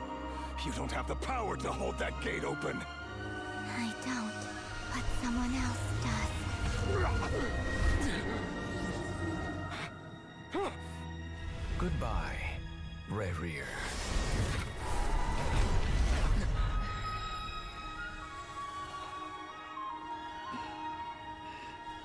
We won.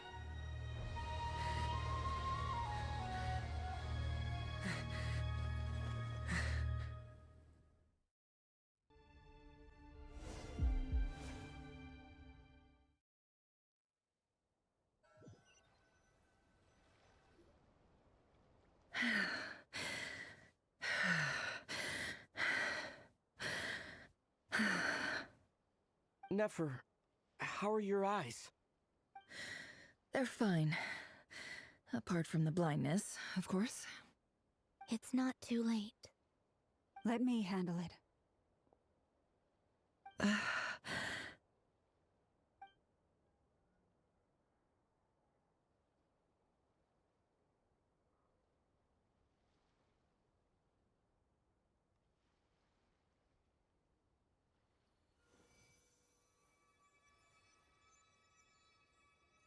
Miss Nefer, it's not like you to lose your composure. That was the most reckless thing I've ever seen you do. Reckless how? The situation was critical. Our lives were at stake. We had to do something. Even so. Okay. I guess you're right. Under the circumstances, it was a wise decision. You traded your eyes for an incredible victory. In business terms, I suppose that's a huge return on investment. I'd be hard-pressed to argue otherwise. Still, I don't like this outcome, and I don't want you to lose your sight for good. People suffer when they make sacrifices they shouldn't have to make, whether that means faith, strength, or in this case, your ability to even see.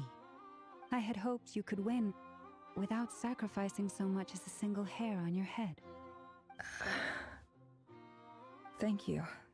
Really. All done. Don't try and open your eyes just yet. We'll see how you're doing in a couple of days. Until then, please follow your recovery plan to the letter. I'll send full details through Yehoda. For now, just get yourself home, relax, and rest. My dear friends, we have fought bravely and achieved a spectacular victory. A dark cloud has been lifted from the skies of Nod-Krai. All in this land will be grateful for what you have done. The moon will remember this day. Thank you both.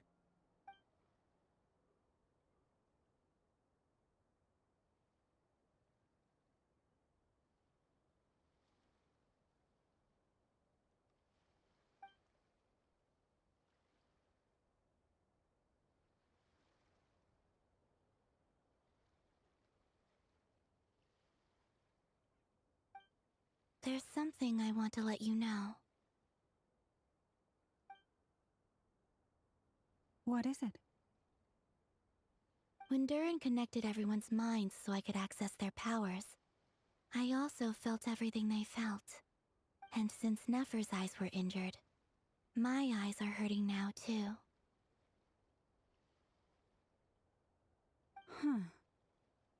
Hold on.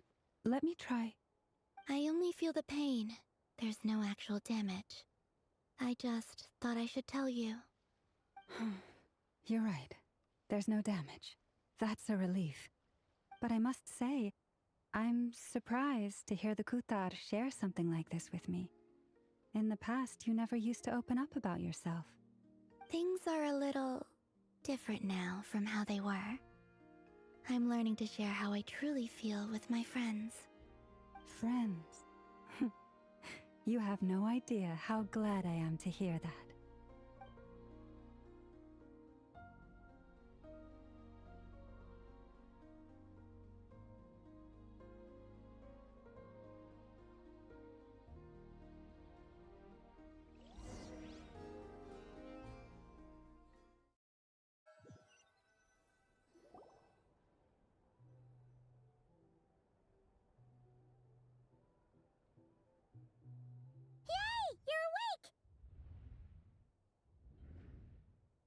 you feeling? Any aches and pains? Did you sleep well? I'm doing all right, Paimon. No need to worry about me. Phew, well that's good. Paimon's been sitting on the edge of the bed worrying about you for ages. You slept a whole day and night. Poor Paimon had to eat all by her lonesome. Glad to hear you didn't starve. How was the food? Well, it wasn't the same without you there to share it. Honestly, Paimon just can't relax when you're not your usual self. She couldn't enjoy the food and settle down to sleep. Well, I'm back to normal now. Oh yeah, and Albedo swung by earlier. He said to tell you to head to the tavern when you woke up. Varker and the others are organizing a victory feast and they want to celebrate with you. He also dropped off some medical supplies, but you seem fit as a fiddle, so guess you won't be needing those. If you're feeling up to it, let's head over now. Wouldn't want to keep them waiting.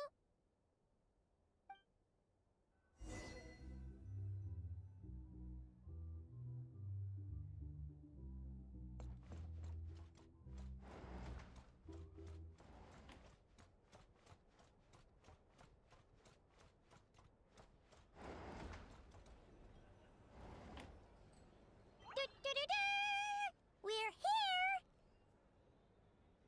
Oh, Traveler and Paimon! Perfect timing! We were literally just saying how there's no way we're holding this victory feast without you any longer, and we would have postponed it till tomorrow. How are you feeling today? Much better. Thanks. Don't worry about me. Relieved to hear it. If that changes, just let me know. Happy to check you over at any time. Yep, we're here for you. Anything you need, just let us know.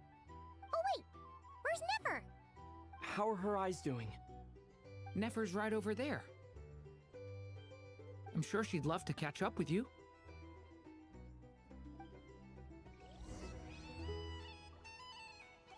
Here to sign up with the Fatua for a drink or two? Or perhaps a room for the night? Hello, you. Recovered from the battle? Come on, what do you mean? Of course I'm gonna ask. I care about my friend's well-being. And we are friends, aren't we? Get yourself a drink. You've more than earned it. In fact, today, your drinks are on me. Lord Sangamabe's got you covered. Wow, really? What about Paimon? Has she earned it too? Has she? Please?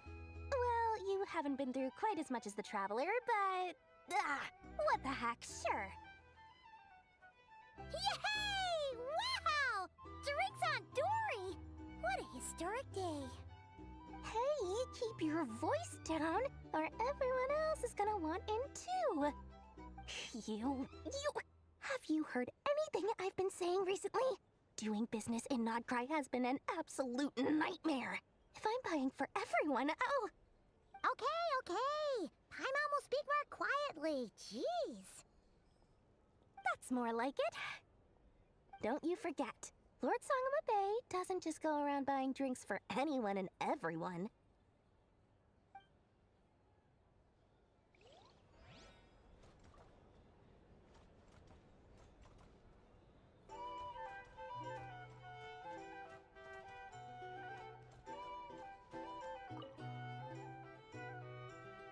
I see you've recovered?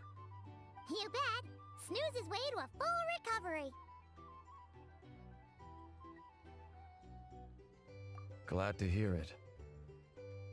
A healthy body is paramount. Nothing else in life is possible without it. So take it slow. You can't afford an injury. Paimon too! You really saved the day when you swooped in to open that gateway! I came to accept that although Rerir was my friend in the past, here and now, he was an enemy that must be defeated. Though I will never fully understand what happened between us, I could not let this crisis deepen any further. We fought a very necessary battle, and you played your part admirably. Yeah! And if you ever need to talk, just remember, we're always here. I'll do that.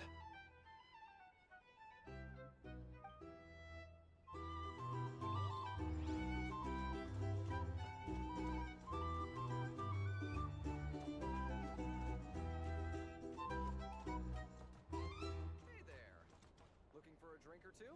Or perhaps a room for the night? You're here to sign up with the Fatui. Our drink recommendations? Well, for starters... I thought of 1,000 ways to congratulate you, but... now you're here, words are failing me. The honorary knight stuns them speechless once again. Well said. The honorary knight showed us all how it's done. The other knights tell me that Mondstadt was the first stop on your journey. All of us are truly delighted to count you as our friend. I'd like to thank you for supporting the Knights of Favonius, and also for helping us save Nod-Krai. Nonsense! Of course I'm gonna mention it. This is more than just business. It's a relationship. And there can be no relationship without showing gratitude where it's due.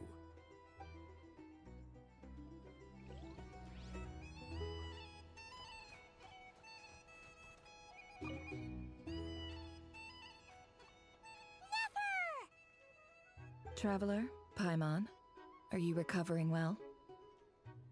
Turns out that moon chanter has some real talent after all. My eyes were mostly recovered after just a couple days' rest. I can actually open them again now.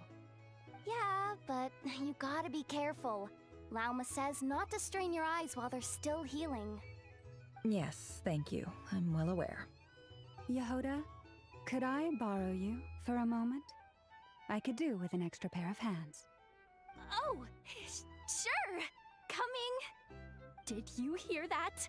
I gotta go help Lauma for a second.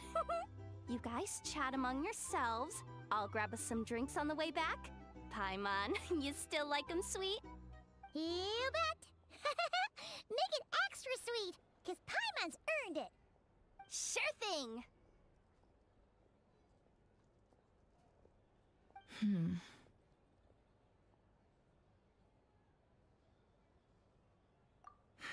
The Raker of Solnari. Kind of a snake, don't you think? No, definitely a snake. A poisonous one who spewed his venomous hatred everywhere. Anyone who seeks revenge out of hatred for other people has become a snake. That's something my dad used to say. Perhaps. I'm sure it sounds like a very wise and open-hearted perspective to your ears. But me? I think hatred is a perfectly justifiable emotion. What else is left when everything you depended on in life gets stripped away? Something's gotta fuel that drive to keep on living. If you're worried about me, you can nip that in the bud. I'm not someone who gets stuck in the past. It's just... I suddenly feel like I was wrong to call my father a liar.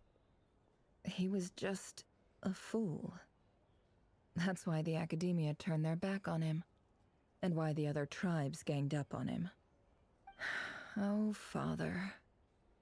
How much better things could have been if you were a skilled liar. Look at the Ibis King. Thoth is a fiendishly cunning liar. And yet, strangely, he feels more like a father to me than my real dad ever was. He's never brought it up, but I'd bet he feels the same way. Why else would he give me the power to perceive the truth, while at the same time training me in the art of deception? Well, King Deshret banished him to Aru, which is essentially a prison, and posed 3 questions to him. He promised that he'd have his freedom if he could find the answers. His response was to take on a physical form and approach me, hoping that I could become his envoy and search for one of the answers on his behalf. Did he really think I'd fall for that? He's stuck there. He can't make me return what he gave to me. So that's enough for you to decide he's nice, is it? He's a prisoner, and he was scared. So he decided to perform some good deeds to win people's approval. He lives in fear because he's a deceiver. How is Rerir any different? You can't work as a spy your whole life and expect a happy ending. It's preposterous. Yet I can't say I don't understand it. Liars live in the darkness of their own making. but it's still human nature to want to go on living. They say that a liar's soul is the most worthless thing in the world. What do you think? Oh, really? Well, it takes a very kind person to find compassion even for liars. If you ask me, the soul of a liar really is worth nothing. Because all they care about is themselves. For example, when something good falls into my lap, I don't go sharing the news around. Stops other people trying to steal it from me.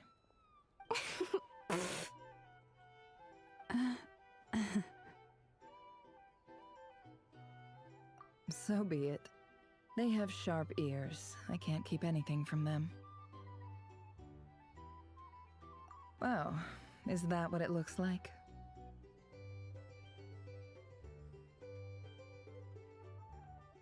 Well, you all know my past now, and I can't simply eliminate everyone who knows too much. So I guess I just have to put up with you, for the foreseeable future at least. When you find yourself in a situation you can't control, the safest play is to keep calm and start monitoring everyone involved like a hawk. In the intelligence world, you need to have a sense of perspective and play your hand accordingly. If you understand what's at stake, please ensure my secret is safe with you. I trust you'll respect my wishes as a friend. But don't. Very good. Oh, wait! Now that the panic's over and we've all calmed down, Paimon suddenly remembered something.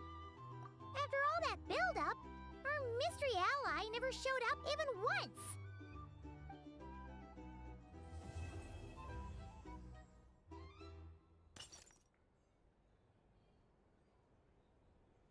Huh? Am I imagining things?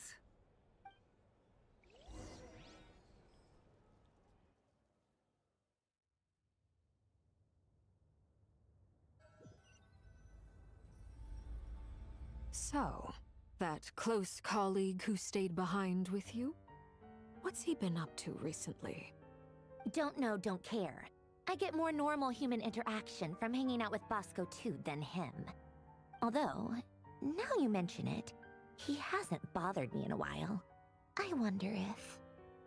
If he's disappeared without a trace, it's the biggest gift he ever gave to the world. But I somehow doubt that's what's going on. He won't lie low forever. So we'd better stay on guard.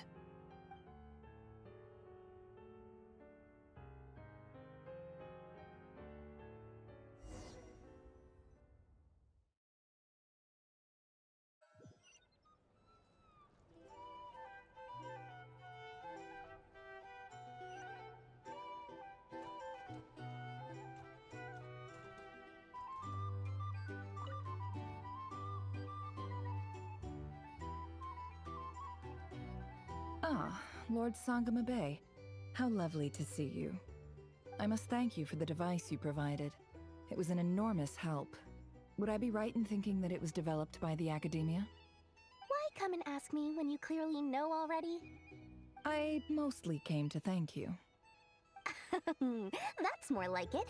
A little gratitude goes a long way with Lord Sangama Bay.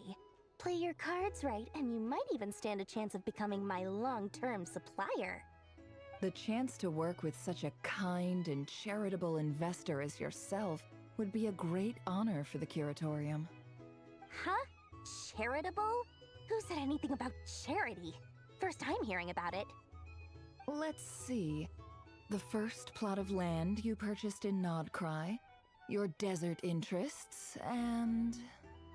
Stop! What do you think you're doing? Exposing my investment history! It's nothing to hide from. They're all perfectly legitimate investments. And some of the land you purchased was with the intent of building a sanctuary? Yes, I heard about that too. How did you... You're a curious case, Lord Sangama Bay. You don't like people finding out about your good deeds, do you? But I'm afraid no matter how hard you try to keep things under wraps, where there's a will, there's a way. You did it for Sumeru, didn't you? It was empty land that was gonna go to waste otherwise. I figured if I built something there, it might at least get some use in an emergency. Disasters are capricious things. They strike without any warning. I've lost family to a disaster before, and I don't want to lose any friends or business partners if I can help it. My elder sister used to dream of finding a sanctuary. Somewhere with plenty of food, water, and medicine. Where everyone could live happy lives. It was something I looked into, but after discussing things with the Dendro Archon, I decided on a more effective strategy. The tech people handled the tech, and Moneybags provided the Mora. It just made the most sense. It's a pity that so few people know the truth about you. Everyone says that you view everything in terms of Mora, and all you care about is growing your own wealth. So, what's the problem with that? Everyone wants to be rich. It's human nature. So yes, I love Mora, and it's nothing to be ashamed of. But surely you have dreams of your own beyond just making Mora. You don't get it, do you? My dream is to invest in other people's dreams. And, you know, make a nice little slice for myself along the way. Just thinking about it makes me happy. That sweet, sweet sound of Mora. Thank you. For the device? And the pendant. Oh, that. I was just returning a favor. Don't worry about it. Seems like we've both been away from home for a very long time. Yeah. So long that I barely remember what my family even looked like. That would be your mother, father, and sister? Yeah, though it's been years since my sister passed away. It's not like I want to forget them, obviously, but memory can be even more ruthless than the most calculating business person. Beyond a certain point, if something isn't helping you, it just gets rid of it. My sister can't help me now. Slowly but surely, her face is fading from my mind's eye. It's become a vague impression. Not everything will fade. When loved ones pass away, the beautiful memories are the ones that last the longest. Yeah, that's true. If you ask me, that's the one silver lining in all of it. Well, that, plus, I'm sure that life is much better now than it was back then. Oh, absolutely. I have tons of Mora, a big beautiful house, business is booming, and I'm as happy as can be. You've got a lot going for you too. Boss of the Curatorium of Secrets? I'm sure there's plenty of Mora to be made in that line of work. I appreciate the vote of confidence.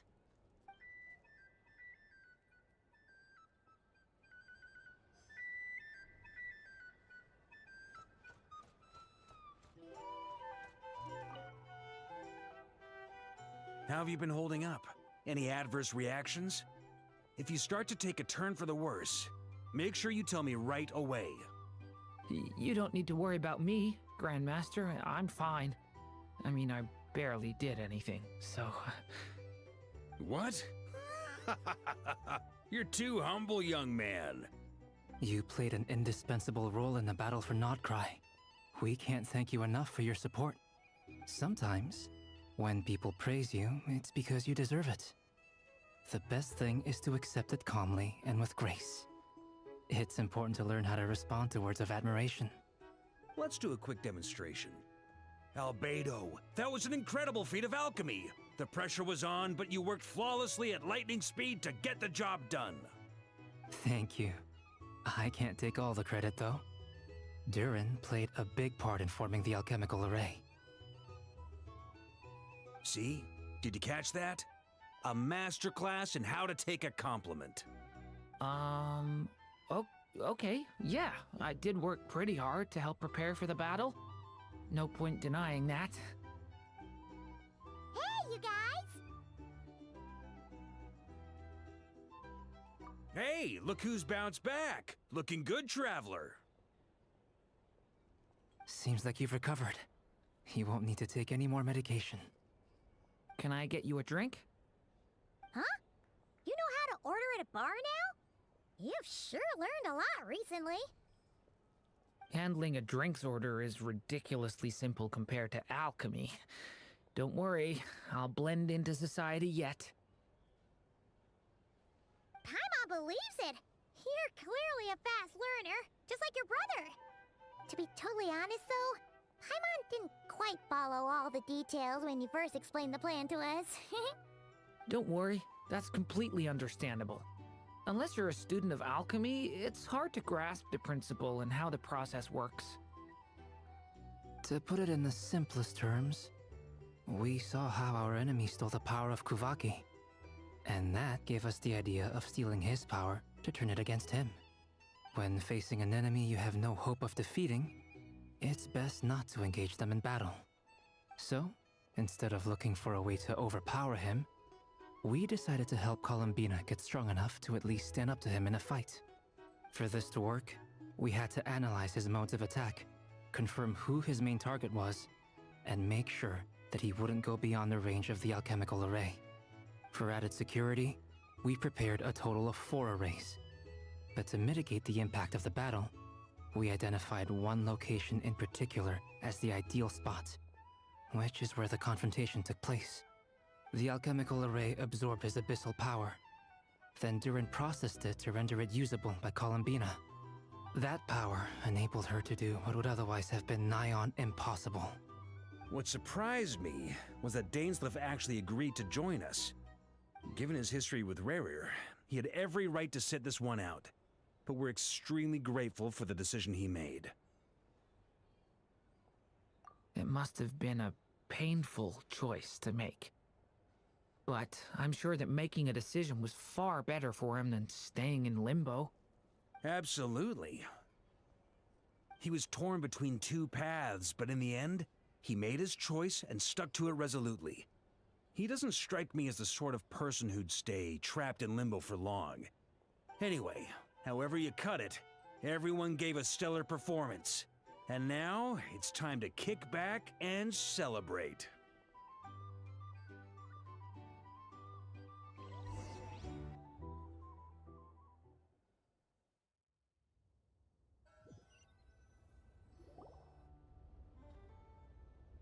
That's the only reason you're here.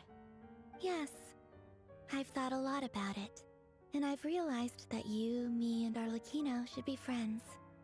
I think this is very important. So I felt I had to come and tell you.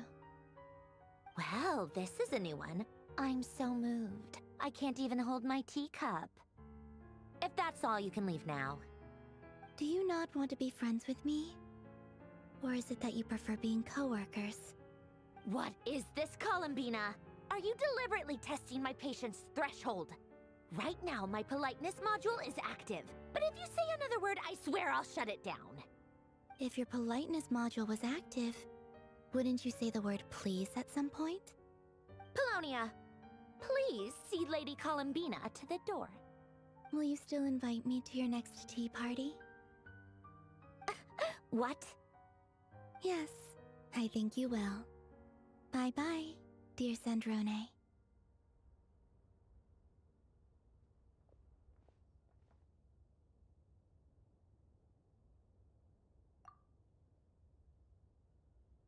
Last time, the Wild Hunt escorted you out.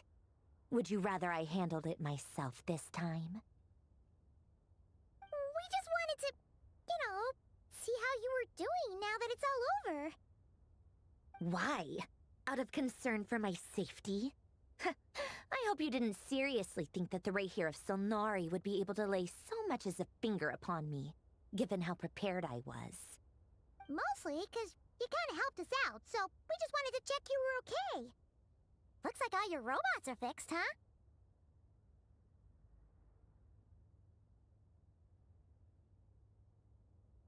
Oh, don't you worry about that. Tea time is already a write-off. The visitor before you managed to kill my appetite. If you're in the mood for tea, go ahead and help yourself. Otherwise, it's going to waste. My coasters are still missing in action, though. Use this notebook instead. Whoa! Pretty hefty notebook. Look at all those calculations. You can ignore those. They're just dumb scribblings. I doodle and write in my free time. Sometimes I remember the distant, dreamlike past. Sometimes I imagine the far-flung future. And other times, I grit my teeth and note down all the crazy nonsense going on in the present. Some people do the crosswords in the newspaper. This is my equivalent of that. Trying to predict the future is like daydreaming, and writing about the present just makes me furious. The past is my favorite. If nothing else, it's already set in stone, so I don't have to rack my brains trying to figure it all out. Huh. Although, having said that, the only vaguely interesting memory in my past is probably that guy they call Lord Artificer. Who else? Pretty much all the mecha in Fontaine are his personal handiwork. Wait, are you saying you know him? Like, personally? As a friend? I mean, I guess we were friendly enough. Yep. In fact, I'm probably the only normal person left who knew him at all. We used to chat occasionally back when he was still around. Before he passed away, he asked me to destroy all his manuscripts. I honored his request, but I did read through everything first before destroying them. I mean, I couldn't let the genius of Lord Artificer Alain Guillotin disappear like that. Would have been such a waste. So, that's where the formulas in your notebook are from? I just told you. Those are my equivalent of crossword puzzles. They're just dumb formulas that I solve for fun when I'm bored. Alain's work was like epic poetry. The formulas in my notebook are just silly little riddles in comparison. Not that there's anything bad about them. I mean, at least, solving those riddles isn't going to hurt anyone. Except me, 'cause I lose a few brain cells in the process. Anyway, while we're on the topic, I might as well tell you about what happened to him and his friends. Alain Guillotin had two close buddies, Renee and Jacob. They spent their childhood years together in the Narzissenkreuz Institute. They were all quite competitive, so there was some rivalry between them, but it was a friendly rivalry. But beneath the friendship and the rivalry ran something deeper, a sense of nostalgia for the past. Unfortunately, childhood would end. The prophecy would come true, the apocalypse would arrive, and the future would never be. A mad dream that would normally only capture the minds of lunatics began to take root in their hearts. A dream of saving the world. And if Renee and Alain had been people of lesser wits, that dream would probably have ended up as something for them to joke about in their older years. But alas, they were some of the sharpest minds around. They nurtured that dream with the full power of their intellect, and it grew into something that ate away at their souls. The first of them to fall under its spell was Renee. Against Alain's wishes, he persisted in experimenting on a mutual friend of theirs to try and save their life. Alain did not approve and parted ways with Renee. It's complicated. Alain wanted to believe that Renee only did what he did for the sake of their friendship. But when he told me about what happened, I could tell he still had some suspicions about Renee's motives. Perhaps the seed that would grow into a nightmare had already sprouted in Renee's mind. Even then, the next time they met, Renee's soul had been completely engulfed by the dream of salvation. His futile attempt to change the tide of fate only resulted in a wave that swallowed up the world, even before the apocalypse came. And although that wave died down eventually, I hear that it just recently came back with a vengeance. As I understand, Renee wanted to live out his dream of salvation once more. But I'm told that the attempted resurgence finally died out for good. At long last, Renee awoke from his deluded dream. Though of course by then it was far too late. What do you think of Renee? Do you admire his transcendent genius? His view that any price was worth paying to achieve the lofty goal of saving the world? Or do you despise him? Dismiss him as an evil madman who wrought havoc on the lives of everyone around him as he pursued his delusional dream? Same difference, really. Just a matter of perspective. What a cop-out. But I suspect you'd have a more incisive and insightful answer if we dug into it further. I don't like fanatics who give up their whole lives for their ideology. Nor do I like fools who let their delusions take control. Maybe I could understand if Renee had just been an ordinary person. But he had a sage-like intellect. And still managed to get himself lost in the labyrinth of his own desires. Anyway, that's enough about Renee. Now, moving on to Alain Guillotin, the Lord Artificer. He managed to put a stop to the first storm whipped up by Renee. But after that, Alain lost his friends and family. To his credit, I suppose, the loss of his family and friends was purely a tragic accident. It's not like Alain sacrificed them for his cause or anything. After that, the only thing supporting his work was the same dream that had dragged his closest friend down to the abyss. But although the desire to save Fontaine drove him to found the Fontaine Research Institute, Alain continued to reject any form of transcendental knowledge or power. He was suspicious and fearful of it, having seen the way it had affected his closest friend. I think that formulas and machines derived solely from human intellect were the only thing that gave him a sense of spiritual comfort.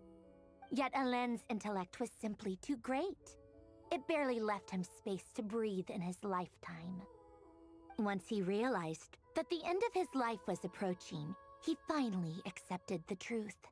The Nod-Krai Institute needed someone, and a human being, to see its story through to the end.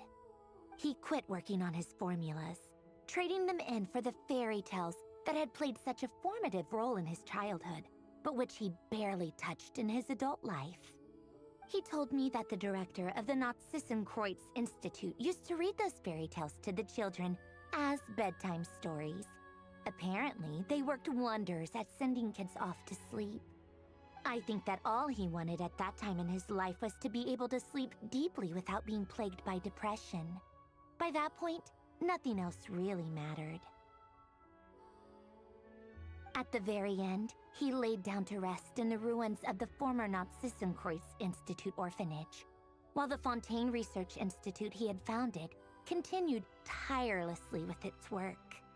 Many years after that, tensions over competing dreams would once again cause a rift, this time between members of the Fontaine Research Institute.